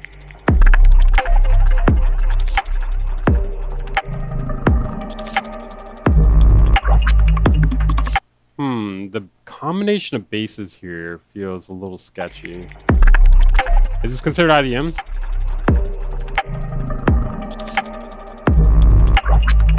Like the bass sound, like I feel like we have too many bass layers right here, but it doesn't feel that messy. Like right there's fine. But then right here, I think, right there. I think there may be one too many layers there, in my opinion. This is interesting, dude. I think the key is fine. Although it does get kind of low. Like actually, wait, like this one right here, but I wouldn't want this in a different key, in my opinion.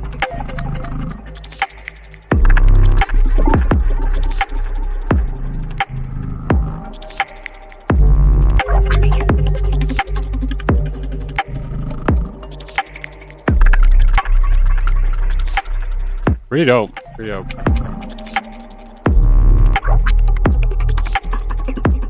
Bass is sick.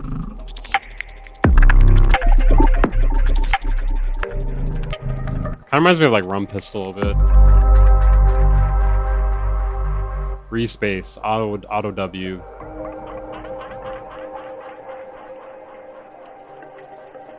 Need speakers to feel. Yeah, speakers would be nice on this. Do you have a sub?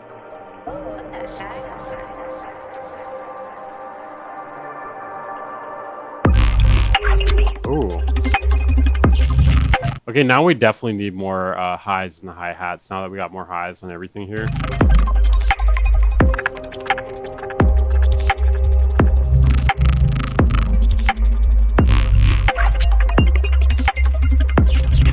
This is sick.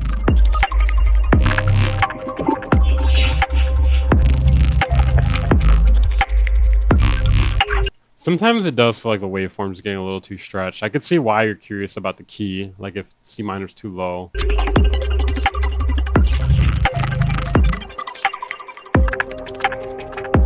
It's hard to say if you should transpose it or not. Because I do enjoy the vibe at this current key, but I kind of wonder, you know, sometimes I kind of feel like the waveform is getting a little too stretched. Like right there, for instance.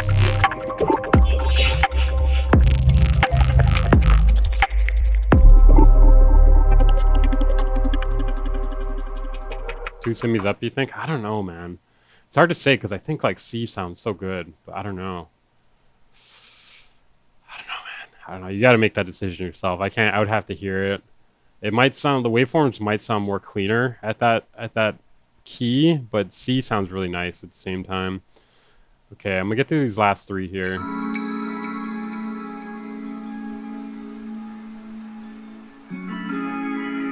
I love the quickness in your music. What does that mean? What do you mean by that? Yeah, no, that was cool, Father. Thank you, Father. This is a vibe. Cool guitar.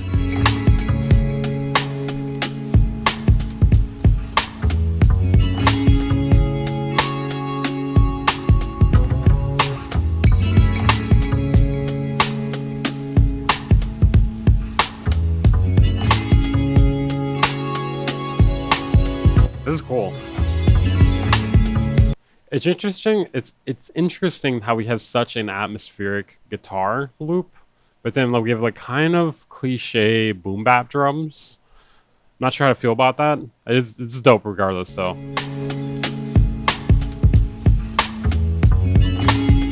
want to say maybe we could have a slight. I want to say we could have a slightly more complex acoustic bass line. Oh, there we go. A little something there. I do feedback maybe a couple times a week. Usually at the end of one of my mixes.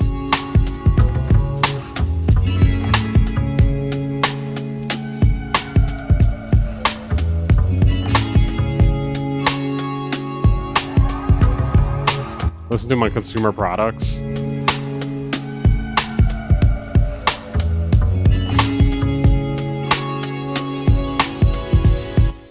I like that. A harp.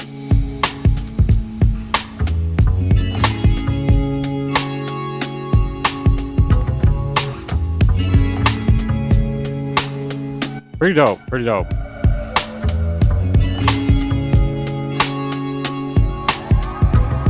I don't know if I really got much feedback on this. Is it supposed to be for a rapper? Yeah, it reminds me of Amin Tobin a bit. I feel like the rhythm is a little too predictable, personally. It really depends what you're going for, I guess. Like, as for a rapper, I almost wonder if it's like too atmospheric. The drums just feel like a bit cliche, you know? Not that there's anything wrong with that, but I feel like with like how creative the rest of the song is, like it's just like almost like holding it back, kind of. I don't know. Like maybe try chopping up some different drum loops or something, and see like if that's more of the vibe you're going for. Or, I don't know. Why is it not letting me in this timer? I'm clicking dismiss and nothing's happening. Oh my god, bro. It's not letting me... Okay, hold on a second. It's not letting me stop this. I'm clicking the X button on the clock and it's not doing anything. Hold on. Oh, that's fucking annoying, dude. Bro, this Windows update is trash, dude. This has never happened before this. Hold on a second. How do I end this? How do I stop this? Here, let me mute it until I get it figured out. Because it's not in the apps. What is the fucking... Bro. Hold on, it's not in the apps.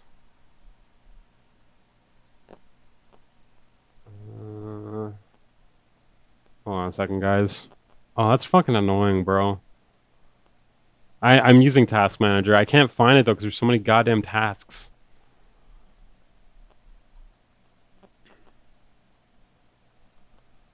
Hold on a second. Dude, I'm the one that has to hear this right now. I just don't know what it's under here. Could I restart Windows Explorer? Name calling for that apology. It's not a it's not a call, but yeah. Oh, let me try this. Explorer. Let me see if like ending Explorer fixes it. No, don't what?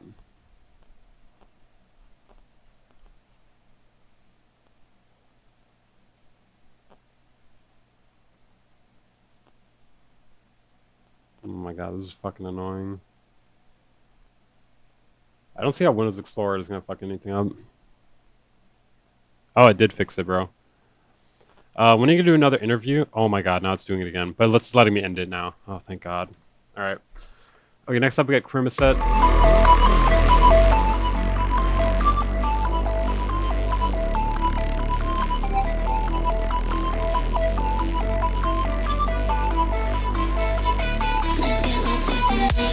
Interview with AP would be dope. I'm down with that. I'm down with that. I don't know if he likes me though. But... Interview BWB. I've done that before. Didn't like it. I'll never be able to piece. I didn't interview AP. I don't even BWB. I can't respect BWB because he actually like thinks that I'm in the wrong. I'm in the wrong for that fucking insane video he made. No, AP mastering is what we're talking about. Vocals are cool. It is Yabba-Dabba-Doo.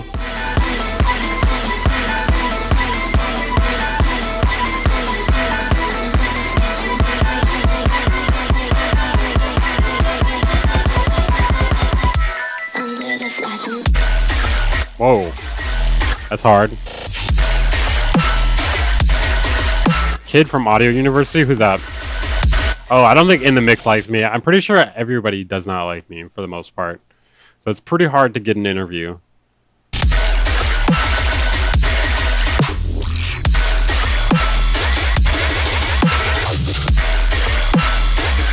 But that snare goes hard.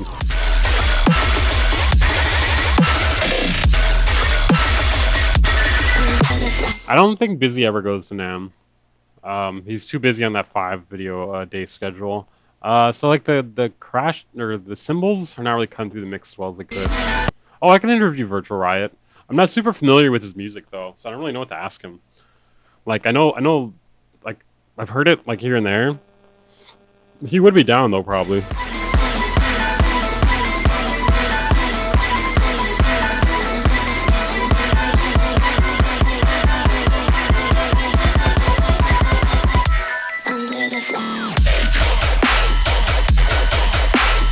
I could get Dash Glitch.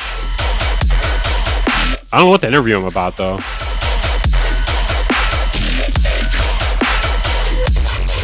Yeah, like every other drum besides the kick and the snare I can't hear in this mix.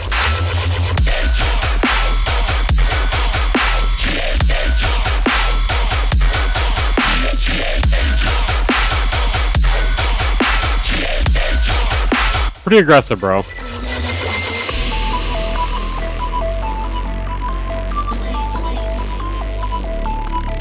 John would be cool. See, I asked him. He said he doesn't do interviews. He doesn't like being in the public eye, and like he only does it on his YouTube channel. I think he would have been down though. I had a bunch of great questions for him too. Kind of a bummer. Made who like this?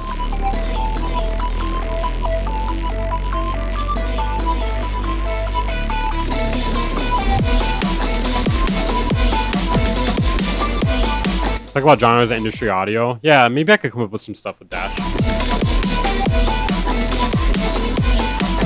Interview Ed. Wait, which Ed? Interview Dame, bro? Hell no, dude. He's a fucking psycho. If I try to make the cymbals louder, it would mess the highs up bad. I think what you should do is do like a sidechained dynamic EQ on the bass sounds or the synths, whatever it is that it's clashing with, and then have it duck. Like have the frequencies duck whenever the cymbals are coming through. And it doesn't have to be super aggressive. I could probably get Ed Talenti for an interview. It doesn't have to be super aggressive, but just enough to make sure you can actually hear it.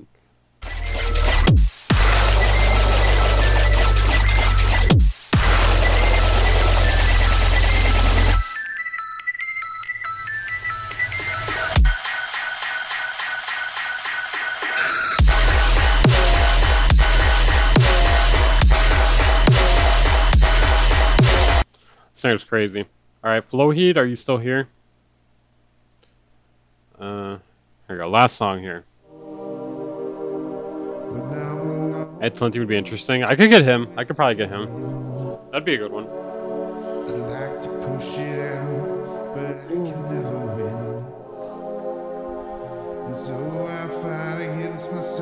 Once the vocal tuning could be a little bit better, I'd probably SSL saturation on the vocals. I've said that like 5 times tonight already.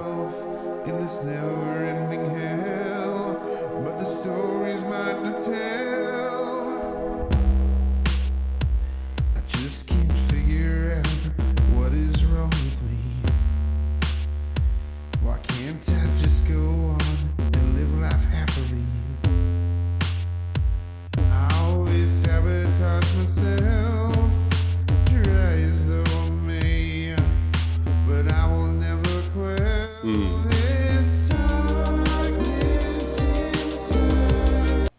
Yeah, with your singing, like it's off key a lot. Definitely like Melodyne would be super helpful. Yeah, reverb would be really good, especially in this part, or like having like a layer with a lot of reverb. Kind of reminds me of Radiohead a little bit, but not really the synth.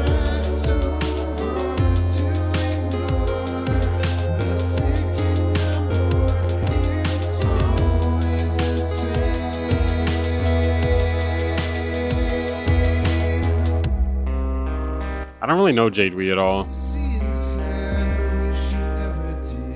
I don't know what I would ask her. I don't know anything about her.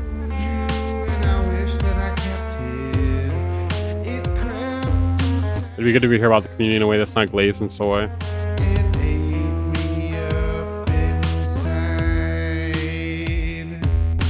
Interview Beabadoobee. You should interview Bolo. Yeah, that'd be pretty interesting. I could ask him about like possibly shortening his videos or having like an outline or something. I don't know what else to ask him though.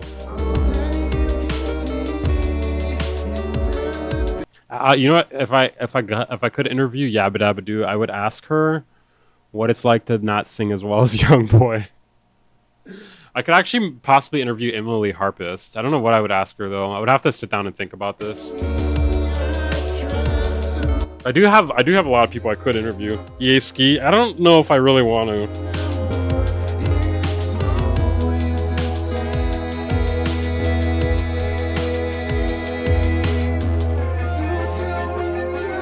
Another percussion layer would go a long way on this too. Gotta quantize some drums. You know, I mean, I kind of think it's more interesting not quantizing it. Just ask about video length related questions.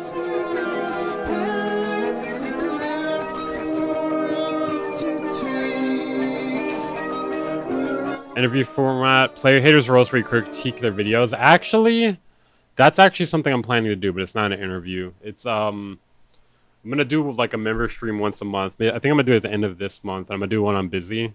It's gonna be members only, and it's gonna be epic. It's gonna be really epic. It's just gonna be me roasting him for like several hours straight.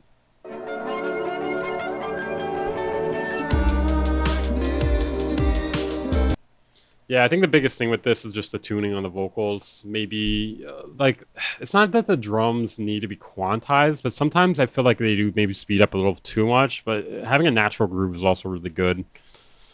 Alright, guys, thank you for tuning in. Thank you guys for tuning in. It's been a fun stream. Thank you, everybody who donated. Make sure to like, subscribe if you're new here. Check out my YouTube channel if you haven't, if you're on the stream. Check out my second channel if you haven't. I'm going to link that in the chat. Usually there are edits from these streams that are put up on there. So if you missed something or if you want like a more palatable version of it, sometimes the edits make it a bit funnier too. Check that out. Make sure to subscribe there. Check out some of the videos on there too. Like they're pretty good. Consider following me on Instagram and Twitter. You can find that pretty easily. It's Weaver Beats. Yeah. Try to get it to 100 likes, guys. Maybe we can get it to 100 before you guys leave. Please. Please. Interview Uli Behringer. I don't know if he would want to. But yeah, thank you guys for tuning in. I'll see you guys next time. Peace.